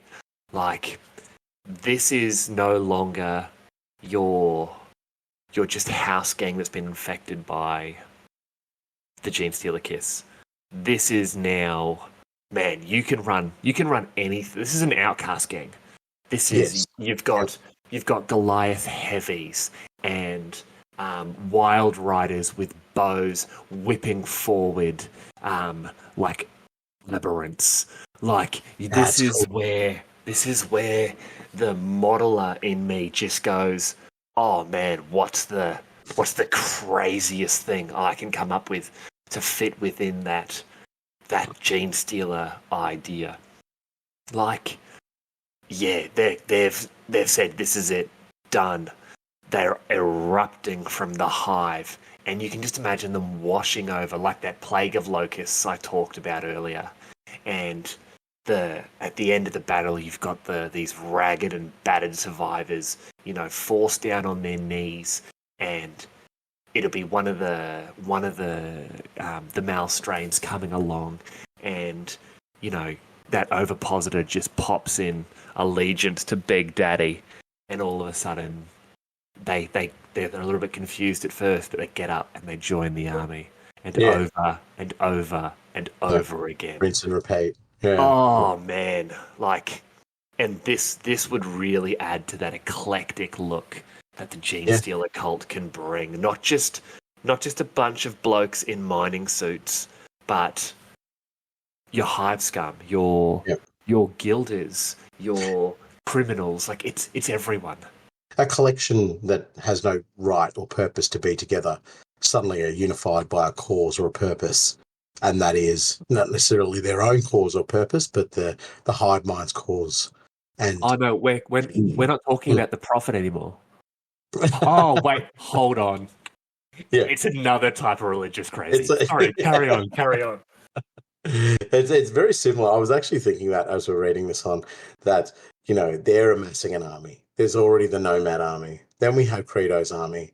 Then we have the Prophet's Zealot army, I guess. So there's... And the Imperial Guard's on their way still. And the Imperial Guard's on their way. So there's a lot of factions vying for the principal role that Aussie Aranthus has got, or at least having more power. It'll be interesting to see what the Brood Spire's army, I guess. Do we call it an army? Yeah, it's in their thousands. Yeah, it's an army. Mate, that's an army. Yeah. It'd be interesting to see what the end goal for the Brood Spire is, whether it's just to influence the planet or just to expand their role, or if it does have something to do with the emergence of Leviathan as well. So that's a sort of going a little bit too far in the future with it, but I don't know. Yeah, it's. I think it's Leviathan's like 200 years away. I forget the jump from the fall of Cadia to sort of like modern. Yeah, the contemporary stuff. Yeah, I mean, 200 years though to establish a bridgehead for a Tyranid fleet is probably not a great deal of time. But okay, I don't want to go into this too much before we finally do our Genestealer cult and Secundus episode. But Secundus was nuked as well, wasn't it? Secundus was. Didn't the needle fall from? It was hit by something. No. The planet was it the skull or Secundus that was nuked? The skull had the Orc rocks crash into it, and then they fired the planetary defense lasers at it, didn't they? Or was that Secundus? I think that was Secundus because its spire. I remember that there's actually an image of its spire buried into the ground. So yeah. Secundus was bombed with high yield rad munitions, and then you're absolutely right. The spire actually topples over. Yeah. So, do you remember? I think it was 10,000 year history. They were described no longer as humans or Genestealer. They were like troglodyte, like mutants almost. I remember that. Yeah, that's why I think we're not referring to them as Genestealers or cultists anymore, but Mal strains and brood scum. I think they might have evolved or been mutated with that radiation into something else. That's very interesting. Yeah. Maybe, especially given the hive environment, all they need to do is breed and prepare. Like... So you think even in their mutated form, there's a chance that they have a connection with the hive mind, like say Leviathan? Absolutely. Right. And yeah, we're going to talk about this at the end of the episode. Because this is an interesting chat, actually. Yeah. I kind of want to talk about it a bit more because I have a different viewpoint of what the hive mind would be doing to them. Okay. But anyway, next point. Let's circle back to our actual episode. Let's not talk about the war on the Dust Wall for the moment, because worse than the war for the Dust Wall is the psychic madness that pours out from the Broodspire. Countless enforcers and gangers are driven insane, hurling themselves from the Dust Wall or turning their weapons on each other. Many of the defenders flee into the wasteland, hoping to reach the questionable safety of nearby hive cities. This is what I'm talking about. This psychic emanations coming from Secundus seem to be so inherently different to what your regular hive fleet or Genestealer cult does. It's affecting the defense of the Dust Wall in a different kind of way. And yeah, I don't think they are regular Genestealer cult anymore. So if they're not a regular Genestealer cult strain and they are a mutant, then I feel like they would have a different impact in the way that they organise themselves, in a way that they would impact with the hive mind as well. surely they would be seen as, some sort of aberrant strain that must be cut loose. Do you see them being utilised? Do you see them being taken advantage of by the hive mind? Do you remember what were they called? Is it the Yimgal Genestealers? Remember the Yes, I ones do. with the gribbly bits? Tentacle Yeah, the faces. Zoidbergs. The Zoidbergs, yeah. Yes. Remember that the hive mind got there and went to absorb them, and then was just like, oh no, I don't want this. And then they left, and the Yeah, Yimgal that's were right. just like, what are you doing? We Yeah. wish to return to the fleet. Yeah, so the hive mind has no desire to bring that biomass into itself. Yeah. I kind of feel that the regular gene stealer the regular Tyrannid hive mind would see this new Necromunda strain and feel the same way. Be like, you Yeah. are just a little bit too different. Yeah. Yeah. Like, What are you gonna do? What's gonna grow on me if I absorb you into me? Yeah. exactly. So Mm. I don't know. I simply think that the rad weapons used, like those real scorched earth weapons that the Necromundans fired into Secundus, have altered them enough that they are different. It's why we're calling them Malstrains, I think. It's Yeah. why we're calling them, you know, the brood scum instead of just cultists. Like I said, it's yeah. So There's we're going to see Necromunda with when they flesh out, which I believe is going to happen. When they flesh out the Gene Sealer cult, we're going to see a very distinctive Gene Sealer cult that is localized to Necromunda and not the Gene Sealer cult that you see in the codexes. okay. We're pausing this whole episode, and we're going to talk about this now. Then screw it. I truly believe the Genestealer cult are going to get a House of book treatment next. Right. Okay. And where it may be like, House of Malstrains, or, the House of Secundus, or whatever they want to call it. But we will see these Malstrains as maybe a champion option. We will see the gang as possibly being these brood scum. I think we will see some real psychic shenanigans, some real mutation shenanigans, and maybe an expansion onto the what you can gene steal or cultify. Yes. Because of the focus on Secundus and the stuff we're going to talk about at the end of the episode. I think we are foolish to not realize that Games Workshop is going to capitalize on the eldritch horror that the Gene Stealer cult can bring to the setting of Necromunda.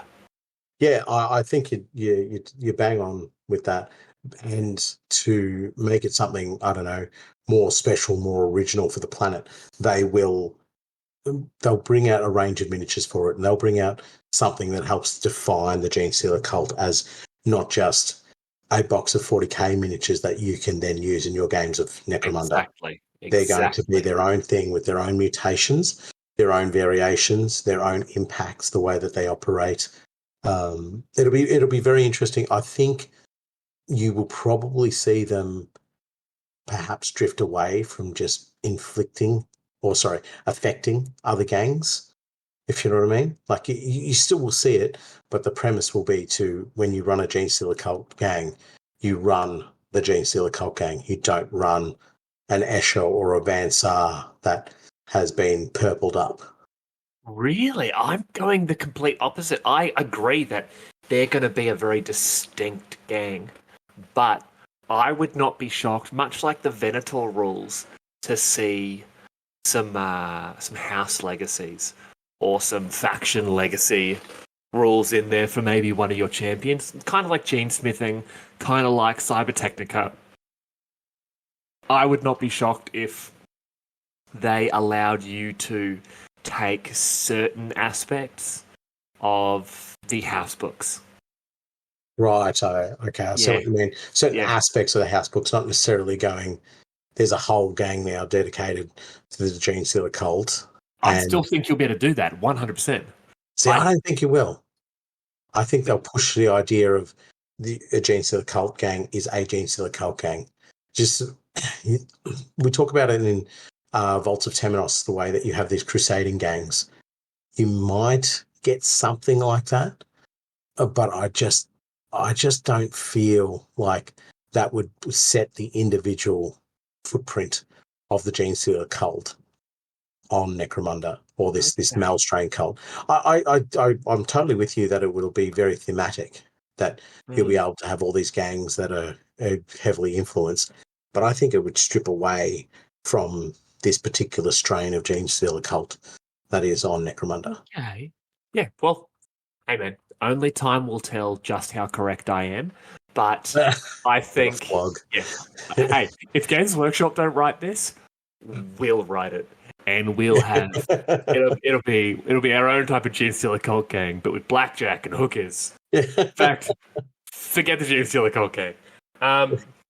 Yeah, I would love to see this come true, and then for us to see an Aranthian Succession style campaign series based around Hive Secundus. Yeah. But we can talk about that at the end of the Yeah, episode. because there's important things, important people to talk about. Yes. But let's talk about Malstrains just a little bit more with your next point. In an effort to stem the tide of Malstrains clawing their way out of the abyss, the defenders of Port Aegis rigged the settlement's massive twin cranes with explosives. After the bombs failed to detonate, a lone Outland fighter officer set them off himself. The mysterious ganger fights his way through the throngs of enemies before reaching the cranes, triggering the bombs and sending tons of steel and countless Xenos horrors plummeting into the abyss. Now that is a character. That's a hero. And in my mind, our nameless gangland warrior is a survivor. He actually triggers the bombs and boots off. Fleeing into the wastes, never to be seen again. Exactly that. Sorry, my God. I knew that Exactly one would that. get you. Disappears into the waves. Disappears. Classic Necromunda. Just comes back like 19 books from now. And he'd be like, yeah, so I was in Port Aegis and yeah, I blew up some cranes. Everyone's just like, where did you go? He's just, I fled into the wastes, never to be seen again. Until now. Da, da, da. But yeah, I love this. This is that real gist. Well, I've got to do this for the collective good, you know, because this random ganger is automatically better than every noble on Necromunda. 100%. Yeah. He goes against the status quo of Necromunda. He does something selfless, something heroic, and not for any direct advantage to himself. Yeah, but he goes directly against everything except the fact it is for the greater good. That, yeah, you know what, I'm going to die, but, man, my name might live on for a couple of years as Mysterious Ganger. As mysterious Ganger A. Ah, mate, look, he needs his own dramatis personae. Mysterious Ganger. Mysterious Ganger. He has one special rule. If you have a crane set up on the table, you roll a d6. On anything apart from a 1, the crane just falls. On a 1, he just explodes. He actually left the bomb in his pocket. Yeah, and then as soon as either of those events happen, you take him off the table. Take off the table. Yeah. He also costs 3,000 credits. I like him. Yeah. He's a favourite already. All right, moving on from Mysterious Ganger. Despite some victories and the bulk of the Broodspire's forces being contained, many more spill out into the wasteland. These horrors attack dozens of major settlements beyond the Dust Wall's defensive lines. In places, Ash wastes nomads clash with Valstrains, the two sides testing their predatory skills against each other in a game of ambush and counter-ambush. That is sick! It's amazing they're playing the same game I played as a child. That's awesome. Ambush and counter ambush. Well, I was going to say, it's a game, obviously, everyone at Australian primary school learns instinctively. I mean, I'm assuming our foreign listeners have something similar, but... Well, you would know. What did you play in New Zealand? Sorry? Are you trying? I can't quite hear what you're saying. What did you say? That was really well done. I like that. Were you born here? Listeners, Nathan likes to mock the fact that I grew up internationally, despite the fact I was born here. It was a genuine question. I wasn't too sure you were born here, were you? I was, yes. Oh, okay, cool. I don't think you've ever mentioned that you were born here before. We've known each other a long time. Yeah. And it's a running joke for us. Anyway, back into this. I really like this because it's the first proper mention of nomads fighting the Malstrains. And this is, again, harps back to the fact that the whole world is up in a warlike state. And two of the main protagonists in this war are now rattling sabers with each other, Yeah. So the nomads and the Genestealers. It'll be very interesting to see. I believe somebody like Ozzy Aranthius would simply let them bleed each other before sending his forces, just to clean them up. But yeah, this is a great example of you are not part of my particular faction. You are an enemy, unless there's an enemy that's a bigger threat than you. In the immediate area, you are the threat right now, and you are who my fight is with. Like, that's the way I view this. And I'm in the same mindset, but I'm also thinking it would be like, you got to think Secundus, right? Secundus probably never really ever encountered nomads. So for the Genestealer cult, I imagine that the nomads are almost like a bit of a myth, a bit of a legend. That they are. Yeah. I see what and you're so saying. when they start to fight them, they're like, is this our normal enemy? Let's engage with them. Just get a feel of what they are and who they are, where they come from. If they see enforcers, they're going to know what enforcers are. But nomads versus Genestealers, they're going to say, well, hang on a second. And I think consequently as well, it'd be pretty rare for the nomads to have engaged with any Genestealer cults, well, Malstrains, sorry, not just Genestealer cult, but Malstrains, because of the Dust Wall. Yeah.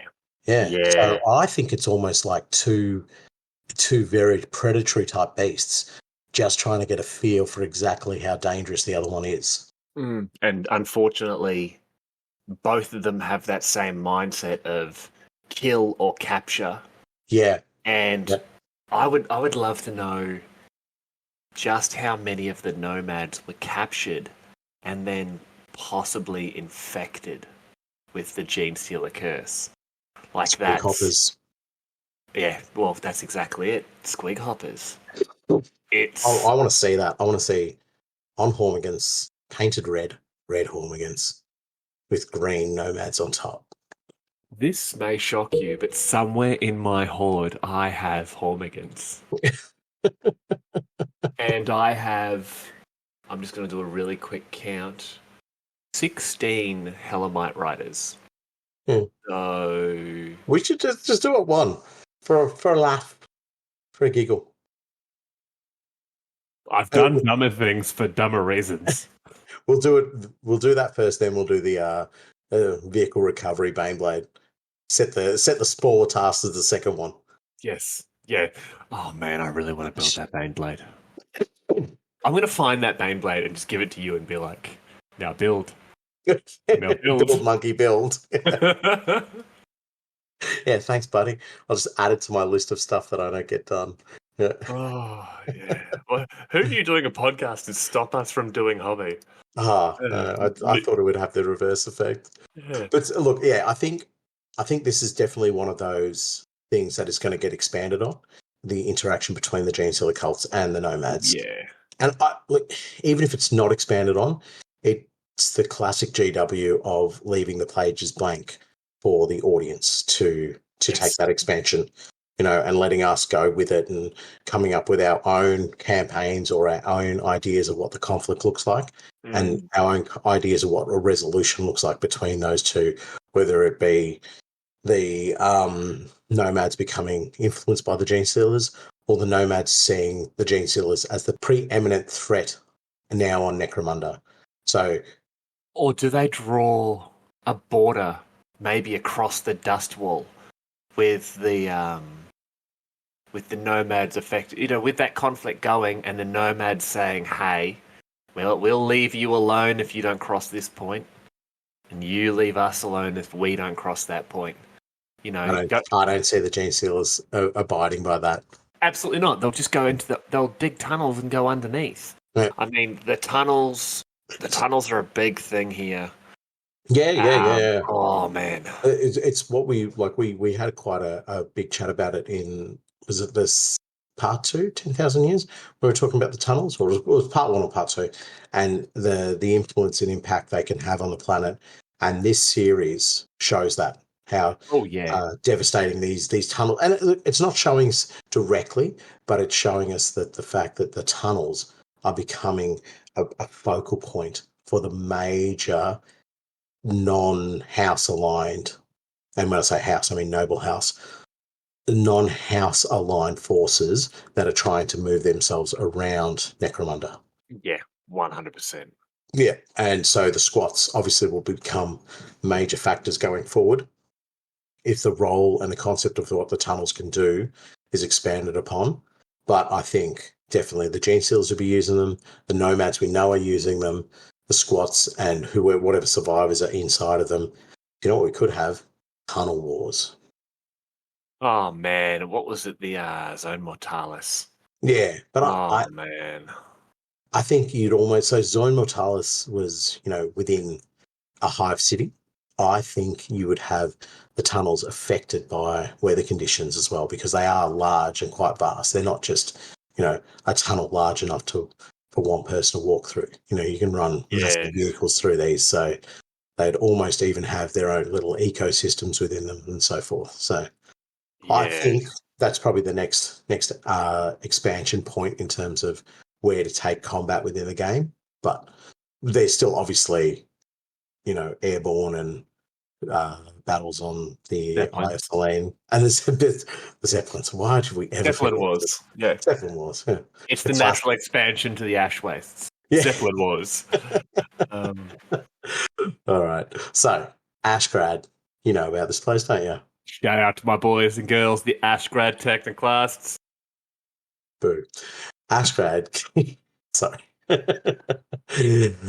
Key city in the defences of the Dust Wall is overrun by the Grey Waste Walkers. While the city burns, the remnants of the 88th Dust Wall Penal Battalion fight for their lives in the tunnels under its streets. Gangs, guilders and scum fight a savage war against nomads and their hellish creatures, unaware the battle above them has already been lost. I'm sorry, what? What do you mean, what? This is sick. Did someone just burn down my home? You Grey Waste Walkers, what a pack of dicks. No. It's been overrun. They might still, allow... While the city burns.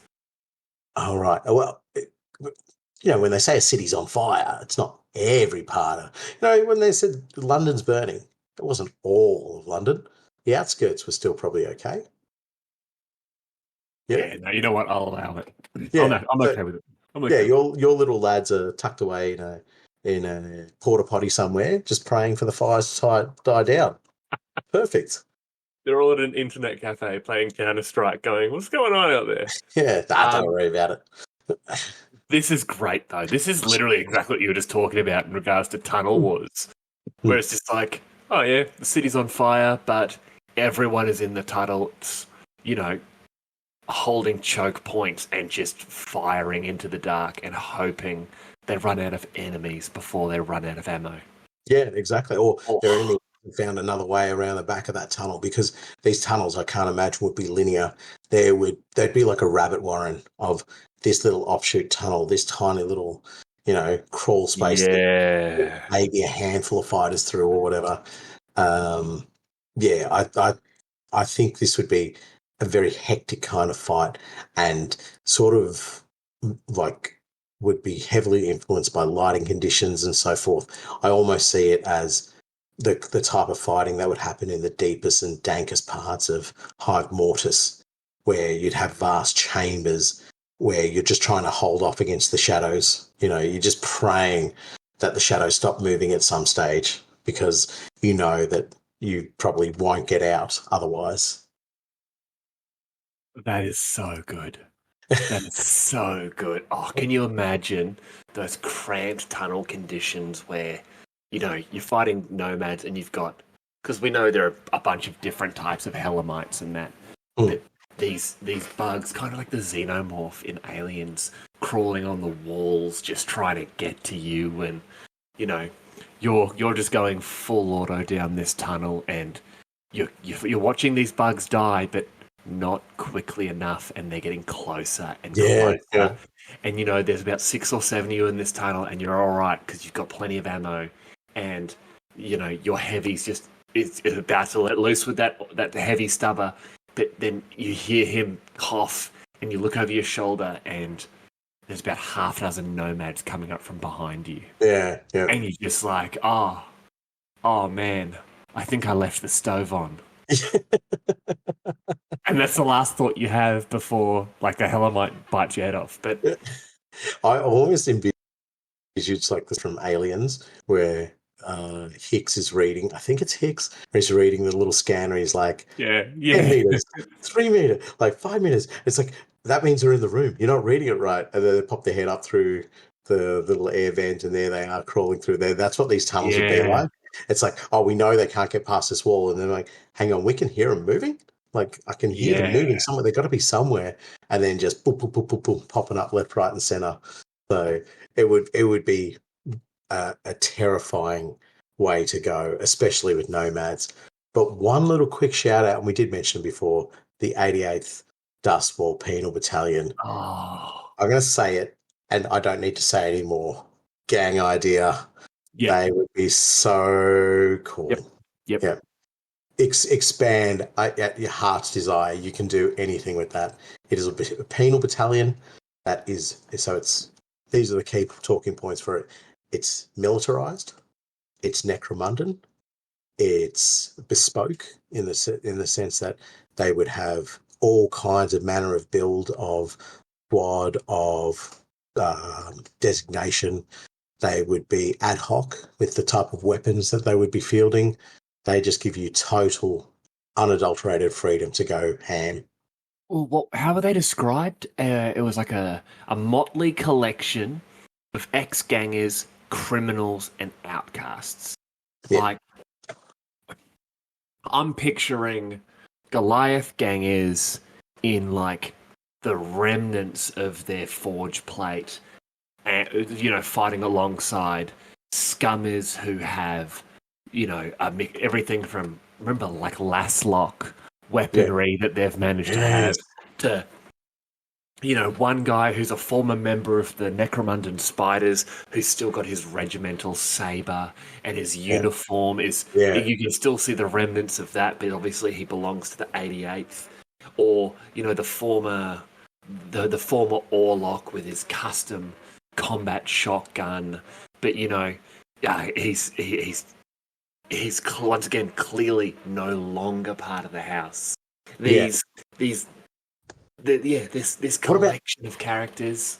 I see, and I would love this. A noble that from a minor house or family who's still very like vauntsome, like somebody like what's his name, Constantine Credo, like a noble in name only, being sent to a penal battalion. But I think if you wanted to build it, you would go look up, what are they, Schaefer's Last Chances, and try to transplant each one of those members into a Necromundan gang.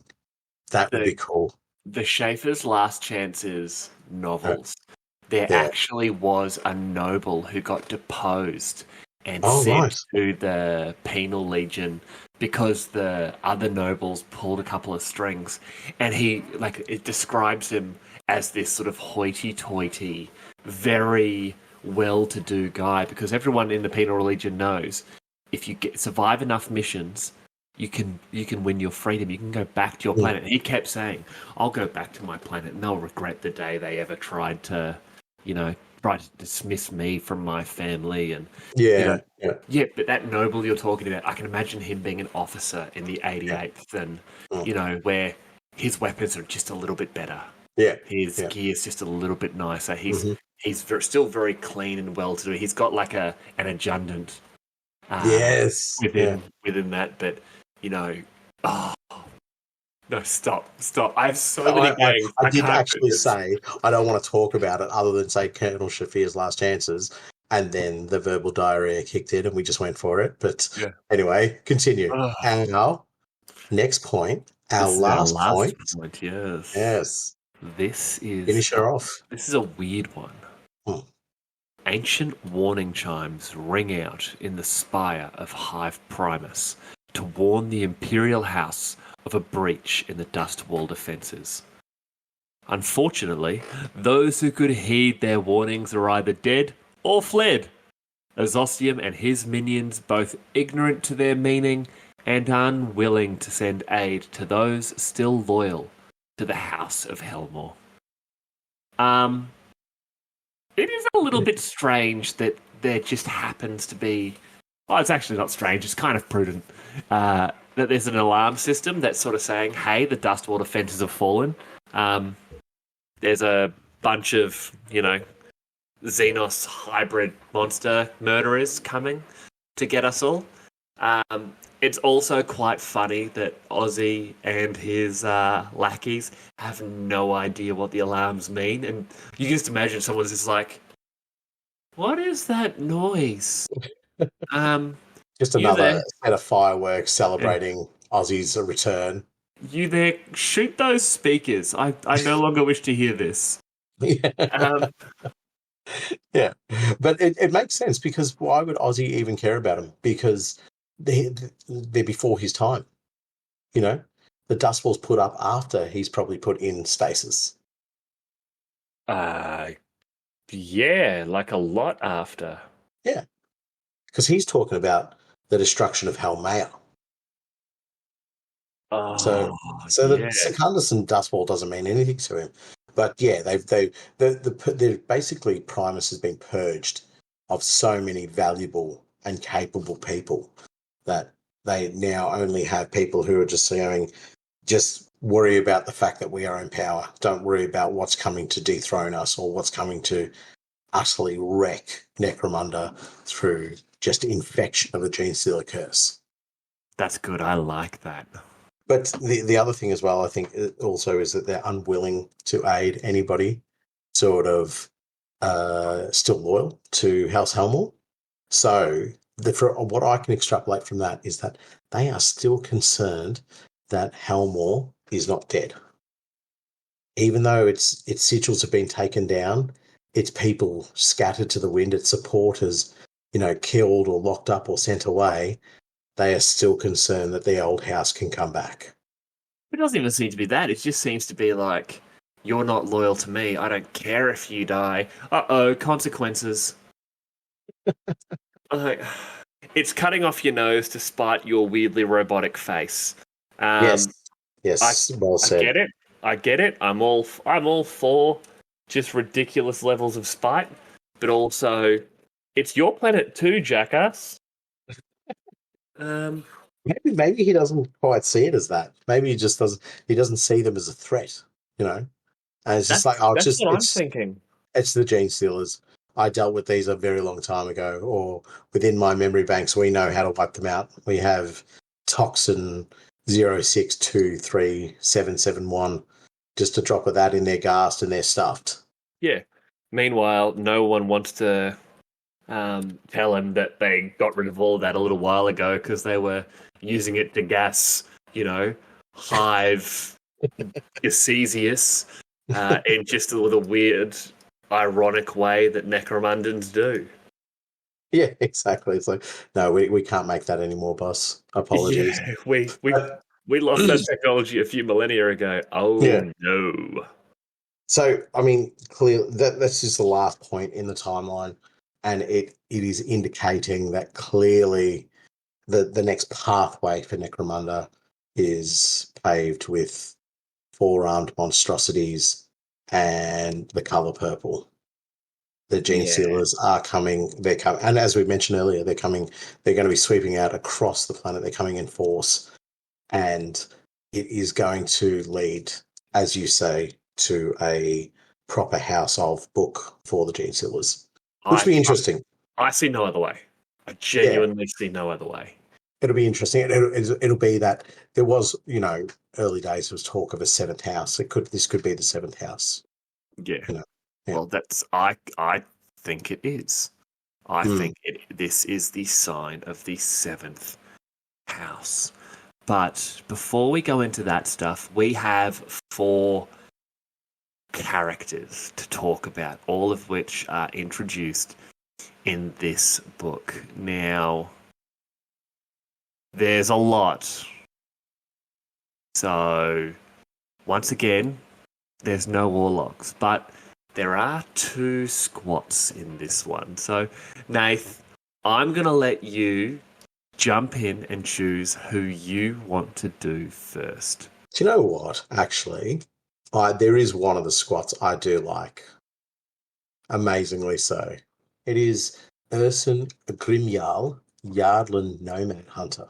Damn it, I really wanted to do this one. Of course you would, because I like him. You're always so jealous. No, he's cool. He's actually a really fun character, and I like his little tech mite oculi. How much fun does that thing look like? It's a flying wally.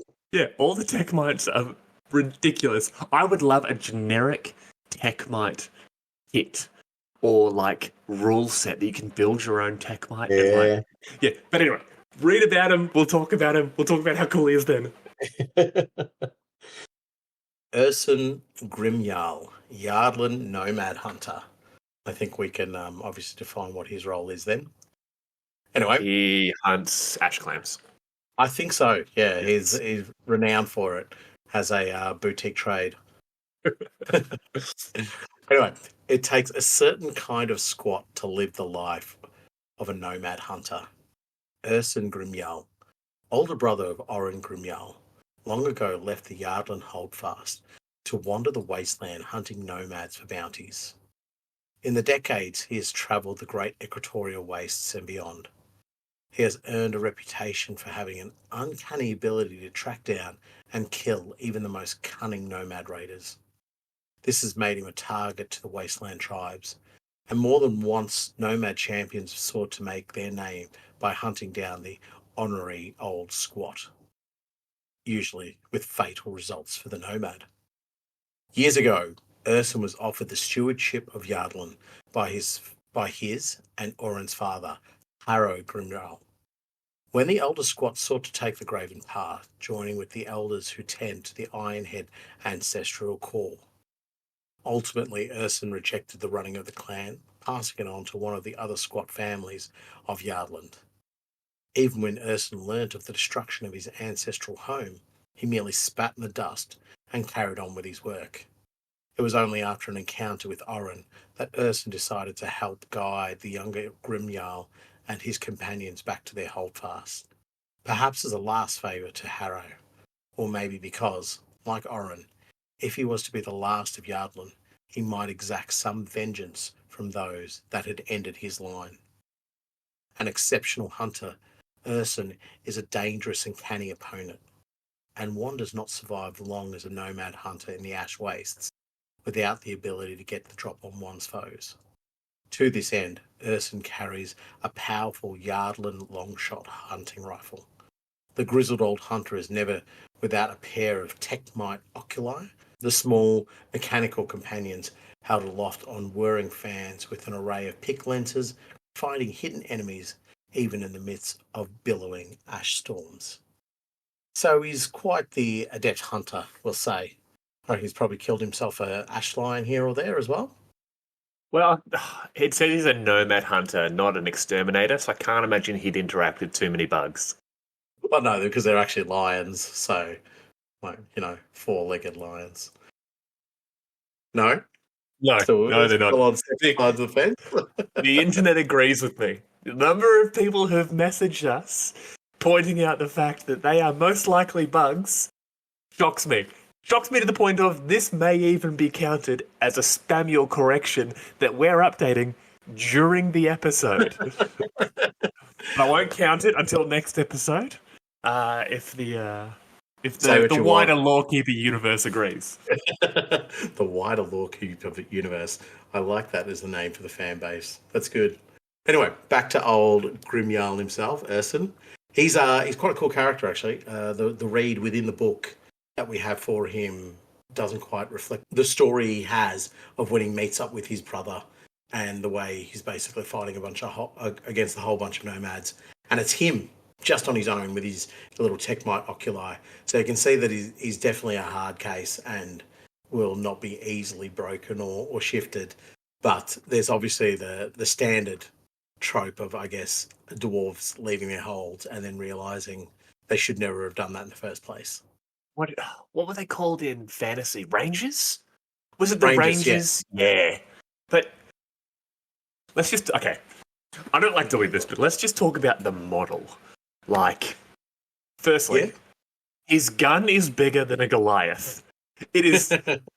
the guy's holding it with one arm. It must weigh like, I don't know, 40 kilos. That's like 20 point something freedom units of weight. I'm not 100% sure.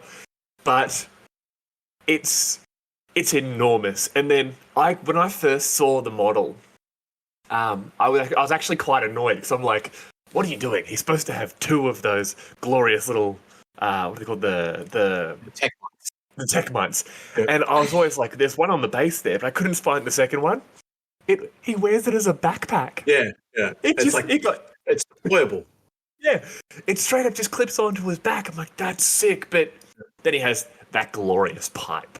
Like, yeah, I love it. But he has so many throwbacks to the classic Necromunda squat range, like the military style cap, the goggles. He's just got the webbing around his jacket.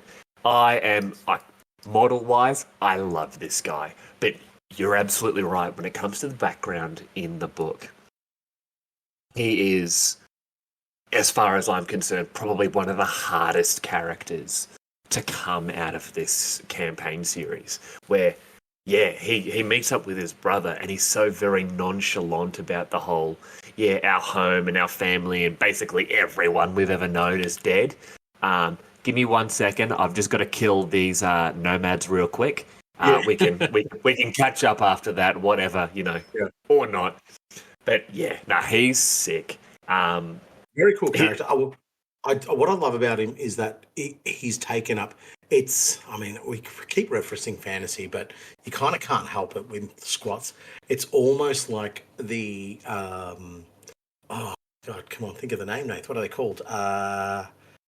Slayers? Slayers, that's it. Oh, I couldn't think of that. Yeah. But almost like he's taken up the mantle of a Slayer and just been like, no. I know what my role is. I know where I fit.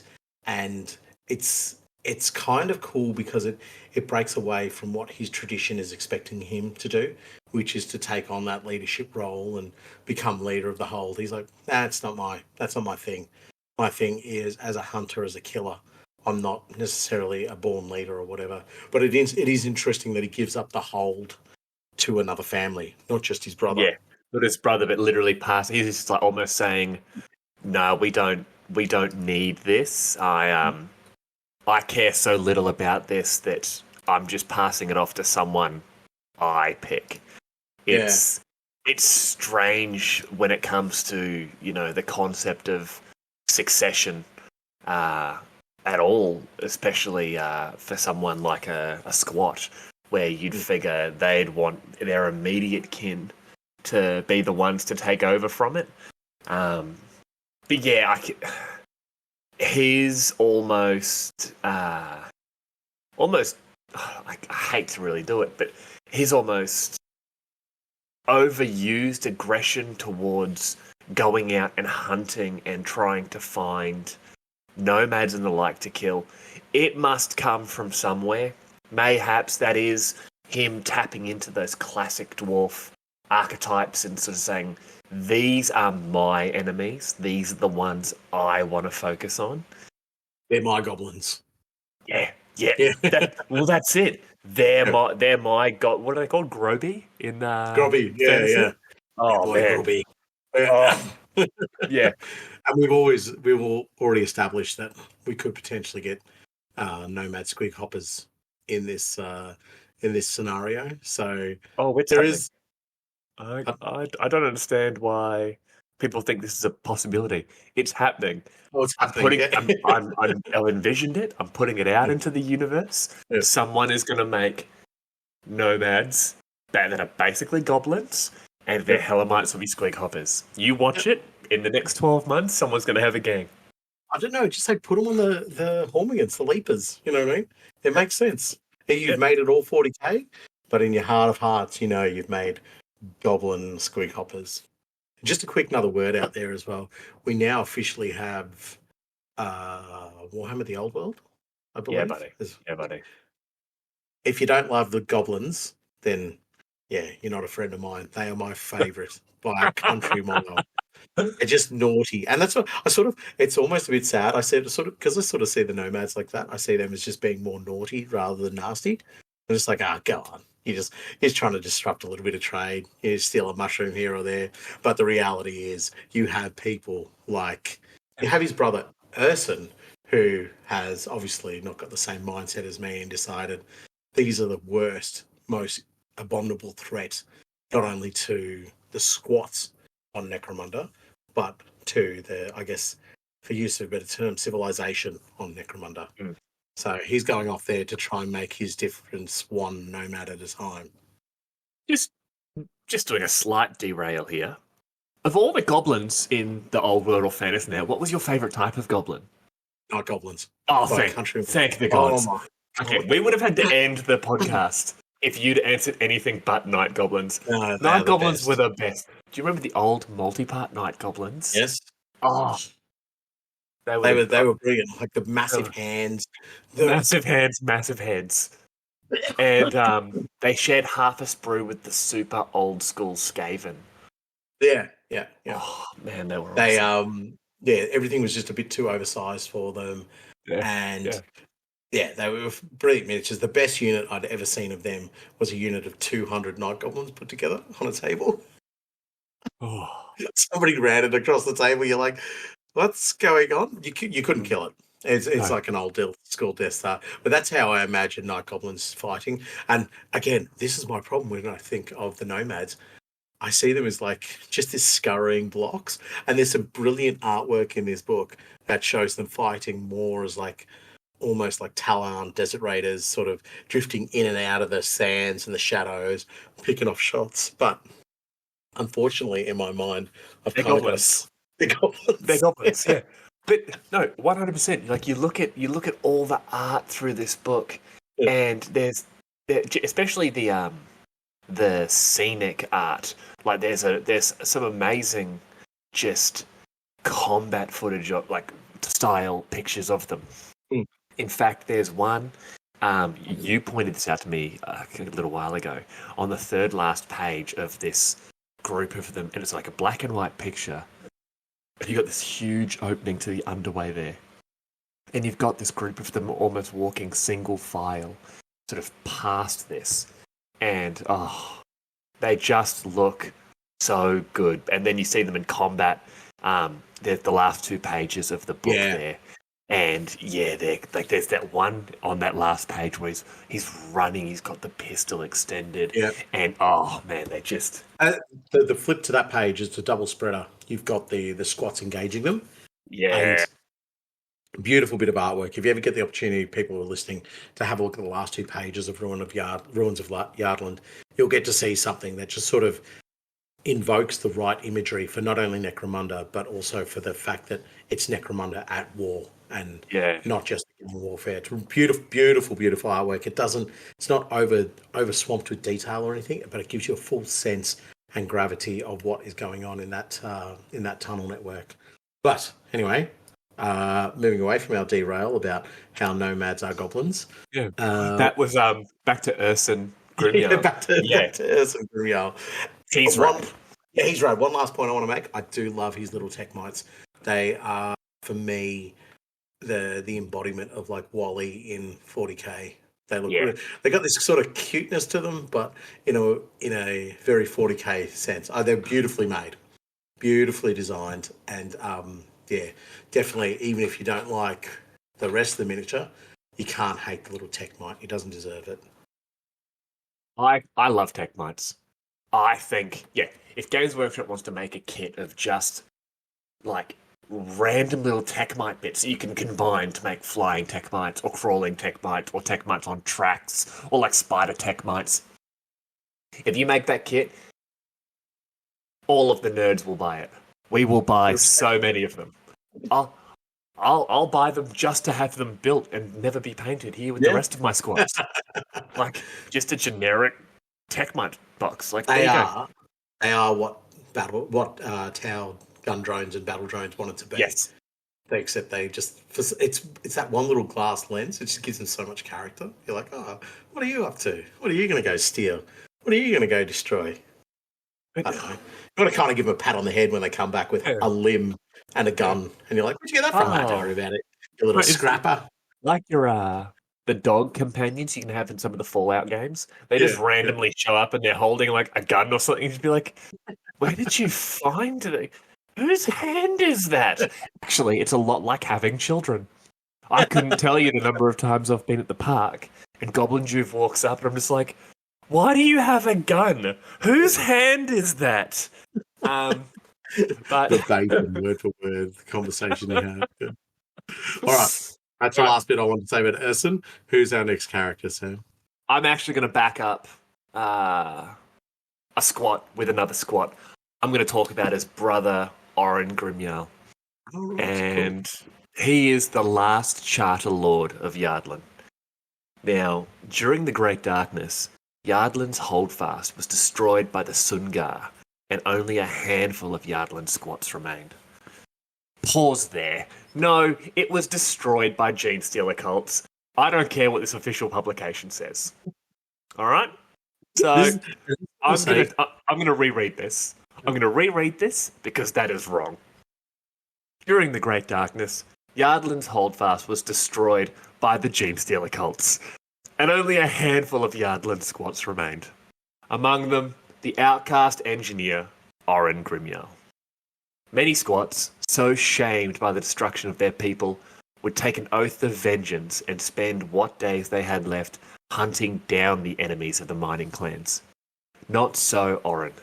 Determined that Jardlan should not fade into history like so many clans before it, he vowed to restore the ancestral hold of his people, no matter the kinds of allies he must make to see it come to pass. A brilliant, if somewhat eccentric engineer, Oren is an outcast from the technical doctrines of his clan, and he has crafted all manner of bespoke war gear and weaponry for his own personal use. The most unusual of these is without a doubt his fractal pulse beamer, a negative energy laser weapon made up of dozens of opposable lenses, capable of cutting down into rich mineral seams or just as equally carving limbs off troublesome wasters. That is sick.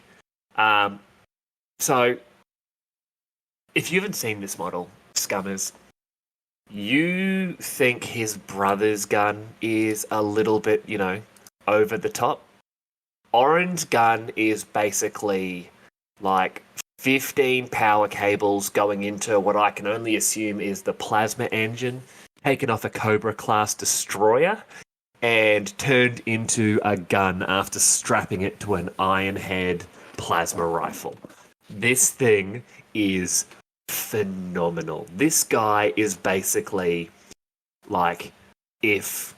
Do you remember that the white dwarf tech marine miniature. Yeah. Not tech marine, tech priest. Yeah, Where he had no, like I the know, mechadendrite beard and Yeah.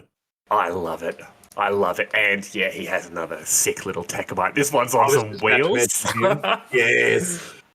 A proper little cutie, this one. And he's like doing like a hard left-hand turn or something? Yeah. He's really Oh, leaning man. into it. It's got like wheels, and then it's almost like it's like a dirt bike style. Like, oh man, I love him. But Oren, you know, he finds out his whole family and his hold's been destroyed, and one line in here that, in my opinion, exemplifies him as a character. He vowed to restore the ancestral hold of his people, no matter the kinds of allies he must make to see it come to pass. Yeah. Now, we don't want to basically read this book for you word for word, but one of the allies he makes in the tunnels going towards Jardlan is Lady Hera. And yeah, imagine being the deposed planetary governor and during your travels coming into contact with effectively a deposed squat lord who says, you help me gain back my kingdom and I help you gain back yours. And you know, inevitably you're going to meet Gollum and find one ring that you're going to have to throw into a forge somewhere. No, that's those other dwarves trying to reclaim their lost hold. I love it. I love the sort of overarching dwarf mythos that just goes through every type of fictional universe. Yeah, I think every it's sick. type of dwarf basically has some hold that they regret losing, and some sort of quest they've got to go on, and some sort of grudge they hold, and you know that's it's sort of it is, as you say, the archetype. What I like about what he does is he doesn't leave the scummers and the other gangers and whoever else has been amassed within the tunnels to get away from the nomads. He doesn't abandon them to their fate. He effectively leads them and helps them fight their way through the tunnels. And this, and consequently, as you say, this is where he meets Hera and basically continues to fight just to get out of there himself. Hera's path takes a slightly different direction, you'd say. But yeah, there's something about Oren where there's almost like a positivity that breaks away from his archetype of being, you know, a sour old dwarf. It's more of a I don't know, a dwarf that sees the hope on the horizon, that there is something that can be done. There is something that will be done to make their lot a little bit better. So he's definitely a cool character, but I do find that he gets stuck as a dwarf, like within that archetype, as you were saying, just a little bit too much. Yeah. Well, one thing I love is actually exactly what you're saying here is, and please, once again, people, you need to read this book purely for the story behind it all. But when Oren and Hera separate, he actually sends one of his most trusted drillkin with Hera. He commands this drillkin. So inevitably, a family member of his, to a certain degree, to travel with Lady Hera. And Lady Hera vows to remember Oren's assistance. So he basically says, you promise to remember that I've helped you. I will send someone with you. Hera agrees to this. And I believe Oren knows that he's possibly sending this distant cousin to their death, but still knows that he needs to rely on this human for assistance, not necessarily now, but later on. Yeah, I totally agree with you.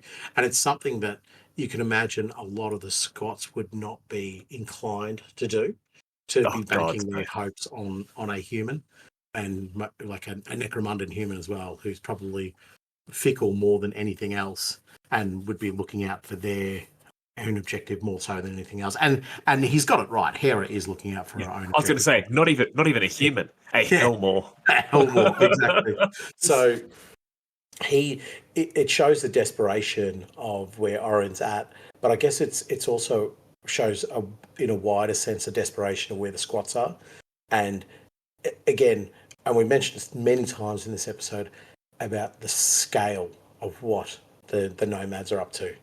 You know, it is quite large that even the squats themselves are having to make some pretty gnarly deals just to see if they can get away with this moment in time, that they can potentially have a positive outcome on the other end of it. Yeah, which, with the way the book ends, obviously this is something we'll be talking about at the end of the episode, but with the way everything ends, I'm not positive for anyone, really. No, I totally agree. We can't really expect too much positivity, especially in an environment where, I don't know, you might turn down the wrong tunnel and get your face ripped off by a maelstrom. Yeah, exactly. Like those tunnels are chaotic at the moment, and not only does Oren need to survive in that environment and prosper, or at least get out, but he also needs Hera to survive there as well. So it's as you say, it's a massive gamble. I will say one last thing about his miniature, though. I do love what GW did. The miniature designers actually have him smoking a pipe as well, in a similar fashion to his brother. Huge pipes. Yeah, it's really cool. Scummers, Uncle Spamuel here. Don't smoke. Why, we've explained this in the Cams episode. Everyone thinks you're a loser. Unless you're a dwarf with an enormous robo-pipe. Then it's totally cool. Like, every dwarf or squat model that has a pipe, and that one Goliath with the cigar piece that, once again, still lives within my rug. Every dwarf's pipe is sick. I think they're just the coolest little additions. Beyond, obviously, the tech mites. Yes. Tech mites are definitely the coolest miniatures, then pipes, then cigars, and then, like, those old school night goblins. Everything else ranks below that. I will say about his pipe, though, what I love of the design, and I agree with your ranking system, by the way. What I love about his pipe and Ursun's is that Oren's is clearly quite a bit more going on, like quite a bit more of a technological pipe. There's a few little, it seems like, you know, a few extra buttons to push and a few levers to pull to get the best process out of it. Whereas Ursun's it looks just like a straight up pipe. Like, it would not be uncommon to see that even in this world. Well, I mean, it would be because it's a weird looking pipe, but it's not. It hasn't got that technical element to it. It's a bloke who's out in the field who can't quite necessarily get the bits and bobs to fix it. So he just has a pipe. If you're at a pub and you see a bloke smoking a pipe like this, if you're looking for a fight, it is not with this man. All right? This man has seen some shit. Yep. Walk away. Oh, and I'm sure he'll fight you as well. He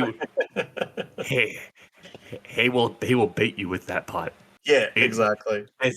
People don't realize this. It was actually removed from the rulebook when they published it, but that pipe is a power weapon. Yeah, they're basically a power weapon, a servo claw, and a needle pistol all rolled into one. Yeah, Exactamundo. All right, I think that's enough squat and goblin talk for this episode. Okay, Let's move away. We've got two left. We've got the Silberland Servos, the Infotech, or we have that beauty, Asengar, the Lady of Ash. How you going? Well, I really want to read about the Lady of Ash. So how about you take old Silberland, mainly because I don't want to spend my time pronouncing that name. And also, I have a few theories about the Lady of Ash that I'd like to explore, but we want to save her till last because we've got a fair bit to go on with her. All right, done. I'm glad because this is a House Van Sar character. It's what I'm here for, really. He's the smartest Van Sar character I've ever known. It's what I like. Silberlant Sevos, the Infotech. As much as they would like their enemies to believe otherwise, the Dalark do not have a monopoly on the Necromundan secrets trade. Within Hive Primus, mysterious agents such as Nemo the Faceless move in the shadows dealing in rumours, while Hive Temenos boasts the Conclave of Truth, fallen priests whose sacrament is the lies they spread.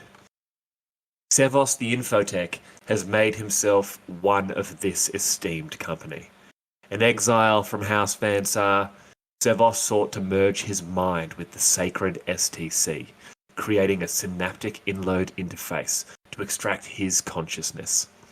Unfortunately for Sevos, the STC rejected his attempts, leaving him shattered in both body and mind. His former brothers and sisters within the House of Artifice dumped his remains in the depths of the Underhive, striking his true name from their records for his breaking of the 3 laws. While Sevos' experiment might have failed to merge his mind with the STC, it did have unexpected results. While he lay in refuse, his body dying and his thoughts unravelling, he discovered he could see the electronic soul of all the Hive around him. Not only could he see it, but he could also interact with its systems. Reaching out and taking control of a clade of maintenance servitors, he had these base creatures carry him to safety and bring nourishment for his failing body. Over cycles, he took control of more Hive systems, using plundered tech to build himself a suspensor chair to carry his body and protect it from harm. It was not long before Sevos discovered that in addition to manipulating nearby Hive systems, he could also steal data secrets as they were transmitted along the electro highways of the towering city. Washing away any trace of his past, Sevos set himself up as a whisper merchant, growing rich from his trade in information.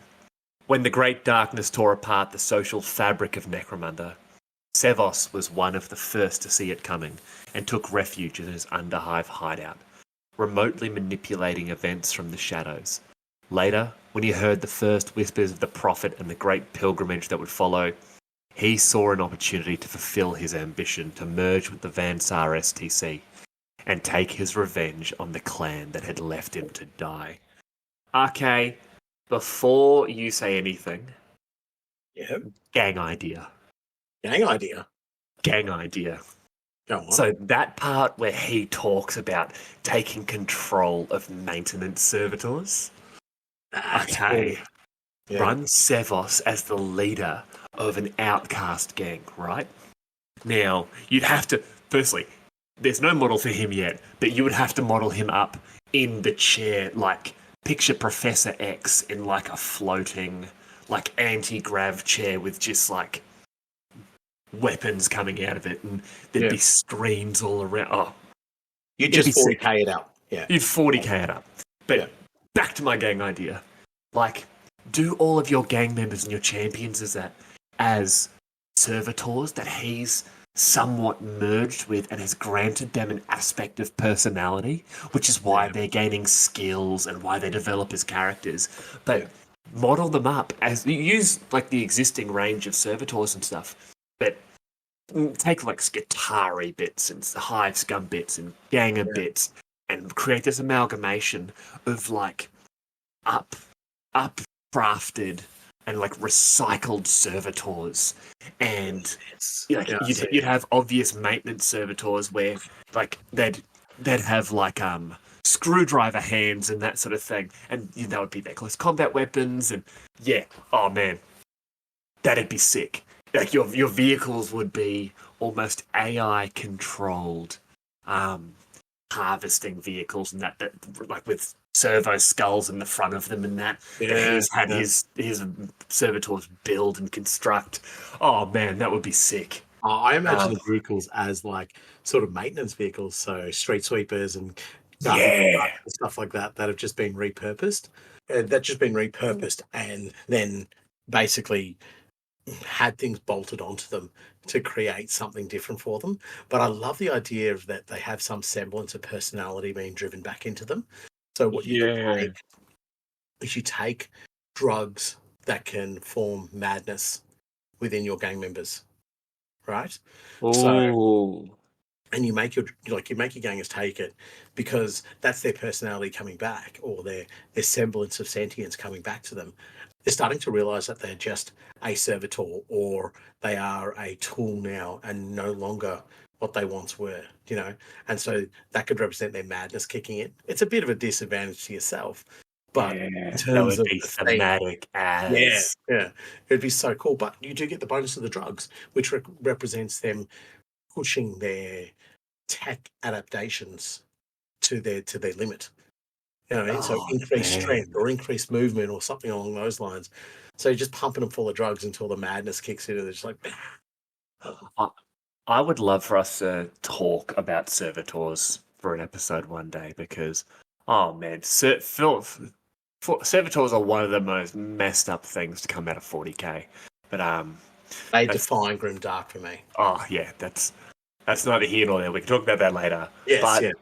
yeah, Silberland Servos, once again, you need to read the story Scummers because this guy, while Hera was actually trying to flee Hive Primus, Sevos was the one in the background manipulating things. He was opening doors for her to get to. He was closing doors. He was running systems to try and stop the number of, those fanatics that could get to her. He was working in the background to try and save her. And it'll be interesting to see where that particular storyline goes in the future, especially since this nut job, I don't know, is trying to combine himself with the Vansar STC. He's using this clout now that he's trying to generate with Hera as a way just to eventually get himself in a position of safety. So he's not exactly thinking of himself as being in a positive situation, and that's reflected upon in the book as well. So his safety is not a guaranteed thing for all the control and all the knowledge he has. So much so that at the end of this book, we find out that he's actually attacked by Vansar gangers who have tracked him down. They know about him and they want him dead. And again, one of the reasons why I think he's the smartest Vansar, he left the gang. Good work. Okay, continue. Yeah. Continue. We'll agree to disagree. I was wondering when you were going to ask me why I thought he was the smartest, but anyway. Didn't click until just then. I'm sort of like, oh, okay, no. So he actually, I guess, what does it say? He gets himself into a bit of a pickle here. I'll actually read this bit because it shows that his desperate nature of where he was. He was checking the rounds in his stub gun, hoping to take a few of the attackers with him, and a shape materialised out of the corner of the room. For a moment, Sevos thought the Vansar had found another way in. Then he saw the figure was tall and willowy, pale-skinned and bald. We all know that's our mayonnaise-wearing brothers, the Dalark. So from that little bit that I read, he's hoping to take a few with him. He knows he's in trouble. He knows that he's probably going to get killed here. And it's only the intervention of the Delacroix that allow him to escape there. But again, this ties in very nicely with the fact that he's hoping to create some sort of leverage with Hera. And I think, obviously, the Delacroix are involved in that as well. There is some sort of integration, intermix that's happening. And going from our Delacroix episode, we know that either the Helmors run the Delacroix or the Delacroix run the Helmor. So they have a very tidy relationship as well. So Hera, or somewhere in the Helmor line, has worked out that Silberant is working in aid of them.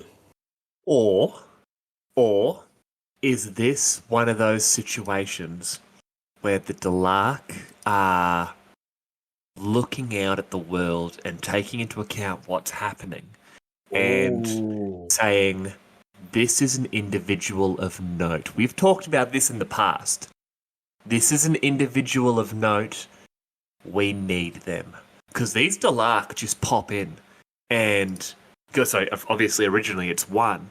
And then, all of a sudden, Sevos is looking around and there's half a dozen there. And they all level their guns at the door, waiting for those Van Sar from the Dayglow Dragons to come through. And in my mind, this is that Delark nature of we're gonna need you at some point in the future. We're gonna help you now. So later on, when one of our agents shows up and says, "We need access to this system," we can't get it, but we know you can. Yeah, Or right. we know you have this particular piece of information. Yeah. We want that now, and you wouldn't be here if it wasn't for us. Yeah, yeah. Or bigger theory. Is this the end of bloody Return of the King, is it? 16 endings, go on. Or the Delark, obviously, with the whole, hey, maybe the Aranthians aren't going to be too happy with us. We want every ally we can get. Every servitor, every Casper. servitor, every non-corridor aligned garbage truck. Or no, there isn't another or. But that's what I think. It could be another one of those options. But yeah, Sevos has obviously dipped his toe into a Delark business there. This may just be them going, hey, we don't want them to kill you because we want to kill you. I'm not 100% sure. No, I don't think it's that. No, yeah. No. I definitely agree with your theory that it is them taking him on as a person of note, like they did in Hive Mortis, and making sure that they had the right key elements for whatever predicted future they're planning out. I still think there is some sort of intermix or integration with House Helmore. I don't know what it is because obviously it hasn't been very clear, as is the Delacroix way. But whether they are the more powerful in that relationship, I don't know.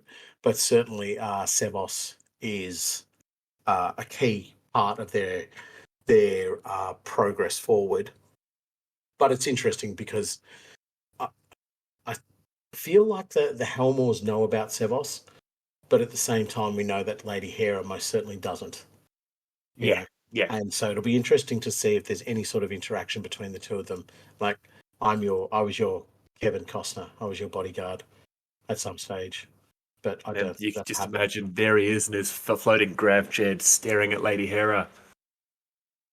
And I will always love you. And she's just staring at him like, why is the toaster singing to me? He insists on me calling him Kevin too. I don't understand what's going on. Can someone shoot that giant singing toaster? It is strange and rather off-putting. I kind of want to end the show there on you singing "I Will Always Love You" in a mechanical voice. Like, I don't know if we can get much better than that. Like, it's perfect. Like, end the episode or just end the podcast? Oh, mate, I don't know. I can't, definitely end the episode. That's brilliant. Like, I want to hear more. I'm sure the fans want to hear more too. Don't. No, Let's move on to the Lady of Ash before I bust into my rendition of "I Will Always Love You" once again. Yeah. Once again. Oh, the second version of the song. I love it. Bittersweet. No. Lady of Ash, I want to hear this theory of yours. All right, here we go. So, I don't think we've mentioned the Lady of Ash before, have we? We might have only mentioned her in passing. I can't imagine this woman would get much more than a sentence here or there. Maybe not a budgie either. No, definitely not the thing. What did we call it before? The pigeon. Yeah, the pigeon. Yes. Dashway's pigeon. Yeah. Right. So just first and foremost, the artwork for her is god-awfully intimidating. Oh, it's so good. And what I do love is the miniature is almost on point too as well with regard to the artwork. But let's find out a little bit more about her first. Ashungar, the Lady of Ash. Of all the great spirit speakers of the Shungar, few are as feared or respected as Ashungar. To her people, she is a great spirit, an embodiment of the scavenger creatures of the wasteland. To the enemies of the Ashwash nomads, She is a storm-birth devil who picks over corpses and settlements alike, leaving naught but bones in her wake. Who Ashungar is, or where she came from, are secrets known only to the Grey Waste walkers. Those sightings of her among hivers and guilders go back centuries, leading many to speculate she is either exceptionally long-lived, or more than one woman has worn the mask of the Lady of the Ash. There are also rumours that she is something evolved from the wasteland itself, a creature of the Ashlands wearing the skin of a woman.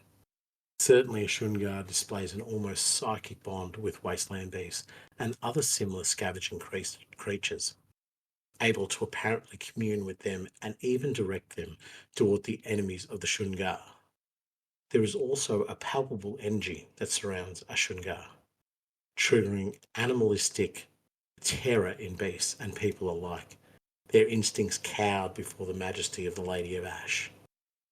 As dangerous as the Lady of Ash is alone, wielding an electrocharged spirit stave hooked like the beak of her grapple hawk with devastating results, she's rarely encountered without one of her wasteland beasts. The greatest of these is Terra's Shadow, a great scavenger avian or macro grapple hawk. Unlike the smaller cybernetic beasts common to the hives, Terra's Shadow is a huge and brutal creature of sinew and bionics that can tear a fighter apart in seconds. Individual fighters are little match for the massive beast, while it is strong enough to threaten vehicles with its razor-sharp talons. More than one ridge runner or quad has been hauled aloft by the creature, usually to be dropped from a great height, with fatal results. Right, so...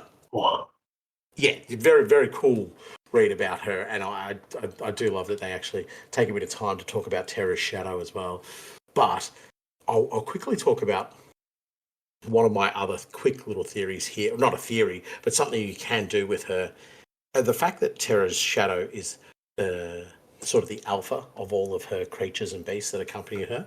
So you could have any other creature or beast accompany her that comes out of the Ash Wastes, which is, I think, is awesome. Like, you could have some other creature, providing the arbitrator of the game is going to allow it to happen. Go for it.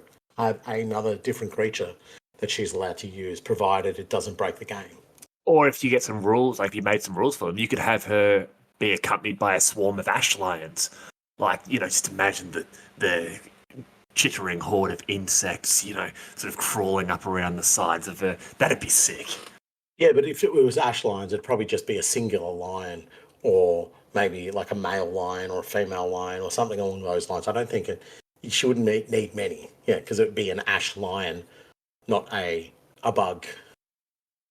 An ash bug. They don't call it an ash bug, do they? No, it's a swarm of ash lions. Yeah. Anyway, folks. You will never convince me they are not. If Games Workshop's going to ruin both of us and be like, they're canines. They're canines. They're not cats. They're not bugs. You're both idiots. Yeah, they're just a form of dog. We just call it a lion. It's a donkey. They're donkeys. They're Just real. Yeah, they're 1.5 feet tall. There's just a lot of them. There's a lot of them. That's why they're a swarm. Yeah. Damn it! Yeah. Your idea. No. Okay. Lady of Ash, go. All right, Lady of Ash. So the other part that I wanted to, my theory about her is that, and we sort of mentioned it earlier, is that she is a Phoenix Lord. And Okay. Yes, swing for... The concept of a Phoenix Lord, in the sense that it is a spirit that takes over a body. And we know that because when we talk about her interaction with Lady Hera, and we were sort of jumping well ahead of a lot of what we need to talk about Lady Hera, but she does interact with Hera, and she says one word to her that just throws everything off kilter. She calls her sister. Oh. And so how could something that's been alive for centuries or been around for so long be a sister of Lady Helmore? And in saying that, Hera turns around to her and says, "I'll kill you. You're not her. She's dead. Dead." So, who is this sister? that's a different chat. But my theory is that they are taking over. I guess the spirit is taking over, or at least manipulating the body of a particular, person or ganger or whatever that they view as powerful enough to be able to take on the embodiment of the spirit. So you're really leaning into the concept of more than one woman has worn the mask of the Lady of Ash. Where is it? Because it does talk about the mask. I like that. Are you maybe thinking the mask goes on and this consciousness transfers across? Or is it the powers of the Lady of Ash that transfers across? Because I'm sort of thinking more like the power type of thing. I do like your theory of the mask though, because that makes it feel like it's the movie, The Mask. Where you were the companion on. Shout out to our favourite corpse grinder cult. Yeah. My name is Cuba. No, we've done it before. The number of people who messaged me about that, they're like, you realise I have to make a green masked corpse grinder now, don't you? And I'm like, you can give them chain maracas. Yes. No, one person was very angry about the fact I was so happy about the concept of chain maracas. They're like, where would the chain go, Samuel? Where would the chain go? But Lady of Ash. I like that what you're saying. Where that travels across, because can you imagine handing the power of to control the storms and the beasts of the ash wastes over to a good person? It wouldn't work. Would it corrupt them? Would it be like the power of the Tesseract from the Avengers, where you gain that control? Or does a person have to be maybe inherently, maybe not evil, but like bad? Do they have to be inherently bad for the spirit of the Lady of Ash to want to join with them, maybe? I believe more in that what would happen is the consciousness would go across into somebody who is displaying the right appropriate levels of nastiness or just badness, that the spirit would go, we can align ourselves with this because they hate Necromunda enough. They hate the Necromundans enough. They hate the squats enough. That is what we can feed on to draw ourselves within their body. But their consciousness would be a passenger within this system. And so they'd be watching it all happen, unfolding, without being actually able to have any sort of control over the situation that they're in. And that's, I think, is probably a little bit more terrifying, is they're sort of stuck in a cell watching their body and their brain being used for whatever nefarious purposes. And I can imagine the Ashwaste nomads would have offered up, people to become the next spirit or whatever previously back in the day. But now the spirit looks for candidates that would best suit its machinations, its ideas of where it wants to be and where it sees Necromunda and the nomads. Well, let's have a look at this. So we know it's a sister of Hera Helmore. Now, that being said, if we go back, do you remember, I'm looking at Cinderak Burning here, there's the list of Gerontius Helmore's trueborn children. Now, currently, there are apparently 4 daughters of Lord Helmore still alive. We have Zarina, Layla, Jezza, and Hera. Now, we can knock them off the list. We also have two of them that were killed by Hera during the Purge. That is Iveta and Kyrie. So that leaves us a couple left since Hera's been born. So Hera was born in 977 of M41. Let's have a look. We have a Mary Helmore who died in 957 M41. She's out. We've got Zav Helmore who died in 948. She's out. And okay. Oh, and Jaima Helmore died in 970. She's out. Hera doesn't know any of those girls. Righto. That leaves us Thalira, who died in 988 when Hera was, by the looks of it, 11. We have Saria, who died in 979 when Hera was 2. Unlikely. Evelyn, who died in 997 when Hera was 20. That's my number one contender right now. Or Rosha, who died in 980 when Hera was 3. My theory is that the sister we're talking about, if she is a trueborn Helmore, she could be related to Hera through her mother and the Yolante line. So if the mother, consort Junos Gillian Yolante, was, had a child with another man, or mayhaps a cloned child, we don't know. There's lots of possibilities here. It obviously wouldn't be on this list of Helmores, but if it is one of these Helmore brewborn children, I think it is likely Evelyn. She was old enough. Hera was old enough to at least build a relationship with this woman. Obviously, Evelyn dies when Hera is about 20. So my theory is Hera either organised for the death of Evelyn, and Evelyn has somehow survived, has gotten out into the wastes, and has been full of such malice and rage, and possibly rescued by the nomads. And this spirit of the Lady of Ash has crossed into the body of Evelyn, because Evelyn was someone who had such determination to destroy her own family that the nomads have seen that as power and have seen that as an opportunity they can take advantage of. And mayhaps and this is purely going on a theory that I have, that the Lady of Ash is simply a spirit occupying a human body.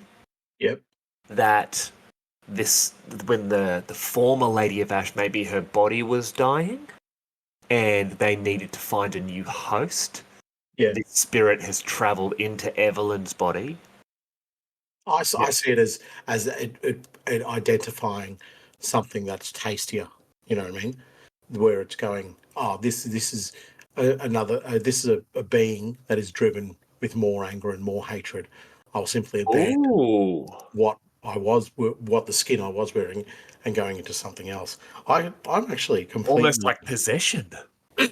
almost like a possession. Yeah, it's finding something that is more of like a burning beacon in the ash waste, and saying, that is where I need to be. This is where me as a spirit needs to exist, and what will obviously bring better outcomes for us as nomads. Yeah. I will say, Scrutinator Spamuel, I am very much on board with your investigatory work there. You've done very well. You've really gone through the records and tried to work out where this is going to formulate. One thing I do want to mention, though, firstly, I'm just going to ignore Terra's Shadow, because Terra's Shadow is sick. Everything about Terra's Shadow is sick. An enormous, giant, murderous, cybernetic, grapple monster is the best. I love everything about it. The model of Terra's Shadow it's basically like a cyborg pterodactyl. Yeah, exactly. Oh. I love Terra's Shadow. I love the idea of it. I love the beasties. I love beasties of Necromunda. I don't like it for one particular reason, though. And that is the supposition that it might have killed Logan. Our boy Logan. Which we didn't mention when we talked about Sevos. Logan is led to Hera thanks to Sevos, by the way. Yeah. Yeah. So Hera owes him a lot, and we're going to get to it, folks. We've got to do this little talk about Hera and her story. It's sort of, I don't know, it feels like a background story in this book for some reason, but it's not. It's definitely one of the key elements, but because there's so much going on with the squats and the nomads. But yeah, Terra Shadow is cool, and it is exactly as the name implies, an absolutely terrifying beast to take on in Necromunda, especially on the roads and so forth, knowing that your little quad can be easily lifted up and dumped by effectively what's a battle chicken.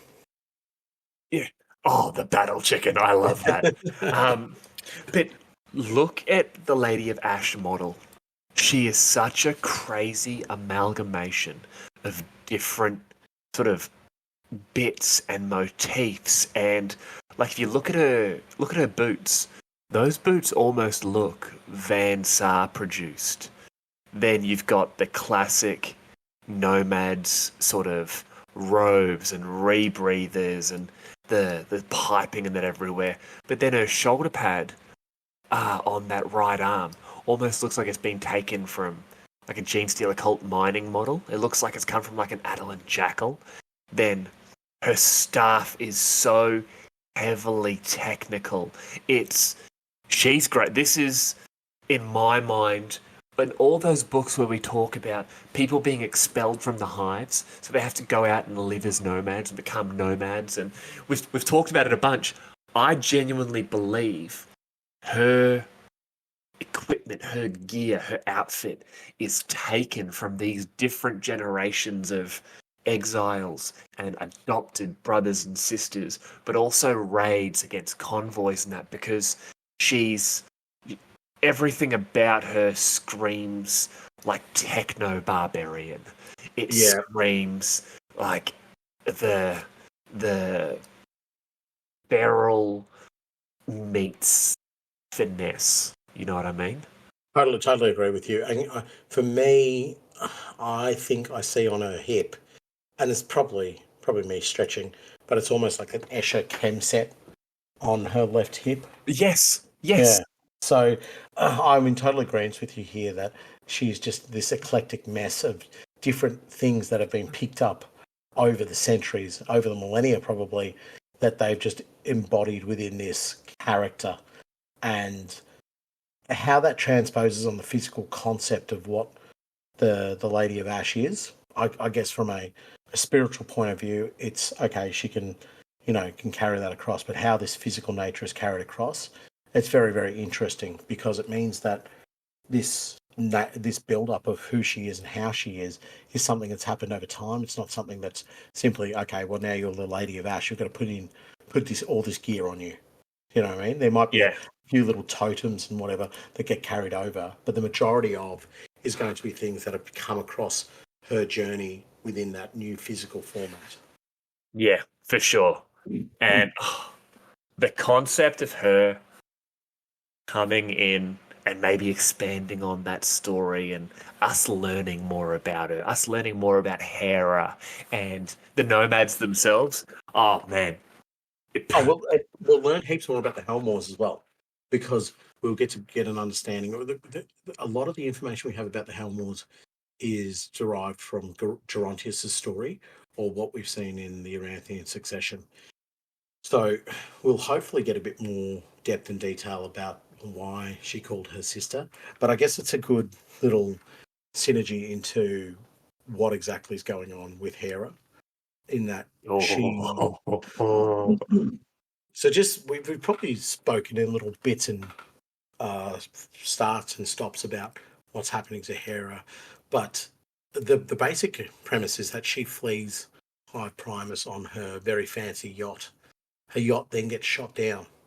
She then, and it's the nomads who shoot her down out of the sky, actually. She then gets attacked by Van Sar.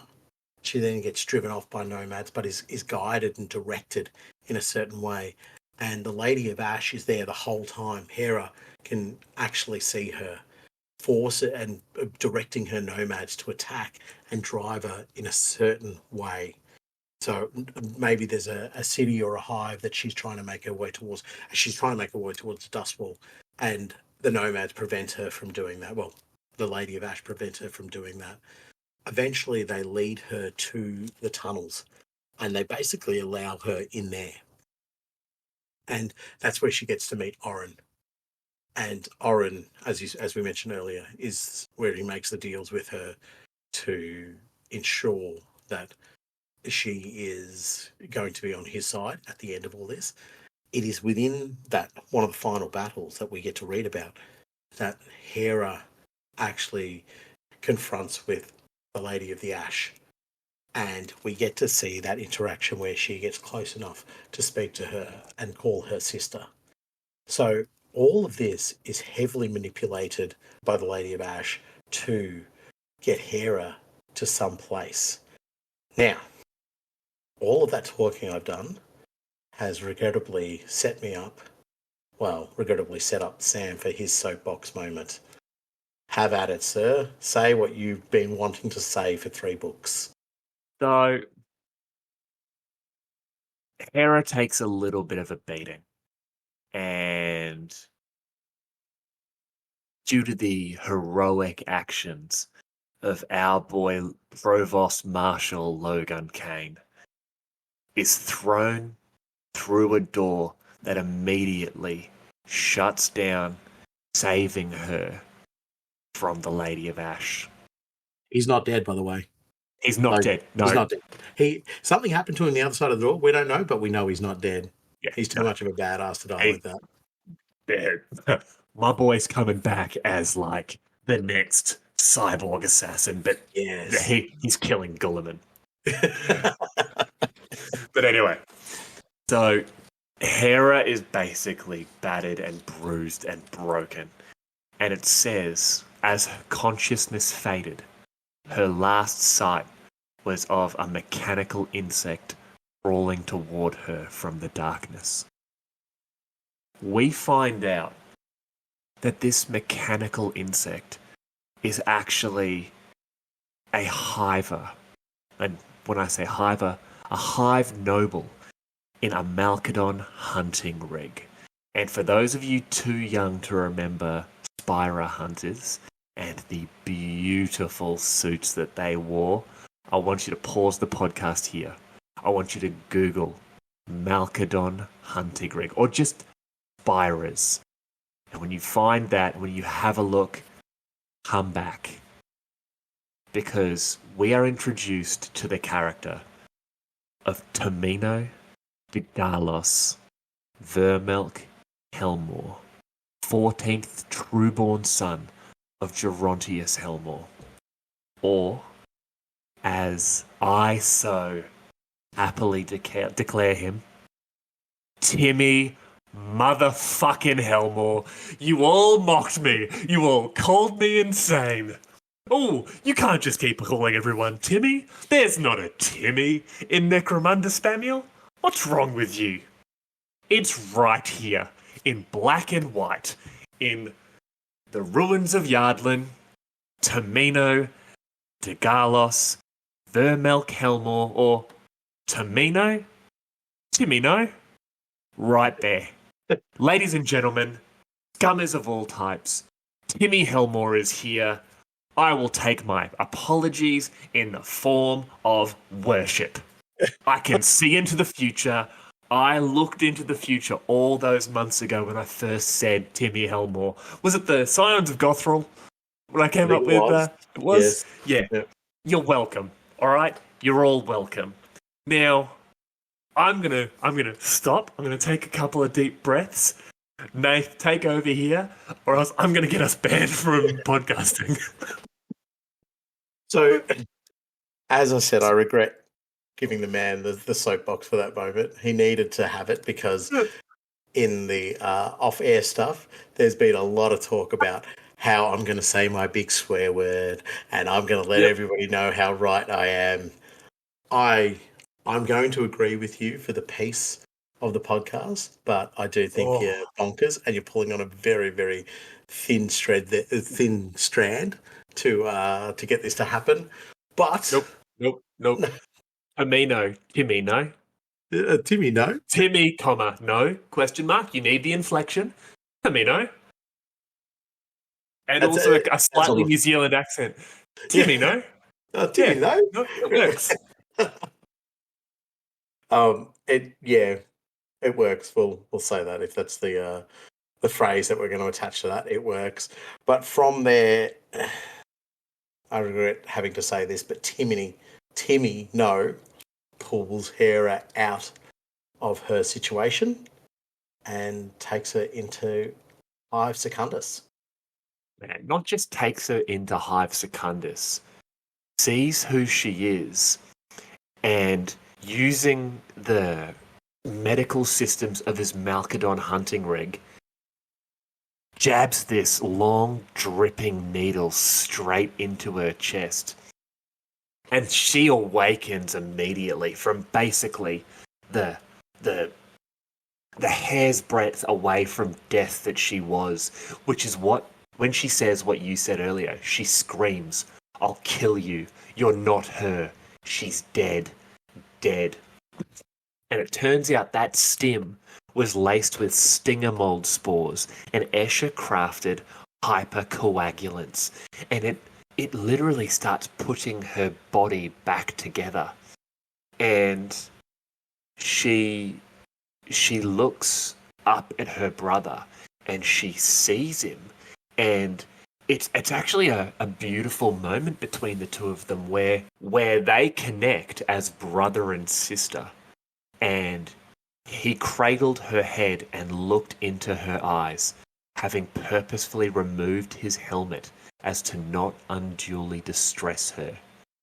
This is like it's actually a quite heartwarming. And she explains to him the entirety of what I think we've discussed over like 17 hours or something now. She does it in like 15 words. Yeah, right. Father died, the Aranthians came back, and it all went to hell.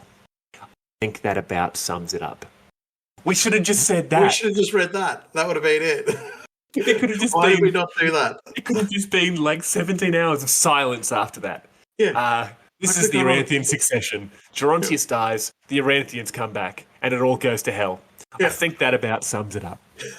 But in this... Oh, no, wait, sorry. We'll get the correction there that we've got stratoplanes confirmed for their size as well. That's right. A lot of stratoplanes. Yeah.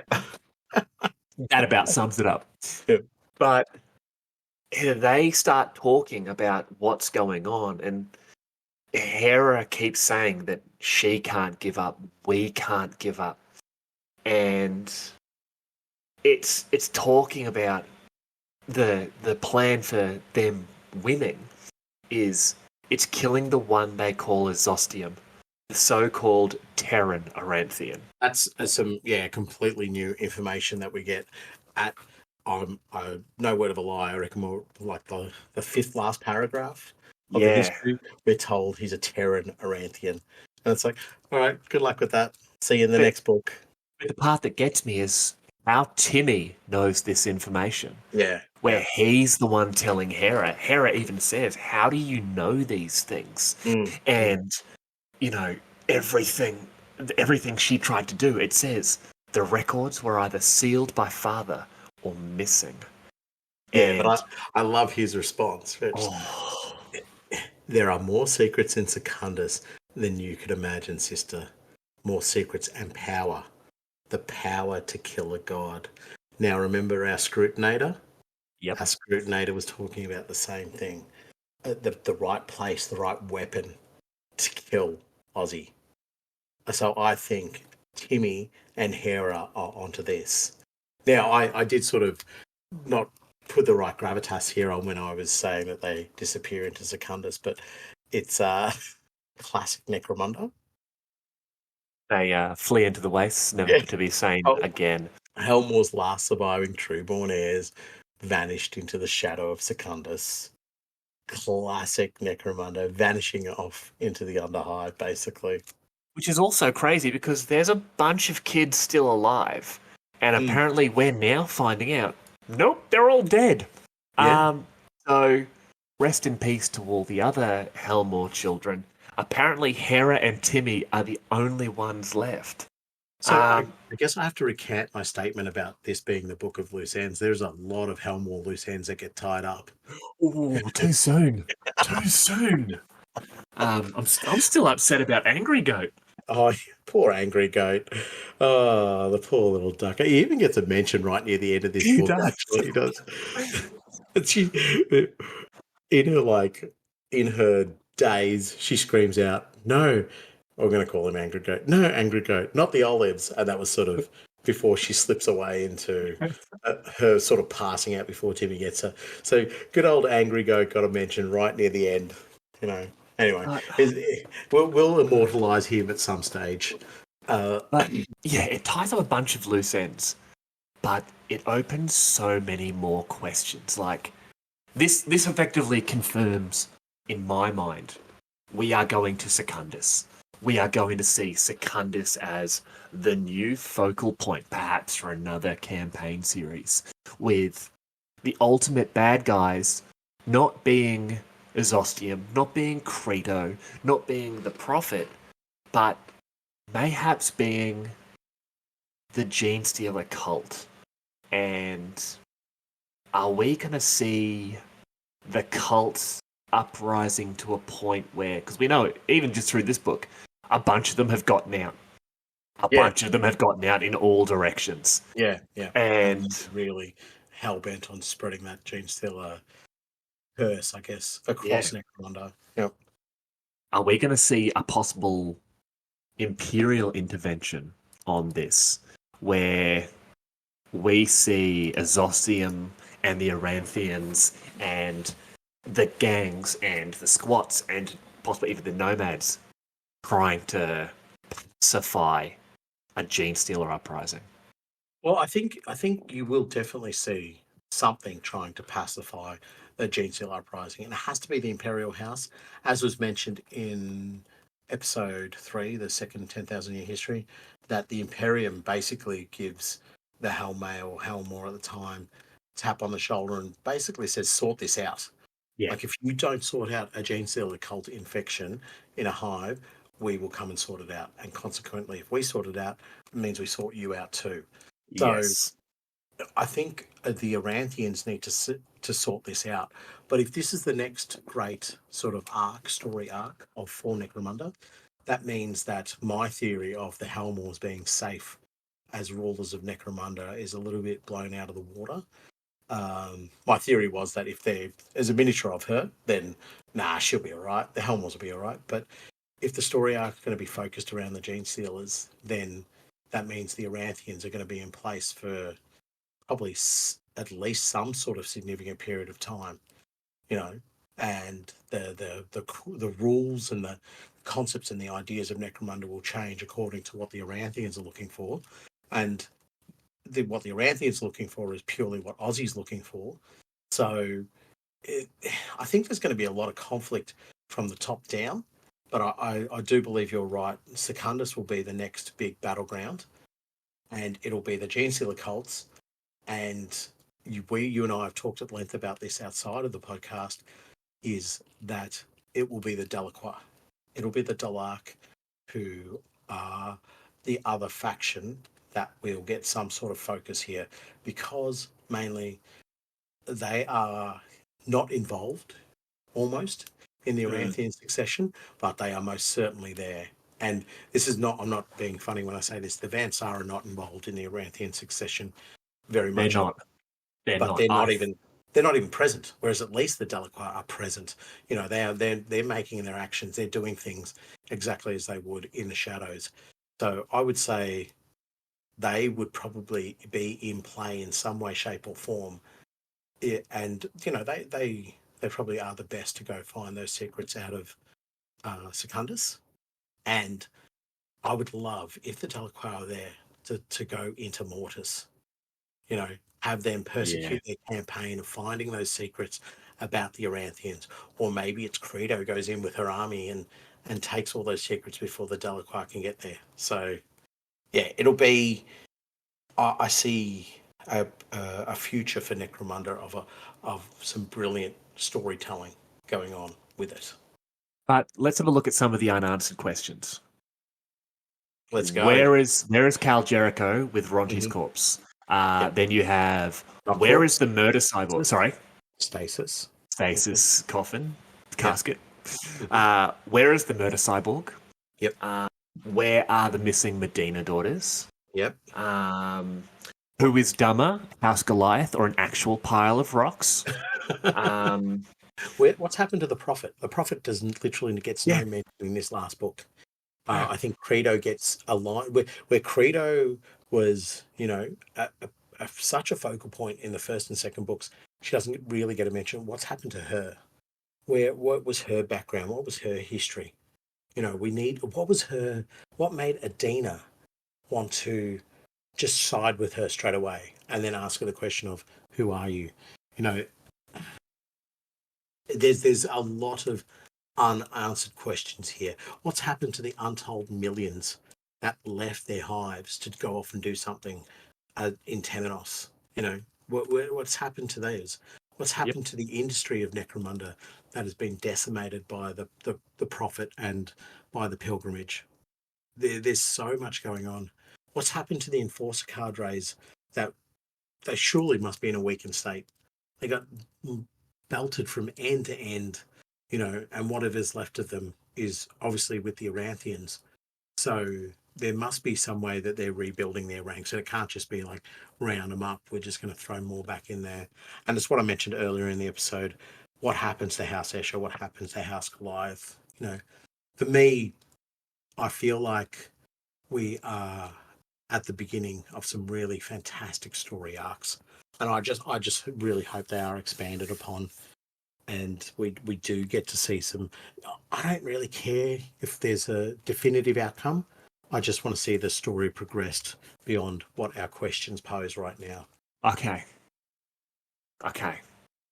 If you can have one question answered, just one, that's a definitive answer, they break it down for you, and they give you an answer in black and white right there. What is it? Right. Real easy one for me. What is Credo's army, and how did it get on Necromunda? Oh, that's a big one. Yes, it is. You don't hide an army on a planet, especially an Imperial planet. I've already answered that one for you, so you really wasted that that one there. They're buried in the dirt. Your Necron theory. Carroted. Righto, No. Anyway.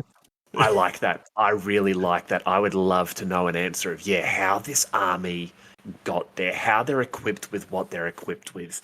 How they are. Yeah, how their numbers have gotten so big so quick. Yeah, exactly. So I pose the same question to you. What is your loose end you want to see tied off completely? No more questions. Credo. Just Credo. Who is she? Yeah, right. Who is she? How did she know? How did she know that capsule was inside the Escher throne? Like, how does she have connections to the first mother of Escher, and to the point of where she's looking at Adina and going, you look pretty much, you're very similar to her, except the nose. Like she can point out those differences. Like, I would love to know that. Yeah. I agree with you. That's sort of like, if I had to go a second or third option, that would be understanding who and what Credo is about. But as mentioned multiple times, this book does leave a lot of questions, which I don't think is a terrible thing. I think it's a way that allows us as a playing group and as a community to go forth and expand on that ourselves, as our podcast likes to do anyway. You're like, now that's the new canon. That's the new canon. So it's not a terrible thing. I would like some loose ends tied off. I obviously we want to see what happens with Hera. We want to see what happens with House Helmore. There is a fair bit going on that we need those definitive answers. But I'm not going to ramble on about it anymore.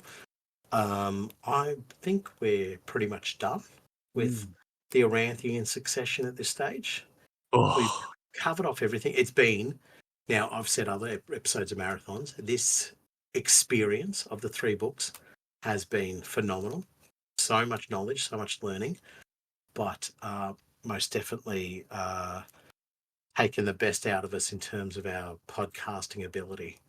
All future episodes are going to be no longer than 26 minutes. That's it.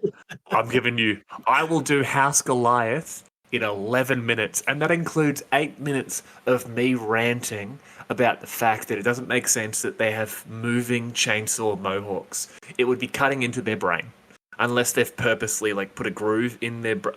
They could have put a groove in their brain. Boom! That whole episode, just then, done. Perfect. See, this doubles as the Goliath episode. Yeah. It makes them dance better with that groove in the brain because they're groovy. You're hurting the podcast, not me. Yeah. All right. I think we're actually going a bit manic here. We are actually going a bit manic. Of these 3 books. Yeah. Right before that, of these 3 books, I'm interested to know which has been your favourite book. Oh, clear winner is Vaults of Temenos. It is true 40k to me. It is religious insanity. A religious insanity, the vast movements of just the regular people, the admission of Lady Hera that the secret of Necromunda is revealed, that it is not the nobles or the higher ups that have the power, it is the people. And yeah, I love that book. I loved the way it explored what a hive world would look like under a religious zeal. And as I said in the previous episode, how that would probably, how a chaos cult would manifest in a similar sort of function as well. So what about your favorite book? I hate to say it, Ruins of Yardlan. Ruins of Temenos. The Ruins of Yardlan. I love the sort of last drastic moments of leading into possibly the fall of a society. I love the idea of the nomad hordes dragging society down, and yeah, I think it's awesome. That being said, I also think I like it because I just love reading about dwarves. I just think they're neat. Yeah, look, I will admit that the exploration of the squats and the nomads and just the ideas that are formulated, actually seeing a sort of a result with the Aranthian Succession is really cool to see in this book, but it doesn't offer quite the same flavour that I like as Vaults of Temenos. But look, I will say all 3 books are a fantastic read. If you've listened to our take on them, thank you very much. But I would recommend getting them and having a read. It is 100. Yeah. Get your own ideas happening about it. Get your own input and your own take on it, because it's just, I don't know, some of the writing is just so good that it just allows you to immerse yourself in a lore and a universe that we all love so much. There's also so much that only so much we can read for you. Like, just every time I've read these books before recording, I'm relearning something new and something different, or looking at it and going, oh man, my perception on that has been totally left of center from where it really is. Yeah, true. And even just talking to you about it, like when we've come together and we started to discuss it and you've said something and I've gone, I didn't see it in that light. Do you know what I mean? So yeah, look, definitely worth a read. As I said, Sam said, we can't read it for you, but get out there, grab those books, have a read of them. And there's so much gaming content in these books as well, in the terms of how you run campaigns. We haven't even touched on. In fact, we're going to do another episode of just us talking about the gaming. No, we're not. No, we're not. That would be another 12 hours, just that episode. But yeah, guys, gals, scummers, get out there, get these books, because just for the lore, I every now and then I'll just open one of the Necromunda books up and just be reading just stuff I've already read, and yeah, it's gang idea. Oh man, we haven't even talked about gang ideas. I will say one last thing before we move to gang idea, is that something that we do horribly on this podcast. We always talk about the artwork. Like you guys can't see it, but we talk about it. But these books are great for that. Some of the artwork is this book especially. Yeah. For terrain stuff. Oh man. Yeah. But let's not do it because we are a audio-based medium, not a visual. So let's Just look at this picture right here, though, guys. yeah. Okay, can you see it? How good is that? Yeah, oh, it's brilliant. I love it, Sam. Yeah. You guys should see it. But You anyway, Gang ideas. Gang idea. Gang ideas. Okay. All right. Now, do you want to do one for just this book, or a gang for the entirety of these 3 books? I have 2 gang ideas, and I think for the entirety of the books, I think that is the best way to do it. Do it. No, you tell me yours first, sir.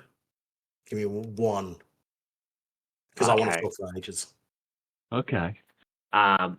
If we are going to look at the entire thing, I have an idea for how would I put it?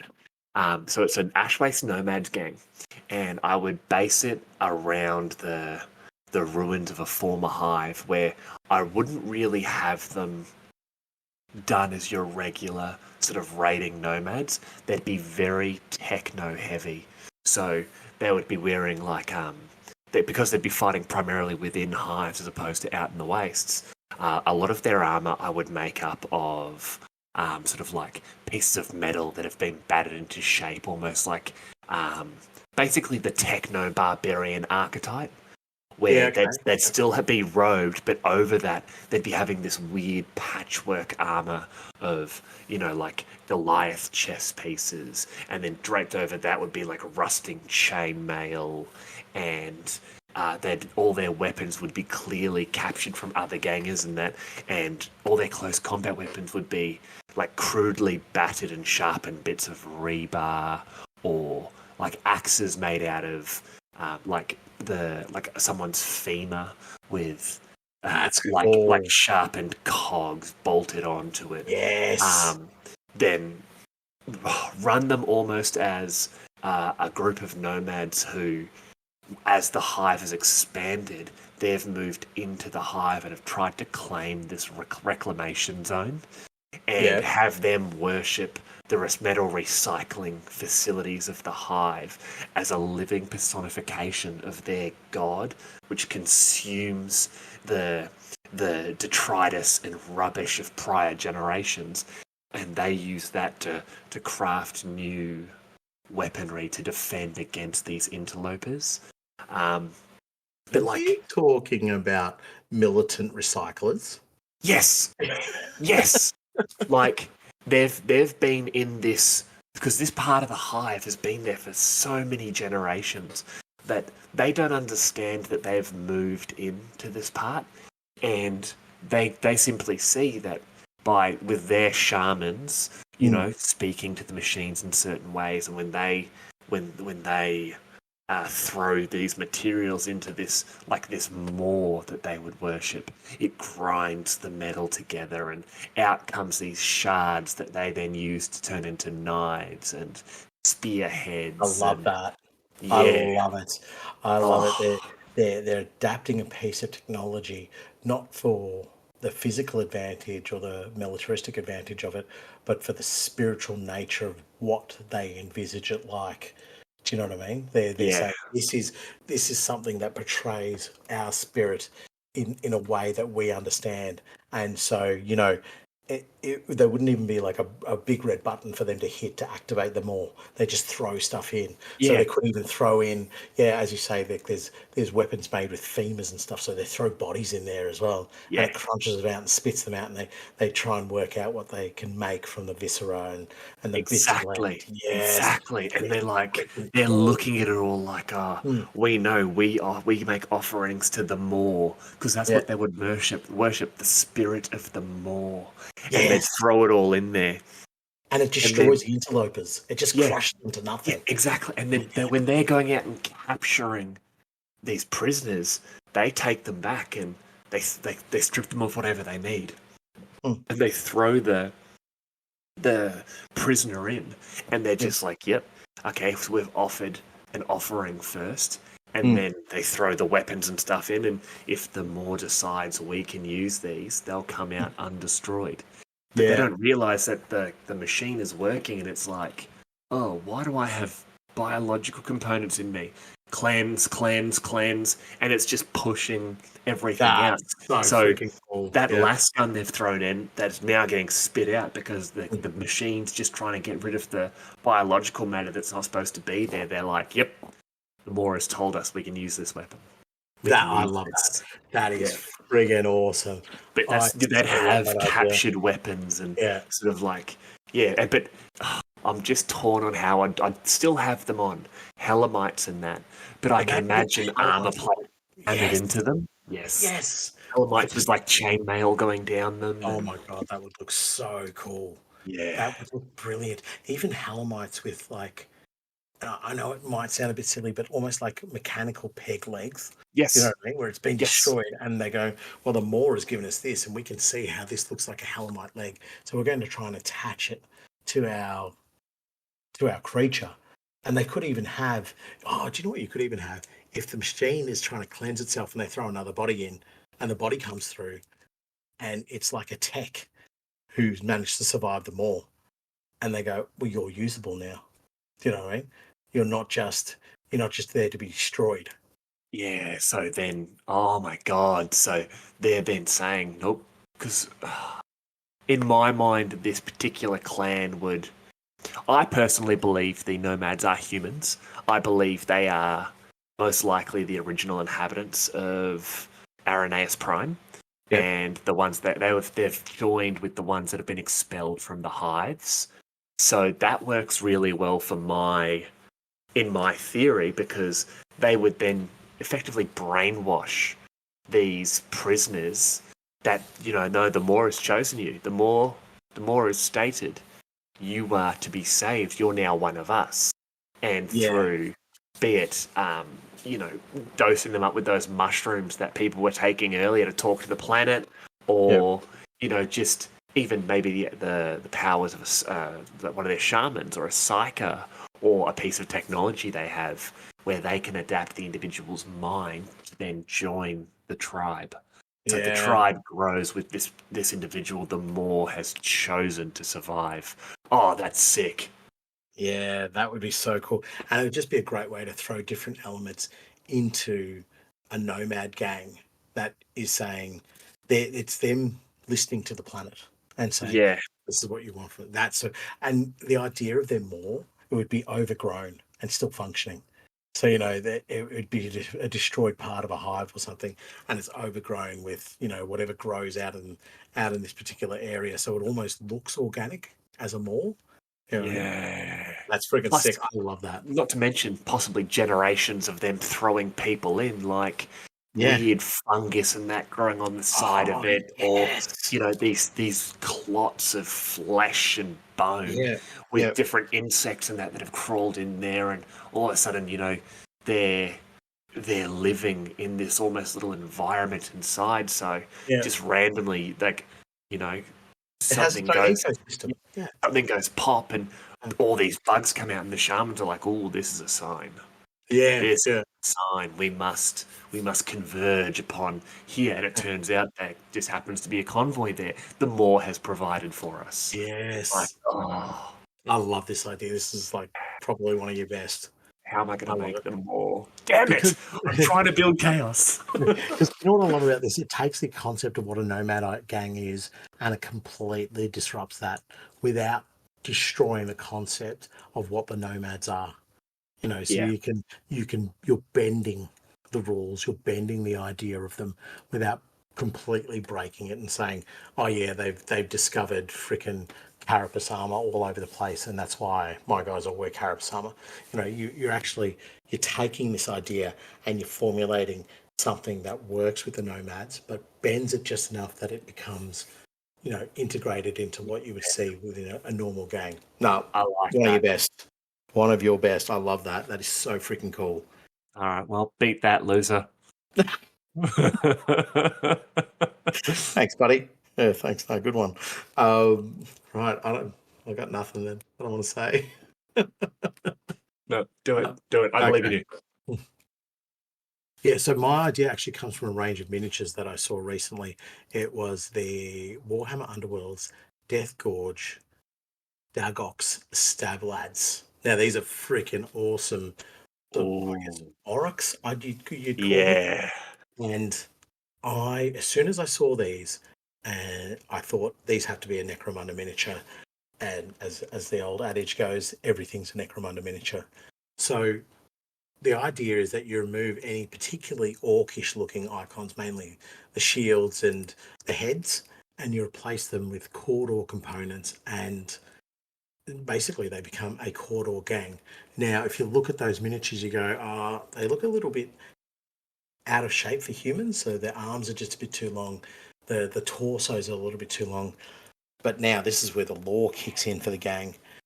This is an idea that these are followers of the Prophet who have stayed out in the ash wastes just that little bit too long, and they're like the fourth, or maybe no, not the fourth, maybe like the second or third generation that has been out there. And from that, they've now become distended and a little bit warped and corrupted, but they're in total belief of the Prophet. Now, I can envisage this gang being sometime after the pilgrimage, and what has happened to them. Yeah, what has happened to them, they've been corrupted and mutated slightly by the ash wastes and the radiation out there. So you could use all these miniatures, and there's just some really cool elements within there. You have a guy blowing his huge horn, and I could see them using that as a way to let everybody else know that the nomads are on the way or something along those lines. But they've basically formed their own pilgrimage within the ash waste, and as I've said, they're totally lost. So they're just struggling to fight on. Their equipment is made up of just ragtag, whatever they can get. They're scavengers as much as they are pilgrimages. Yeah. And oh man. I reckon they'd look like, imagine hooded heads on those miniatures and so forth. But from there, that you could have, heavily mutated members of the gang. So the Jubes would be children who really look like they're in dire need of some hive air and not just the waste air. Yeah. You'd use a lot of rebreathers and so forth on them, really make them look like they're a struggling caravan out in the waste, and they just don't know where to go. So anything overly technical would just be too much of a stretch. And I could just see them, scavenging, doing whatever they can to survive, but they are heavily, heavily mutated. I think it was in the Blood Angels lore on their home planet of Baal. There was so much radiation on there that there was mutated cannibal mutants. The cannibal mutants. That's Yeah. a little bit of an idea of this, that there are mutated gang members, and they're just accepted for what they are, because they still hold all the iconography of imperial rule and imperial doctrine. So they're doing everything that would highlight them as Imperials, as practices of the Prophet and his methodologies, but they've just succumbed, because they're only human. They've succumbed to the ash wastes. Yeah, I love that, and that particular creed of their religion has kept them out there all that time, where they've been unable to rejoin society, where maybe they're looking at it like, oh, these non-believers won't accept us, so we sort of keep diverting away from major settlements and hives, and that's I like sick. That. I like that as well. So rather than just being lost, they're actively avoiding these major settlements, because they're saying, well, they don't see the light the way that we see the light, and that's why they attack us. Whereas in the reality is, they look at it and see it as mutants coming out of the ash wastes. Yeah. Like, what are these weird things? They don't understand the light, so we must always go searching for the light, or bring the light to those small communities that can't really stand a chance against one of our gang raids. Oh, that's awesome. However, I did say that I've got two ideas. Second idea is a group of Cadians on Necromunda. Now, these Cadians... All right, buddy, strap us in. These Cadians. Now, this one is not derived... this idea didn't necessarily start with the miniature. This started with the concept and the idea of the law. These Cadians are stuck on Necromunda, and they can't get back to Cadia for two reasons. One, there's no ship that'll take them there, and there's no planet left to go back to anyway. I was gonna say. So within, say, all the bureaucracy and red tape of something like the Imperium, there's no way they could requisition or jump onto a ship that's going to that sector of space to reconnect with their unit. So they're waiting for a ship that will never come. Consequently, they become embroiled within this religious fanaticism that's going on Necromunda. So they begin to take on the teachings of the prophet, not so much that is the new way for them, but it is a better way, because the teachings of the ecclesiarchy that they had followed previously had seen their planet destroyed, had seen them countless light years, or whatever many kilometers away, millions of kilometers away, to a different planet, to not be there when their homeworld was destroyed. They lose touch and they lose faith with the ecclesiarchy, and the words of the prophet begin to ring true for them. So as they progress, they still see themselves as a military unit, but they see that they're no longer needed on Necromunda as a guidance for new regiments and so forth, because it is absolute disarray, absolute chaos. Even the regiments on Necromunda would be going off kilter.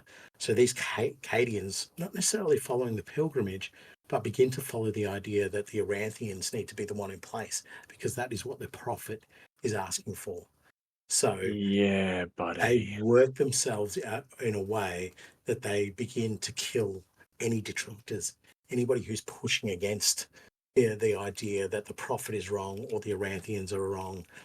And they adorn themselves with all manner of seven-pointed stars, or still cover themselves in all this imperial iconography as well. And they take on a Minotauran priest or something along those lines, but they still have a standard bearer in the gang. They still have the captain or the major or whoever leading them. And I would see no Jews in this gang. They didn't bring any white shields with them. These are advisors to a Necromundan unit, so you don't bring your juniors along. You bring along vets. So yeah, you almost feel them as Venators, I would say, but every member gets flak armor. Every member gets a las gun, other than obviously the command squads and so forth. So in this, they still function very much as an Imperial Guard squad, but within the confines of what they would look like within Necromunda. But it's all about ensuring that the prophet is the new truth that must be heard, and they take that truth with them. And so you could see it, like, I don't know if you can remember the model where it's a commissar holding up a book and he's reading from it. Yeah. That would be like the company. That would be the company commander or major, whoever's going to be your gang leader, and reading from the book, screaming it out like, the Cadia fell because you believed the false teachings of an ecclesiarchy that has let you down. The prophet's grown corrupt. Corrupt. Yeah. Is the snake within our midst. The word of the prophet and his teachings and his understanding of the imperial creed is the truth. And anybody who doesn't believe that, or anybody who even chooses not to listen, you are an enemy. And it's almost their way of venting their frustration of not being on Cadia when it fell. Yeah. I love it. By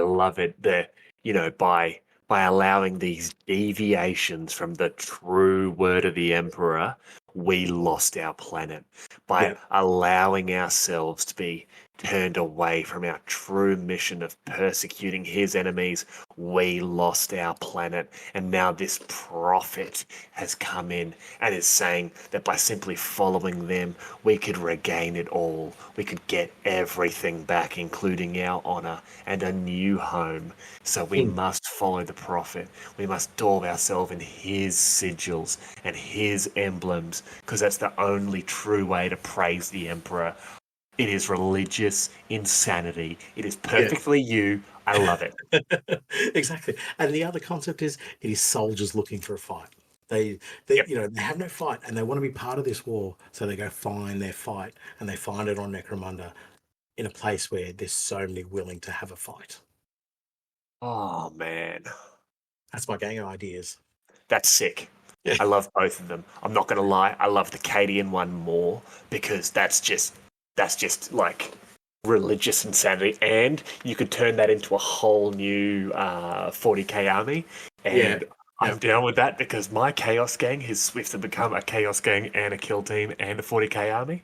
So we could do opposing Imperial Guard armies to fight each other. Cool. Look, to be honest with you, I You wanna? personally think, I kind of do, because I think one of these two gang ideas is going to be my gang for this year that I will get built and ready for whatever tournament we come up against. Oh, mate, honestly, the amount of shit me and Punk Taku were talking to each other every time he puts up one of his new cultist minis, I'm just like, nah, man, your god's lame.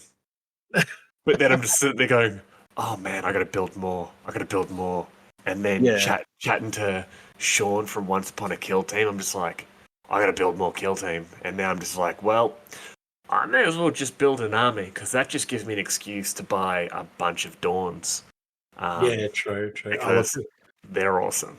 I need no excuse to play more Imperial Guard, but I don't know. Look, in terms of the modelling opportunities, the Cawdor gang, the mutated Cawdor gang, I think is awesome.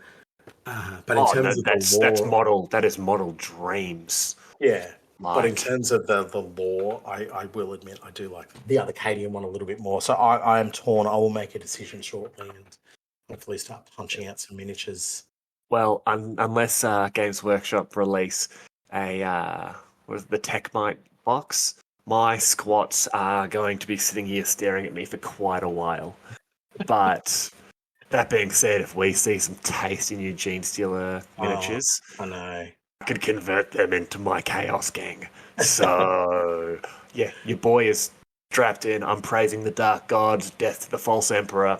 It's 2024, year of the Unholy Four, if you know what I'm saying. Yeah. I get you.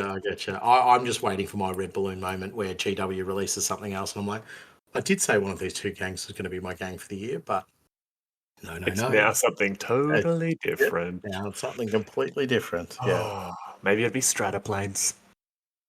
If you're listening, Mr. Games Workshop, please don't.